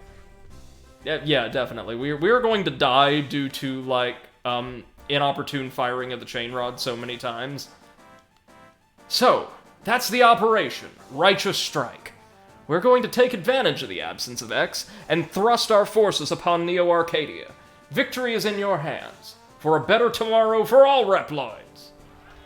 For our future! As they slowly, casually walk off screen. Yeah, it's Monday, it's the start of the week. Yeah. I don't want to stress it. Why, it's you, Zero. We're now preparing for an operation. Unlike the past minor scale ones, this operation will inflict a crushing blow to them. Once it succeeds, it'll boost the morale of the Resistance. Neo Arcadia isn't a sitting duck. We shouldn't carry out a frontal assault. We should gain time with guerrilla operations and wait for Seal to complete her research. Thank you for the advice. We are going to continue our guerrilla activities. We've gained strength, and we're ready to work it out by ourselves. ... I'm sorry, I was too harsh. Needless to say, we still appreciate your cooperation. Will you help? Yeah, sure. Thank you. Now, here are the current missions I'd like to ask of you. We're going to look around the base before choosing any of these, but we get to choose between 4. Look at the monitor. Can you see them? They may not be enough of a challenge for a legendary hero, but it would be very much appreciated if you could help us. So we can fight High Leg Orobacle. Great. He's an Herberus. Polar Camrus. Jesus. Phoenix Magnion. Oh, that's that cop from Cyberpunk. Yeah. And Panther Fawclaws. Flaw Claws. Yeah, Flawclaws. Yeah, Panther Flawclaws. Okay. All of these bosses are great, by the way, even if their names are a little silly. Does anybody here have anything interesting to say to us? Rocinol, she looks after injured Reploids. Alright, we're good. Hopefully we won't need that. Right, so we can still use the trans server to visit earlier areas, and collect any goodies we missed. That's handy. Oh, it's the little girl Reploid from earlier. Why is she holding a Pokemon? Oh my god, it looks like a Moogle! Doesn't it? Or a clay fairy. Yeah! Or a Rabbite from the Secret of Mana titles, or the Mana series. So this base, unfortunately, is massive. We're gonna have to spend a little while looking around and just talking to people for, social interaction and totally not free stuff. You should jump down there. We couldn't, actually. Oh. Well, now you have your grappling hook, you should be fine. Right? So we can't go down to floor 1 yet, for whatever reason. Let's enter Hall. Oh, what? Wrong end of Hall.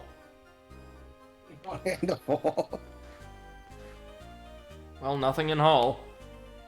Oh, Zero, you are safe. Yes? Yeah, thank you. It seems that there's something wrong with the elevator and you can't move to the 1st or 5th floors.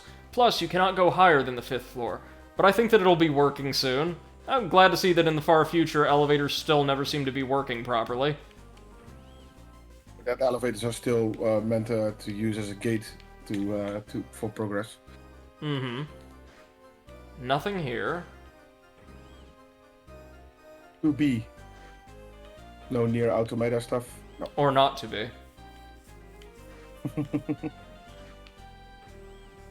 Ooh, 2D. Yes, it is. Very much so, yes.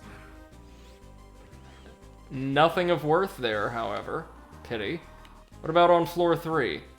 Does this game not have the, little data codex for enemies and bosses that was introduced in the DS port? I don't see why it wouldn't.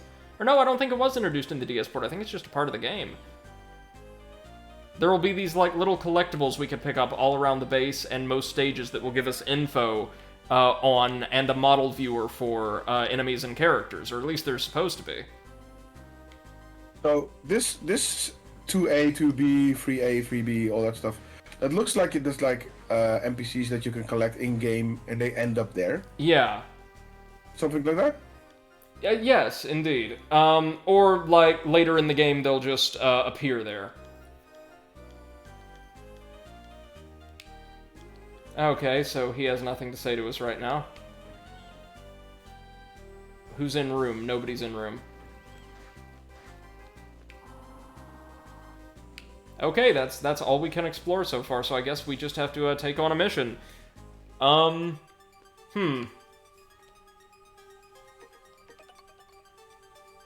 they'll transfer us to other areas here. I see. Sand wilderness. That's a cool word to say. Desert. Yeah, sand wilderness. I'm digging Sand it. wilderness.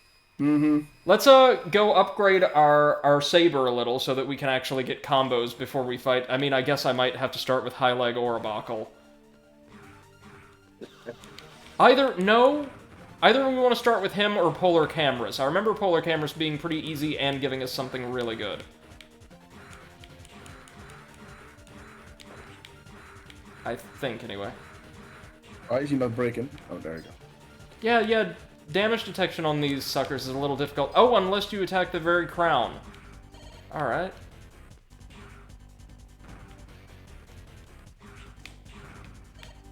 Enemy variety is already really solid.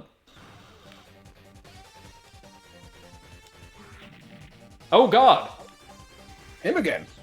So it is just like a hard reset of the entire stage, more or less. Oh no. Use your grappling hook. Alright. Good call, Exit. There we are. Fannying about with that sword again. Well, once we get it upgraded, this sword will actually be our greatest asset. Hopefully. We'll be able to chain attacks together into some pretty decent combos. Not die here, hopefully.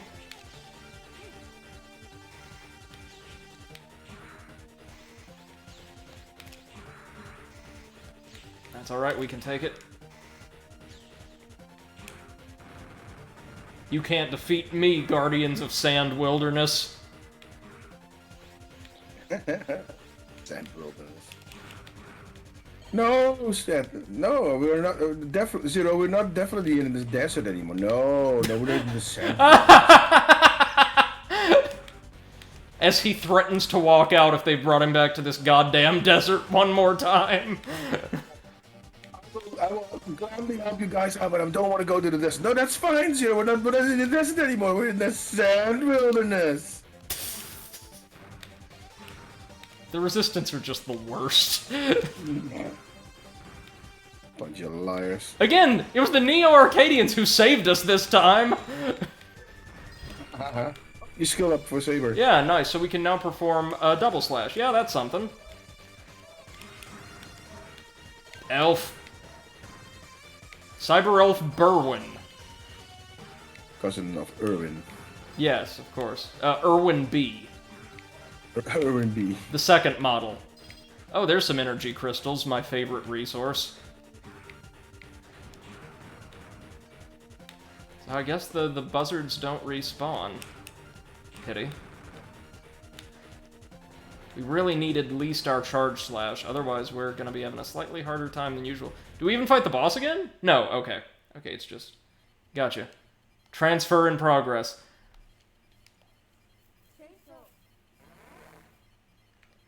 Transfer complete. Well, let's save with Seal, and then before my barbecue gets here, we will have time for all of one stage. I'm thinking Polar Cameras. Who is massive. As you would expect.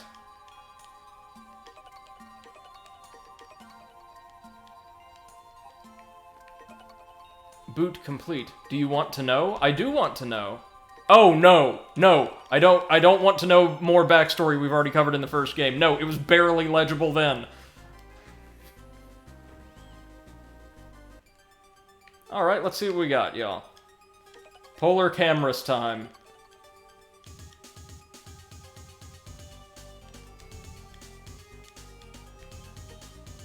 At the computer zone! Computer zone. Doesn't that sound like a D-list, like electronics chain? Yeah. Computer zone. Well, you see, it's located in the Arctic to keep all of the components cool. This mission is about sabotage. There's one of the computers in Antarctica which controls the defense system of Neo Arcade.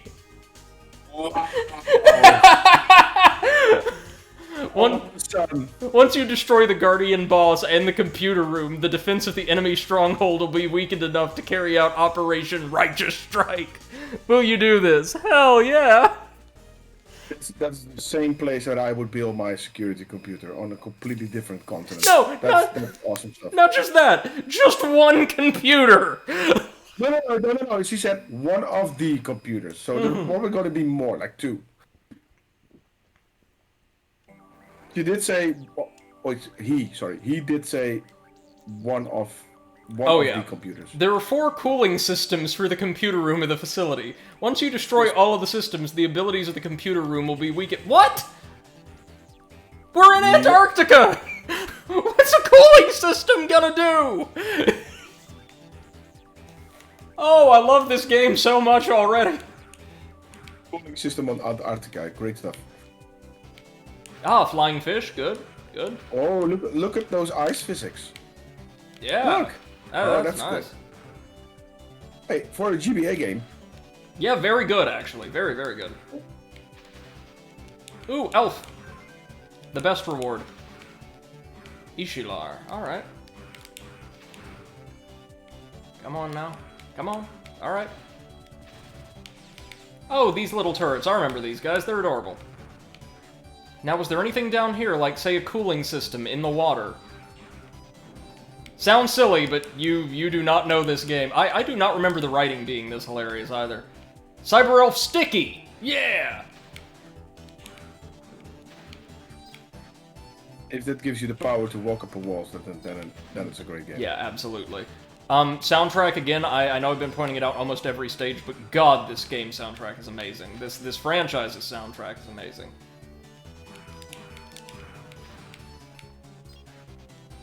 Ooh. Gotta be careful with the landings now.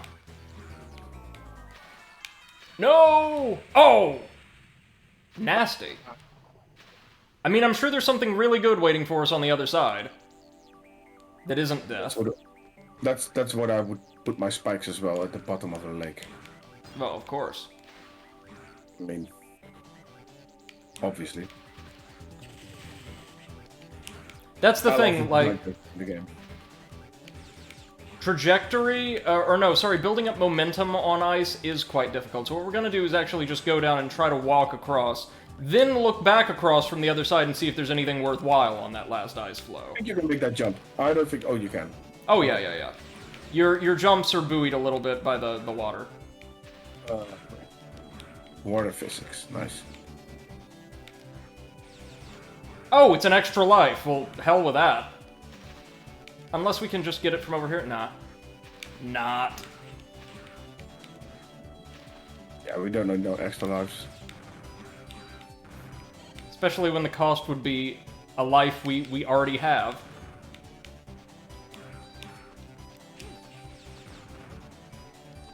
See that? Chain Rod just sawed it in half. Yep, I told you that the chain rod is going to be really cool. Hey, you might as well use that chain rod to get up that ice thing and get that extra life. It doesn't work on ice, I do remember that. Oh, okay. Or it doesn't consistently, anyway. But thank you for reminding me that we can use it for platforming, like... Oh god, I have to hold down the shoulder button, then... Oh! Can't get frozen, though. That doesn't deal any damage. Glad to see that. Okay. Can you swing off and then hook something else? No. Ooh. Oh, wait, can we not jump up that? Maybe not. Like, maybe we can't do a wall slippery. jump. Yeah. Yeah. Oh, but oof. God. Ah, quite a bit of health. That's alright. This is some pro-level Mega Man Zero play, clearly, folks. This is the way to speedrun it, in case you're interested in submitting a run to GDQ.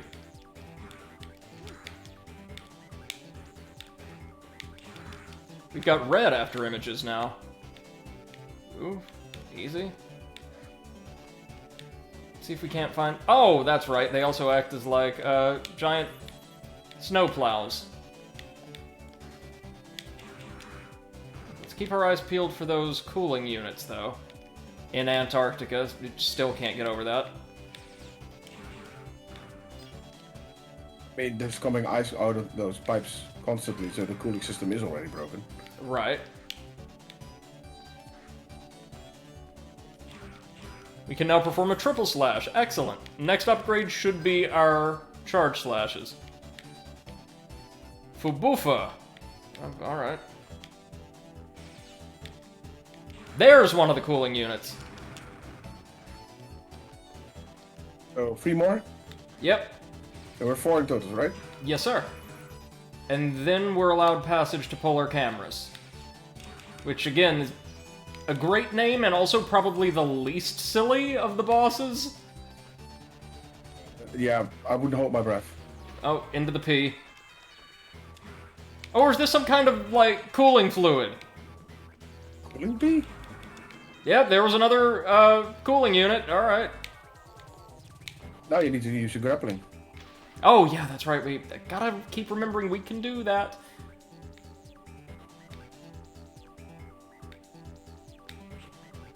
It's also entirely possible we'll be able to climb that pipe near the entryway, with a form we get later on, because the really radical thing about this game and the forms you acquire is they all really significantly change the way that Zero plays. Like, his moveset, everything.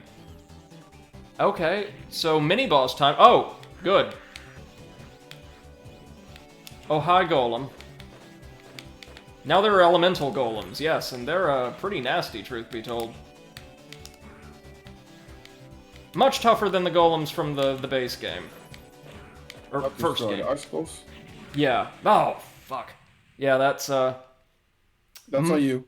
much tougher without the charge slash. I remember with the charge slash, these guys are nothing.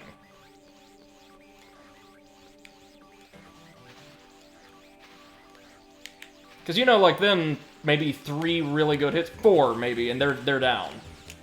Okay. Also, the charge slash has a much greater range. It's the difference between, like, say, playing Dark Souls with an emphasis on, like, wearing enemies down with direct attacks when possible, and just going for like a critical attack build. Only getting in a few hits, but making those hits count. I never liked those critical attack builds. I tried it once. It's not for me. 1 second. Thank you. The barbecue's here. Indeed, it is. Meaning, unfortunately, friends, we're probably gonna have to leave it there. Thank you all so much for your time and for joining us this evening. It's been a lot of fun. A major thanks to Seth the Overwitch and Exit Dust for joining me on commentary today. No, you're welcome, man. It's been a lot of fun. I'm looking forward to continuing this in the next couple of days. You definitely should. Yeah, no, we've got basically three full games left to go, and they keep getting better. And the boss names keep getting better as well. Better and better and better. I still don't think anything is going to beat Blizzak Stagroth, but we'll see. Until next time, ladies and gentlemen, have a wonderful rest of your evening. Thank you so much for joining us, and goodbye. Take care, bye-bye.